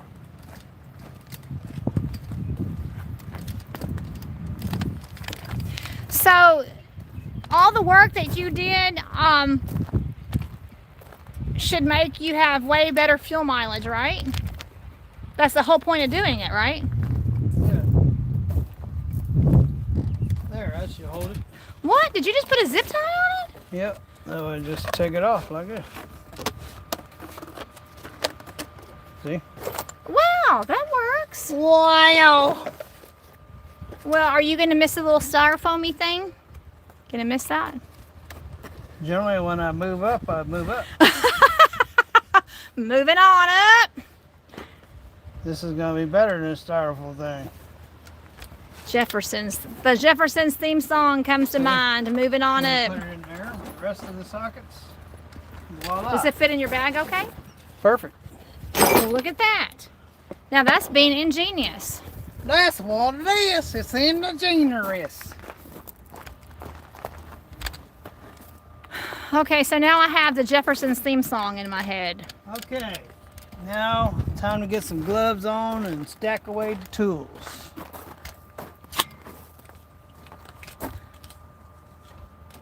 That's a job, just putting away the tools. Where's my gloves? Where's my gloves?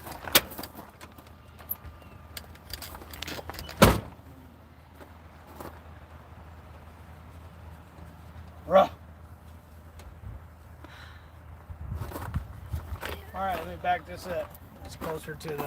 So what you just did, is that called running the rack? Yep, I just ran the rack. So Mr. Lewis, he's joining us late, and he wanted to know what you just did to the truck. I just ran the rack. And I had real tight valves. The intake and the exhaust both were too tight. Oh, here, like, can I sit up there? Can I get up on the rad? So I can, well, here. Well, is there room? Okay.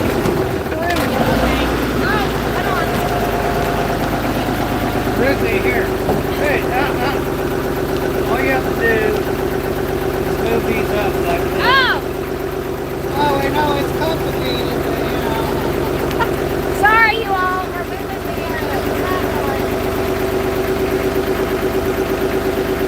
I know you got a funny view right now. Sorry for the view. Here, lift them up. Okay. Oh, it's like really complicated, man. Okay, that will work. Sorry, you all. I had to adjust you. I had to address the. We're only going back 3 feet. Yeah, but I thought they might enjoy the ride. I had to adjust the tripod, you all. Sorry about that. Just Sorry. want to get closer so I don't have to Sorry for the funny view. throw these heavy tools too far. So now you're riding on a forklift, but yeah. So Daniel Lewis. You saw his videos when he was broke down. So yeah. I was never broke down. And you saw. But yeah, he just adjusted the rack. We've been live for 4.5 hours. That's not even true. I don't ever break down. Sorry, you all. I was trying to adjust the tripod, and that's why you had such a crazy view there for a minute ago. How insulting. I was just adjusting the tripod. Tell me I was broken down. That's the beauty of being live. You get all kinds of crazy views when the person can't hold the camera right. You get all kinds of crazy views. Miss Bumbles. Yeah, so if she can't hold the camera right, then you're going to get crazy views. Like a view of the sky, a view of the stack of the truck stacks. What? What? No. Yeah. No. Yeah. Said they were crazy. Said they were all over the place. you're being ridiculous. Well, boobies get all over the place, don't they? If you're not properly strapped in, they can. But I got my harness on, Do you Steve. strap them bad boys up? Yeah, I got my over-the-shoulder boulder holder on. Yes, I do. I'm strapped in properly. All right, time for me to go upstairs.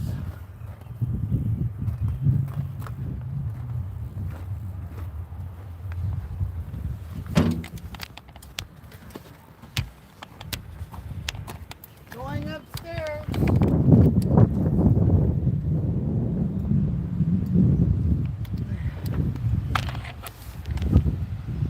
Gonna start with the small T-boos. Oh, I thought we were. I got on the forklift because I thought we were going to take the forklift back. Yeah, the forklift be put back when I put the tools away. Well, okay. Let me get out of the forklift. Let me get out of the forklift. No, I guess not. That's. Let me get out of the forklift. Now I've got my. I'm all tangled up here. Sorry, you all. That's called bad communication. Bad communication. Bad communicationers. Well, this time it was my fault. I thought I was going to get a It's ride. always your fault.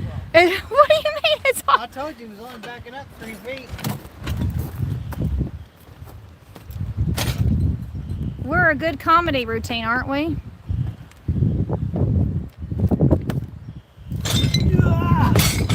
Man, that's really heavy when you put your foot on it.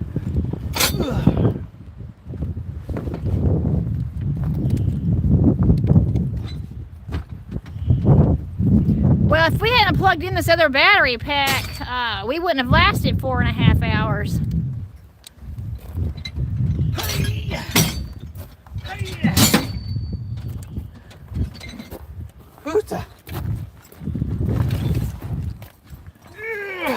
Oh, there's He-Man.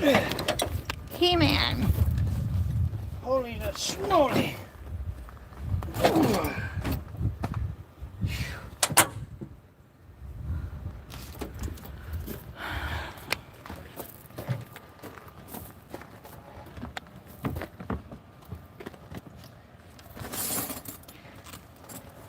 Well, Stephen, I sure am thankful it worked out that we were able to do a landscape or a horizontal showing of the live this time. Yeah, thanks to Tim. Yeah, we're learning our way. This is the first successful landscape view of our lives. Somebody asked Stephen, when he was in Utah, somebody asked him why his live feed, why it was cut off. And like why was it black on either side of the screen?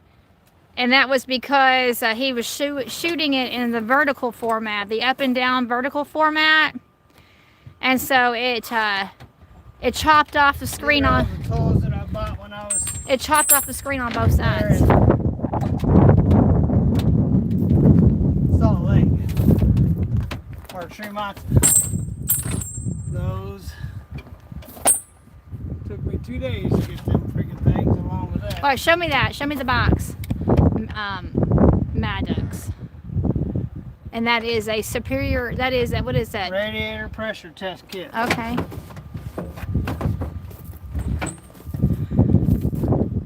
I waited 24 hours on that truck to bring me the tools that I ordered. We waited all day to finally contact us, tell us that it didn't come in. So it run that whole day. And the following day I had to take an Uber, and that took the whole freaking day. Yeah. Oh, Mr. Lewis is talking to me. Let me see here. Daniel Lewis, when I came across this video, I tried to watch them. Well, thank you. And I also watched Tim Gentry's videos. Well, good. I got these when I was over there. What is I that? got this bag of rags. Turn it around so I can see. Oh, shop towels. Well, you can't go wrong there, right? And I got 2 bags of these. And So you spent a lot of money there. use one bag.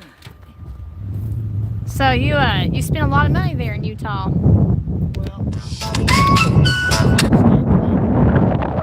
Well, yeah. keep the truck clean.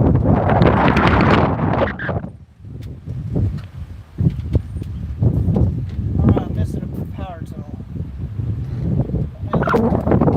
Never mind, I'll get it. Oh, you're afraid I'm gonna drop it. Which you're probably right. Oh, my cutters too. You're probably right. You'll probably end up dropping it.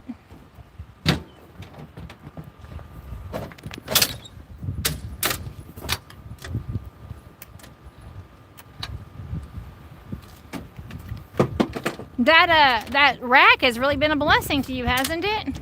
Whole reason why I got it.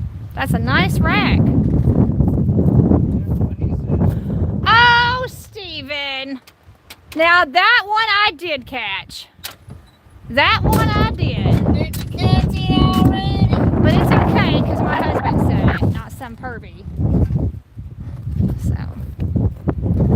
But, yeah, that's a nice headache rack.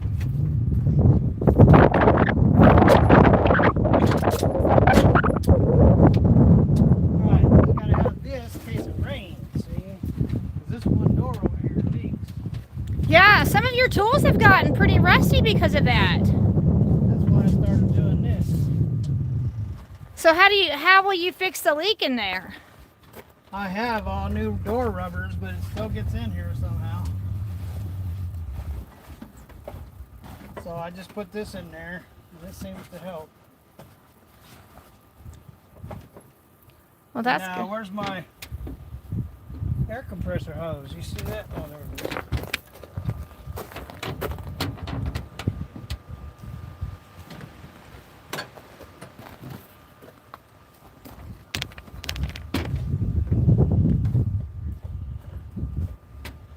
Then a tarp in case I have to work on something. Clothes. And then But there's something over there on the tire. There's What? right there on the tire. Yeah. it's my winter front. Oh. And you're not going to take that with you now, right? With a winter front for the year. Does it hurt to leave it in the headache rack? I don't want it in the headache rack. You seen how much room I got in the headache rack? Right. So there's no place. Tomorrow is April the 1st. Oh, tomorrow's April Fool's Day.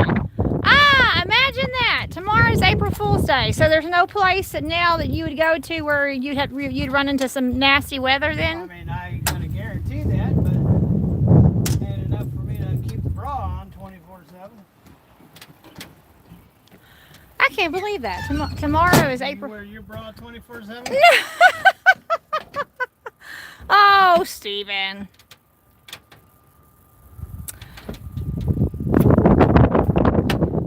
I just cannot. Tomorrow is literally April Fool's Day. That's funny. Alright, now I can put the forklift away. All right, we're gonna go for a ride now. Have to get on over on this side.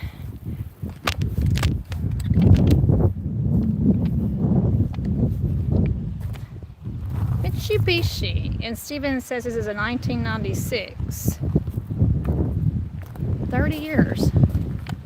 And that's the year I graduated from high school. Was 96.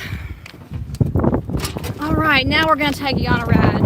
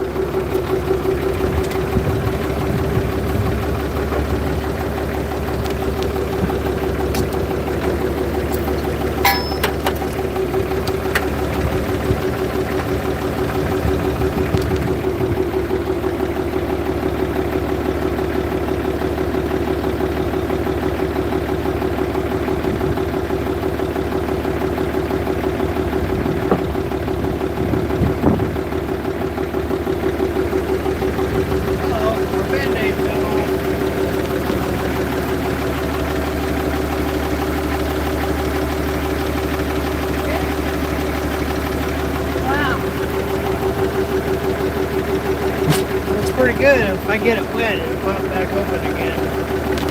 I don't think it's tore all the way down here. So it'll flap over if we get it wet. Oh, wow. So I don't want it to go through that again. I did that yesterday.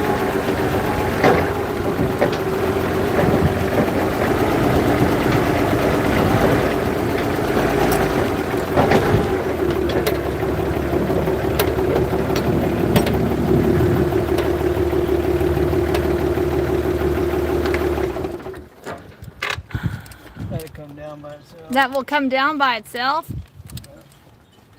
Like from gravity? Oh! Oh! Oh! Okay.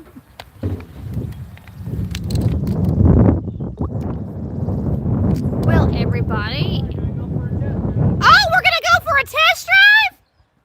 Oh, okay. We're gonna go for a test drive. And check out the fuel mileage. That's cool. All right, so let's go for the test drive.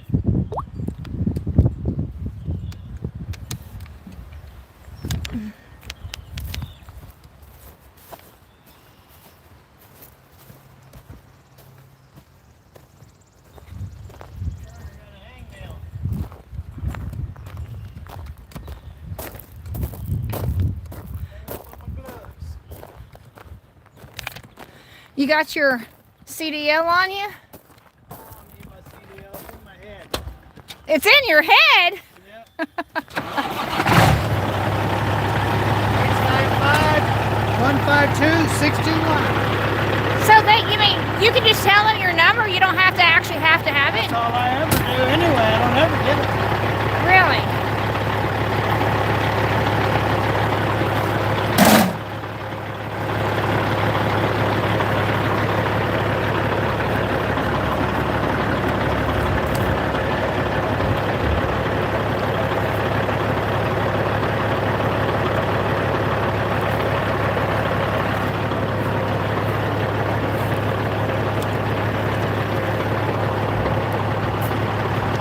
So you all, I'm still hooked up to the battery pack. Let me see here. Still have a green light, this NOCO boost. I'm still hooked up to this, the phone that I'm carrying. I'm still plugged into it.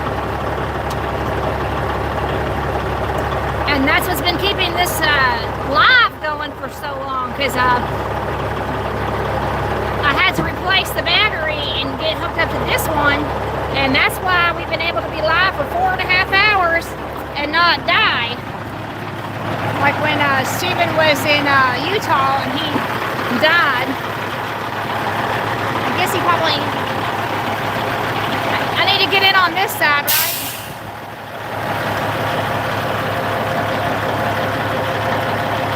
When I say died, I meant the live stream. I was just saying that I'm glad, I'm telling them, it would have died a long time ago if I wasn't hooked up to NOCO. And no, NOCO was not a paid advertisement. I'm just saying that our live stream could not have gone on for 4.5 hours without the NOCO.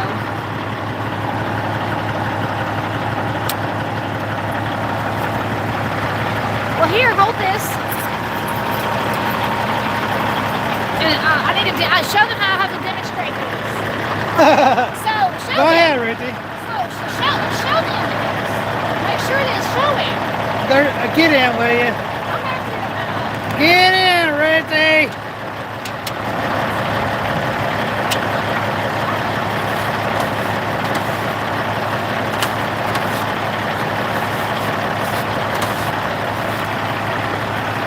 Come on.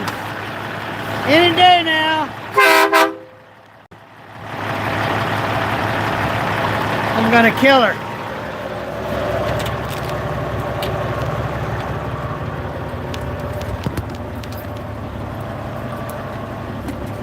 All right. Quit honking the freaking horn. Black eye. All right, so Stephen likes to clean. You have to wipe your feet to get in Stephen's truck. That's just a rule. You have to Do you have any water in the refrigerator? Not in the refrigerator. I don't think. You have to look on the floor. Oh, I don't want a hot water. That's all there is, hot water. Never mind then. Seatbelt.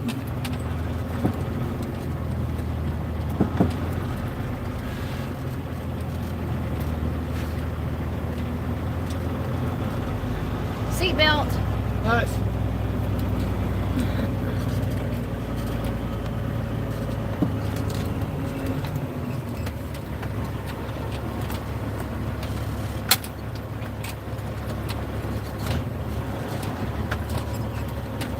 All right, well, we're going to test out the fuel mileage. How are you? Fuel mileage.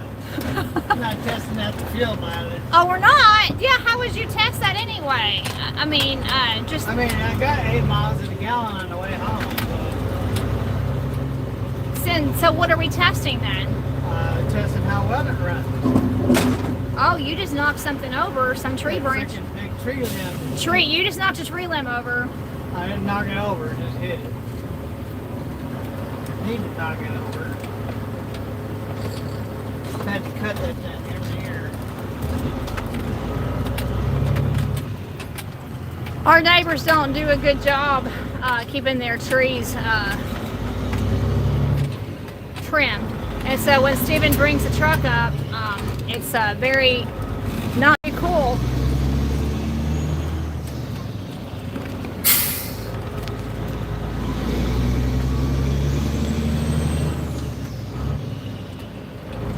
All right, so you're not testing it for fuel mileage. You're just testing it to see how well it runs. All right. That's right. Sounds so far it runs good. I think that's what it needed. Just needed to be loosened up a little bit.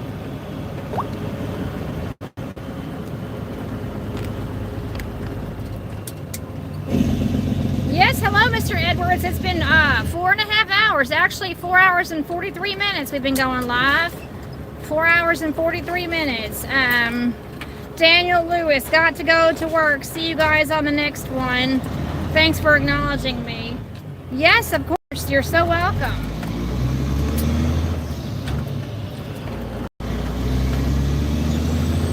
Of course, we're going to acknowledge you.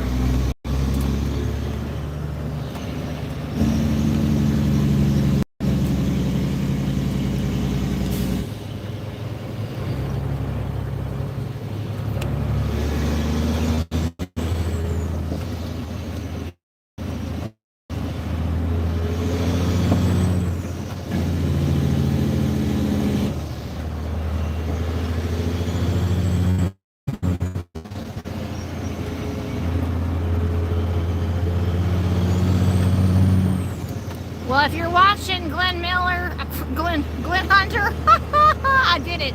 Glenn Hunter, if you're still watching on your big screen, then this is for you, for your big screen, being like at the movies.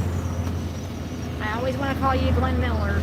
I know you're Glenn Hunter, but I always want to call you Glenn Miller.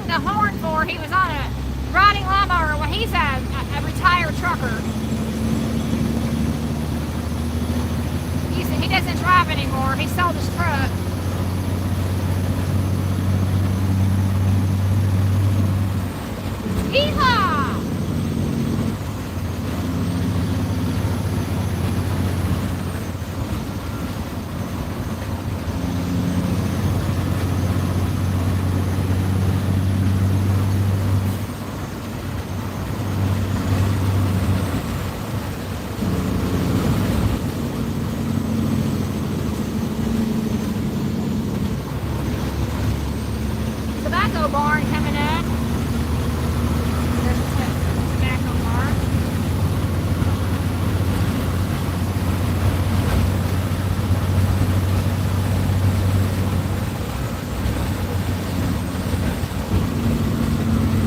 Another tobacco barn. We have a lot of tobacco barns around here, a lot.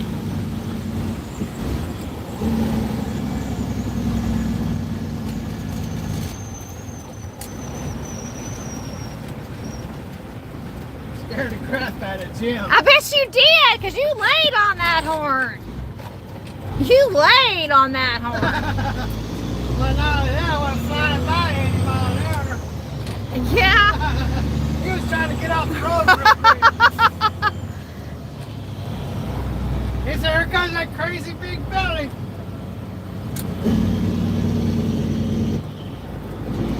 Test driving Blueford.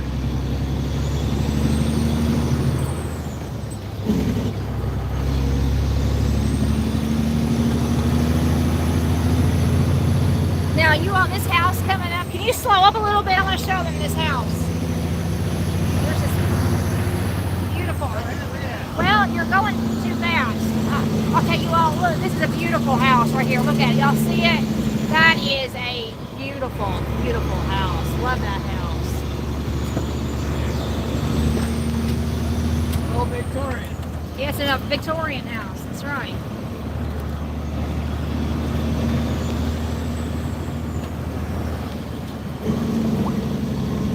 My rough room's supposed to get out here.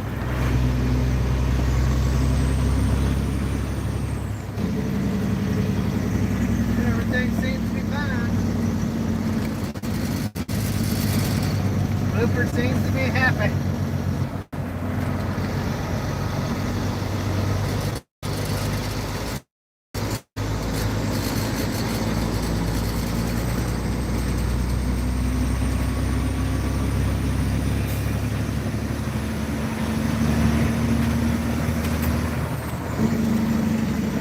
Another tobacco barn. We have a lot of those around here.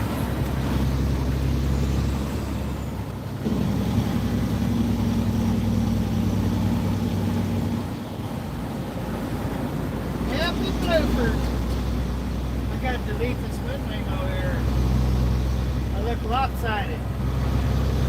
Oh, because that one doesn't have the wind wing on that one, and then this one I need does. to put the new motor in there. So that window still has a wind wing. That one does right there. That one Yeah, has but I a. got a motor so I can put that one in. I And gotta then, finish that one. what do you mean finish it? Put the new motor in it, put the weather stripping on it. Then you take it over and get it shaved down so it'll go all the way up. I gotta take it to the glass company and get some of it taken off. Oh. It's too wide, it won't go all the way up. Oh. It's that far from going up. Oh, Glenn Hunter, I'm still watching, and yes, your comment disappeared. Oopsie. I'm still watching, and yes, it looks good on a 75-inch TV. I bet it does. I bet you feel like you're watching a movie. Do you feel like you're watching a movie? Starring Stephen Howard? Big Belly and Blueford Big Belly and Blueford. and Bumbles. And Bumble. The former Bumbles. I'm not known as Bumbles anymore. Well, not really. B stands for Bumbles. He said yes. He said it's great. Glenn says it's great watching on the big screen. Well, Blueford passed all the tests. He seems happy.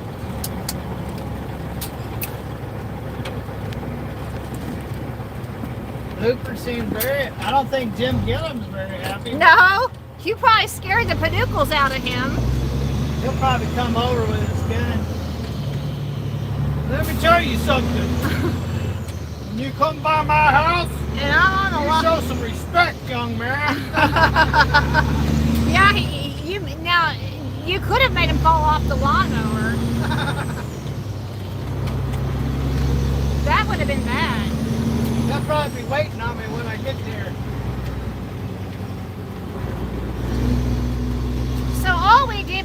big circle. We just made one big circle because we're heading back to the house right now.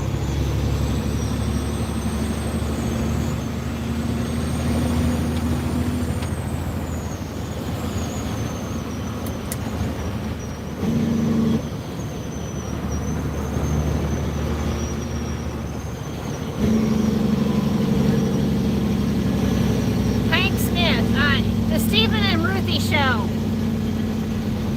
He said this is the Stephen and Ruthie show. Well, thank you there, Hank Smith. Appreciate it.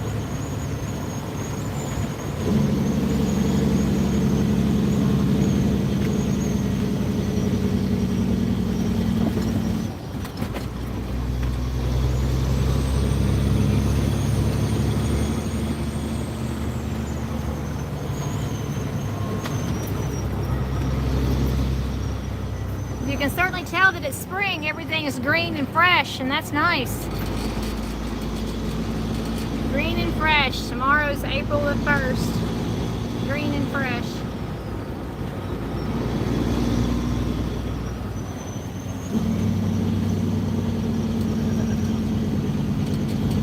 All right, well, we're getting close to our street. So, like I said, all we did was make one big circle. And that was our test drive. I don't see Jim with his gun out there. No. Might be over the house. Waiting on me. But there's Sanford and Sons. Oh, Glenn, you like the name of that? Stephen and Ruthie show? Glenn says he likes that name. That was Rachel. That was Rachel Lancaster and her. Yep. So this is Sanford and Sons right in front of us. He's got a parking lot. He has got, this is our neighbor right in front of our house. And he literally has his own junkyard. And it's right, like it's right, his backyard is right in front of our front yard. So we definitely call him Sanford and Sons.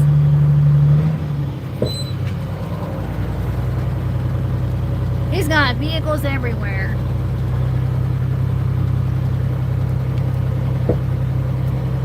And then here, this is the Mennonites' house. These two ladies here, and They don't see two ladies. well, no, but that's the but two elderly ladies live here that have never been married. Mennonite ladies. Yeah, two more live down there. Yeah. In the pie place. Slay Peterbilt. That's Hi. a bakery down there. Yeah, down here. Let me see. Mennonite Bakery. So this building right here that I'm zooming in on, that's a bakery. Mennonite Bakery. Oh, we're down to 15% battery power, Stephen. Okay, So we're almost at 5 hours, so that's pretty cool. When I get parked, we can say our goodbye. That's right. Let Stephen park. And then this lady here, she's been. Is it plugged in? Yeah, it's plugged in. Is the battery still on? It's still on. It just says it just says 15%.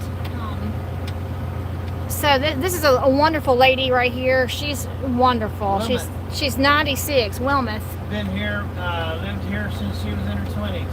Sure has. And the street's named after her too. Hendrick Her and Street. Cecil passed here about, what, 10 years ago? 8 or 9, yeah. Home sweet home. But we have a bakery just right down the road. We built a Mennonite bakery. Yeah, we've never done a 5-hour live before, Stephen. It's gone on to almost 5 hours. 5 hours. So that having that extra battery definitely helps for sure.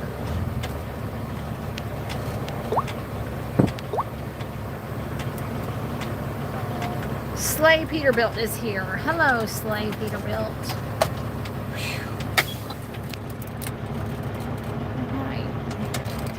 All right, well, all is well. All is well in Blueford land. Y'all like this retro refrigerator? I like it. Look. Yeah, It's a retro. Ken and Tammy, the people I bought the truck from, That's a real put this interior together. You like that? That's a Because nice. when they bought it, it had been sitting for years. That's a nice refrigerator. Mice and rats had eaten up the interior, so they rebuilt it. Yeah. Are you ever afraid the speakers are gonna fall on you? Right on you. Those are some. You sleep right below those big speakers, Right below those darn big old things. and you're not afraid those are gonna fall on you. They're just gonna fall right out of the sky, right on top of Big Belly. Here, And just poof. hold this so that Big Belly is no more. Will you, That's why it's down to 15% because you turned the battery off. I turned the battery off. Yeah, it was off. I just turned it back on. Oh, you just turned it. Well, you did? Yeah, I I didn't know I turned it off. Well. That's why they call her Bumbles, ladies and gentlemen. Okay. Watch her get down there. Don't honk the horn. I'm too close to it. You honk it. Show that. No, Okay. come out of there. Come out of there. You can do it one step at a time. Look at all that grease I got on the truck I got to clean off. Here. Okay. I didn't know I turned it off. Yeah, you put your hand on that button, it goes off. Oh, I didn't know that. I mean, I didn't realize You're it trying turned. to put your hand on it now. I didn't realize it turned it off. That's why you lost all your power. Oh. You think that big old battery's gonna run out in an hour? So Glenn Hunter said he has really enjoyed this live. He says this has been a nice live. Nice live.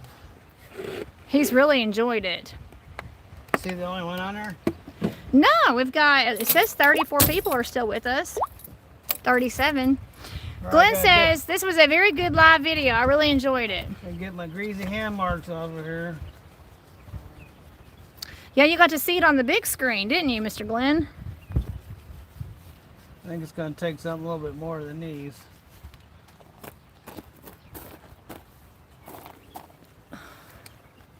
That's not too bad. At least that Is it? buffer ain't moving All right, do I have it? Is it still on? Did I accidentally turn it? Oh, wait. Something's happened. Did I turn it Yeah, off because again? you keep putting your hands on the button. Okay. All right. Okay. Glenn says he's enjoyed it on the big screen. He says he's enjoyed it on the big screen. Just like All you, right, we took you to the movies today, didn't I'll we? come out and plug it back in. Well, plug it in right now since I'm here. Since I'm here. Plug it in. Plug it in.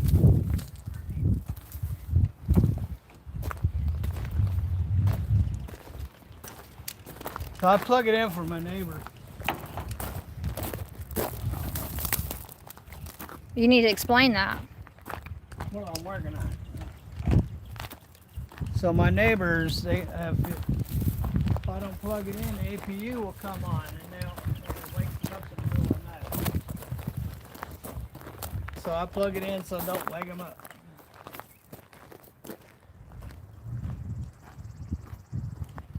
All right, that's turned on. Well, we have officially made 5 hours. We've never had a 5-hour live stream before.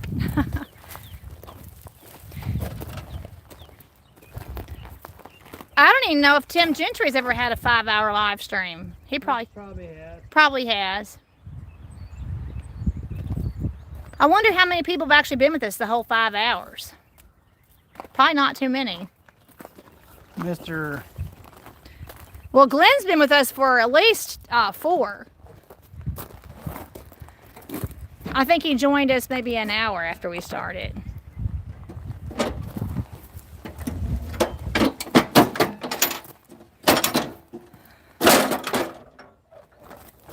So you all, let me ask you a favor. I have 89 likes so far. Can we get it up to 100 likes before we get off live stream? So if you have not hit the like button, would you please go ahead and hit like right now? We sure would appreciate it. 90, very good. So you just have to ask people. They'll do it if you ask them. So I had a liker right there. Thank you so much for that like. Had a liker. Had a liker. Oh, Well, how'd that happen? It went from 90 to 89. I guess they took their like away. Oh, well, we're back to 90 now. Anyway, so yeah, it really does help. I know if you've been with us the whole 5 hours, you've heard me say periodically throughout this live stream that hitting the like button really does help our channel. And it really does. And it really does. Thank you. I got 91. It really does help our channel. Cover on it so it stays right. It pushes our video out into the algorithm for more people to see just it. like it and it got wet. 92. We got 92. Can we get 8 more? Can we get 8 more likes before Stephen and I close off? That'd be great. That would be great. And I want to personally thank you all so much. Thank you for joining us. I don't know how many of you have been with us for 4 hours, 5 hours, but it's been quite a journey. And yeah, I've been Stephen's right hand woman, getting to showcase all his talents there inside the motor on old Blueford. So I do want to acknowledge you all and appreciate you all. So thank you so much for joining us. And it would be fascinating. And tell me right now, tell me in the comments if you've been with us for 5 hours. Probably not many of you, because nobody really has the patience to stick around for a 5-hour live. But if you've been with us for 5 hours, or at least 4, like Mr. Glenn Hunter, I know he's been here for 4 hours. Just tell me in the comments. Say, I've been here for 4 hours, or I've been here for 3 hours, or I've been here for 2 hours. Let us know in the comments how long you've been watching. And all right, we got 93 likes. 93. Oh, somebody just took their like away. We're back down to 92. Trying to get 100 likes before we close off, because we're going to be closing in a few minutes. It's pretty remarkable that we have achieved 5 hours. And that's not something to bat an eyelash at, that's for sure. We've provided y'all all kinds of entertainment with my goofballness and turning off battery packs and not knowing how to talk to Stephen about his truck and irritating him and all that. Hank Smith, off and on for 5 hours. Thank you. Glenn, yes, you've been here almost the whole time. All right, see ya. Oh, wait a second. So we're fixing to close out. So thank you, Hank. Thank you, Mr. Glenn. Stephen, stay in the shade, right? Stephen, please come back. Are you coming back? Going in the house. Well, no, Stephen. I think he wants to close off in the house. So we'll take you into the house and we'll say our goodbyes in the house. Can we get 6 more likes before we close? 6 more. Can we get 6 more likes before we close? Let's see. Y'all, it's been 80 degrees today. Can you see that? Where's the, look at that, 80 degrees. Isn't that wonderful? We had great weather today. All right. 7 more. 7 more people. I just want to get 100 likes before we get off here. 6 more.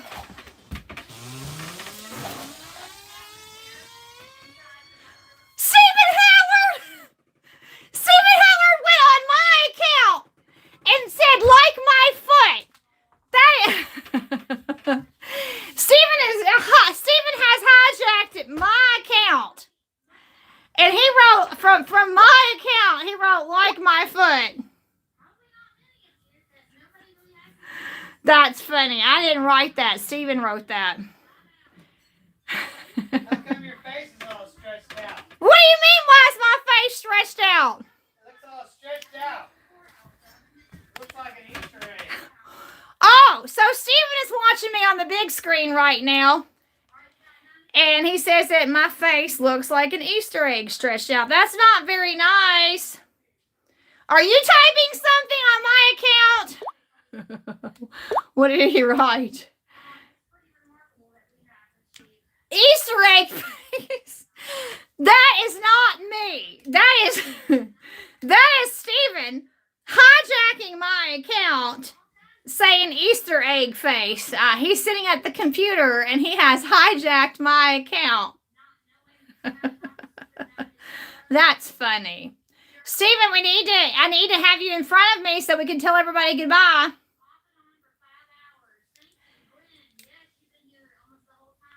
So there's quite there's quite the delay. How long you been on there telling you to get off? Oh, Kyle, you've been with me for 5 hours? Kyle's been here for 5 hours. Kyle's been here for 5 hours. All right. I am in my laundry room. I'm afraid to turn the camera around because I'll show you all my laundry piled up. I don't know what's worse to look at. My face right now, my hot and sweaty face from being outside. I don't know what's worse to look at. Steven! Steven! That's Steven on my account. That's Steven. So I don't know what's worse to look at is my hot and sweaty face, or dare I show you my laundry. Now that's clean. That's dirty.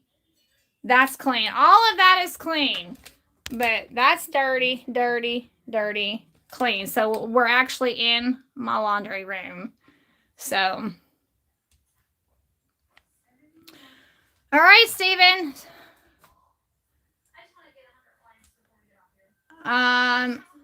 IDY. Steven, what are you doing? What are you doing on my account? He's hijacking. You're hijacking. That's my seat over there.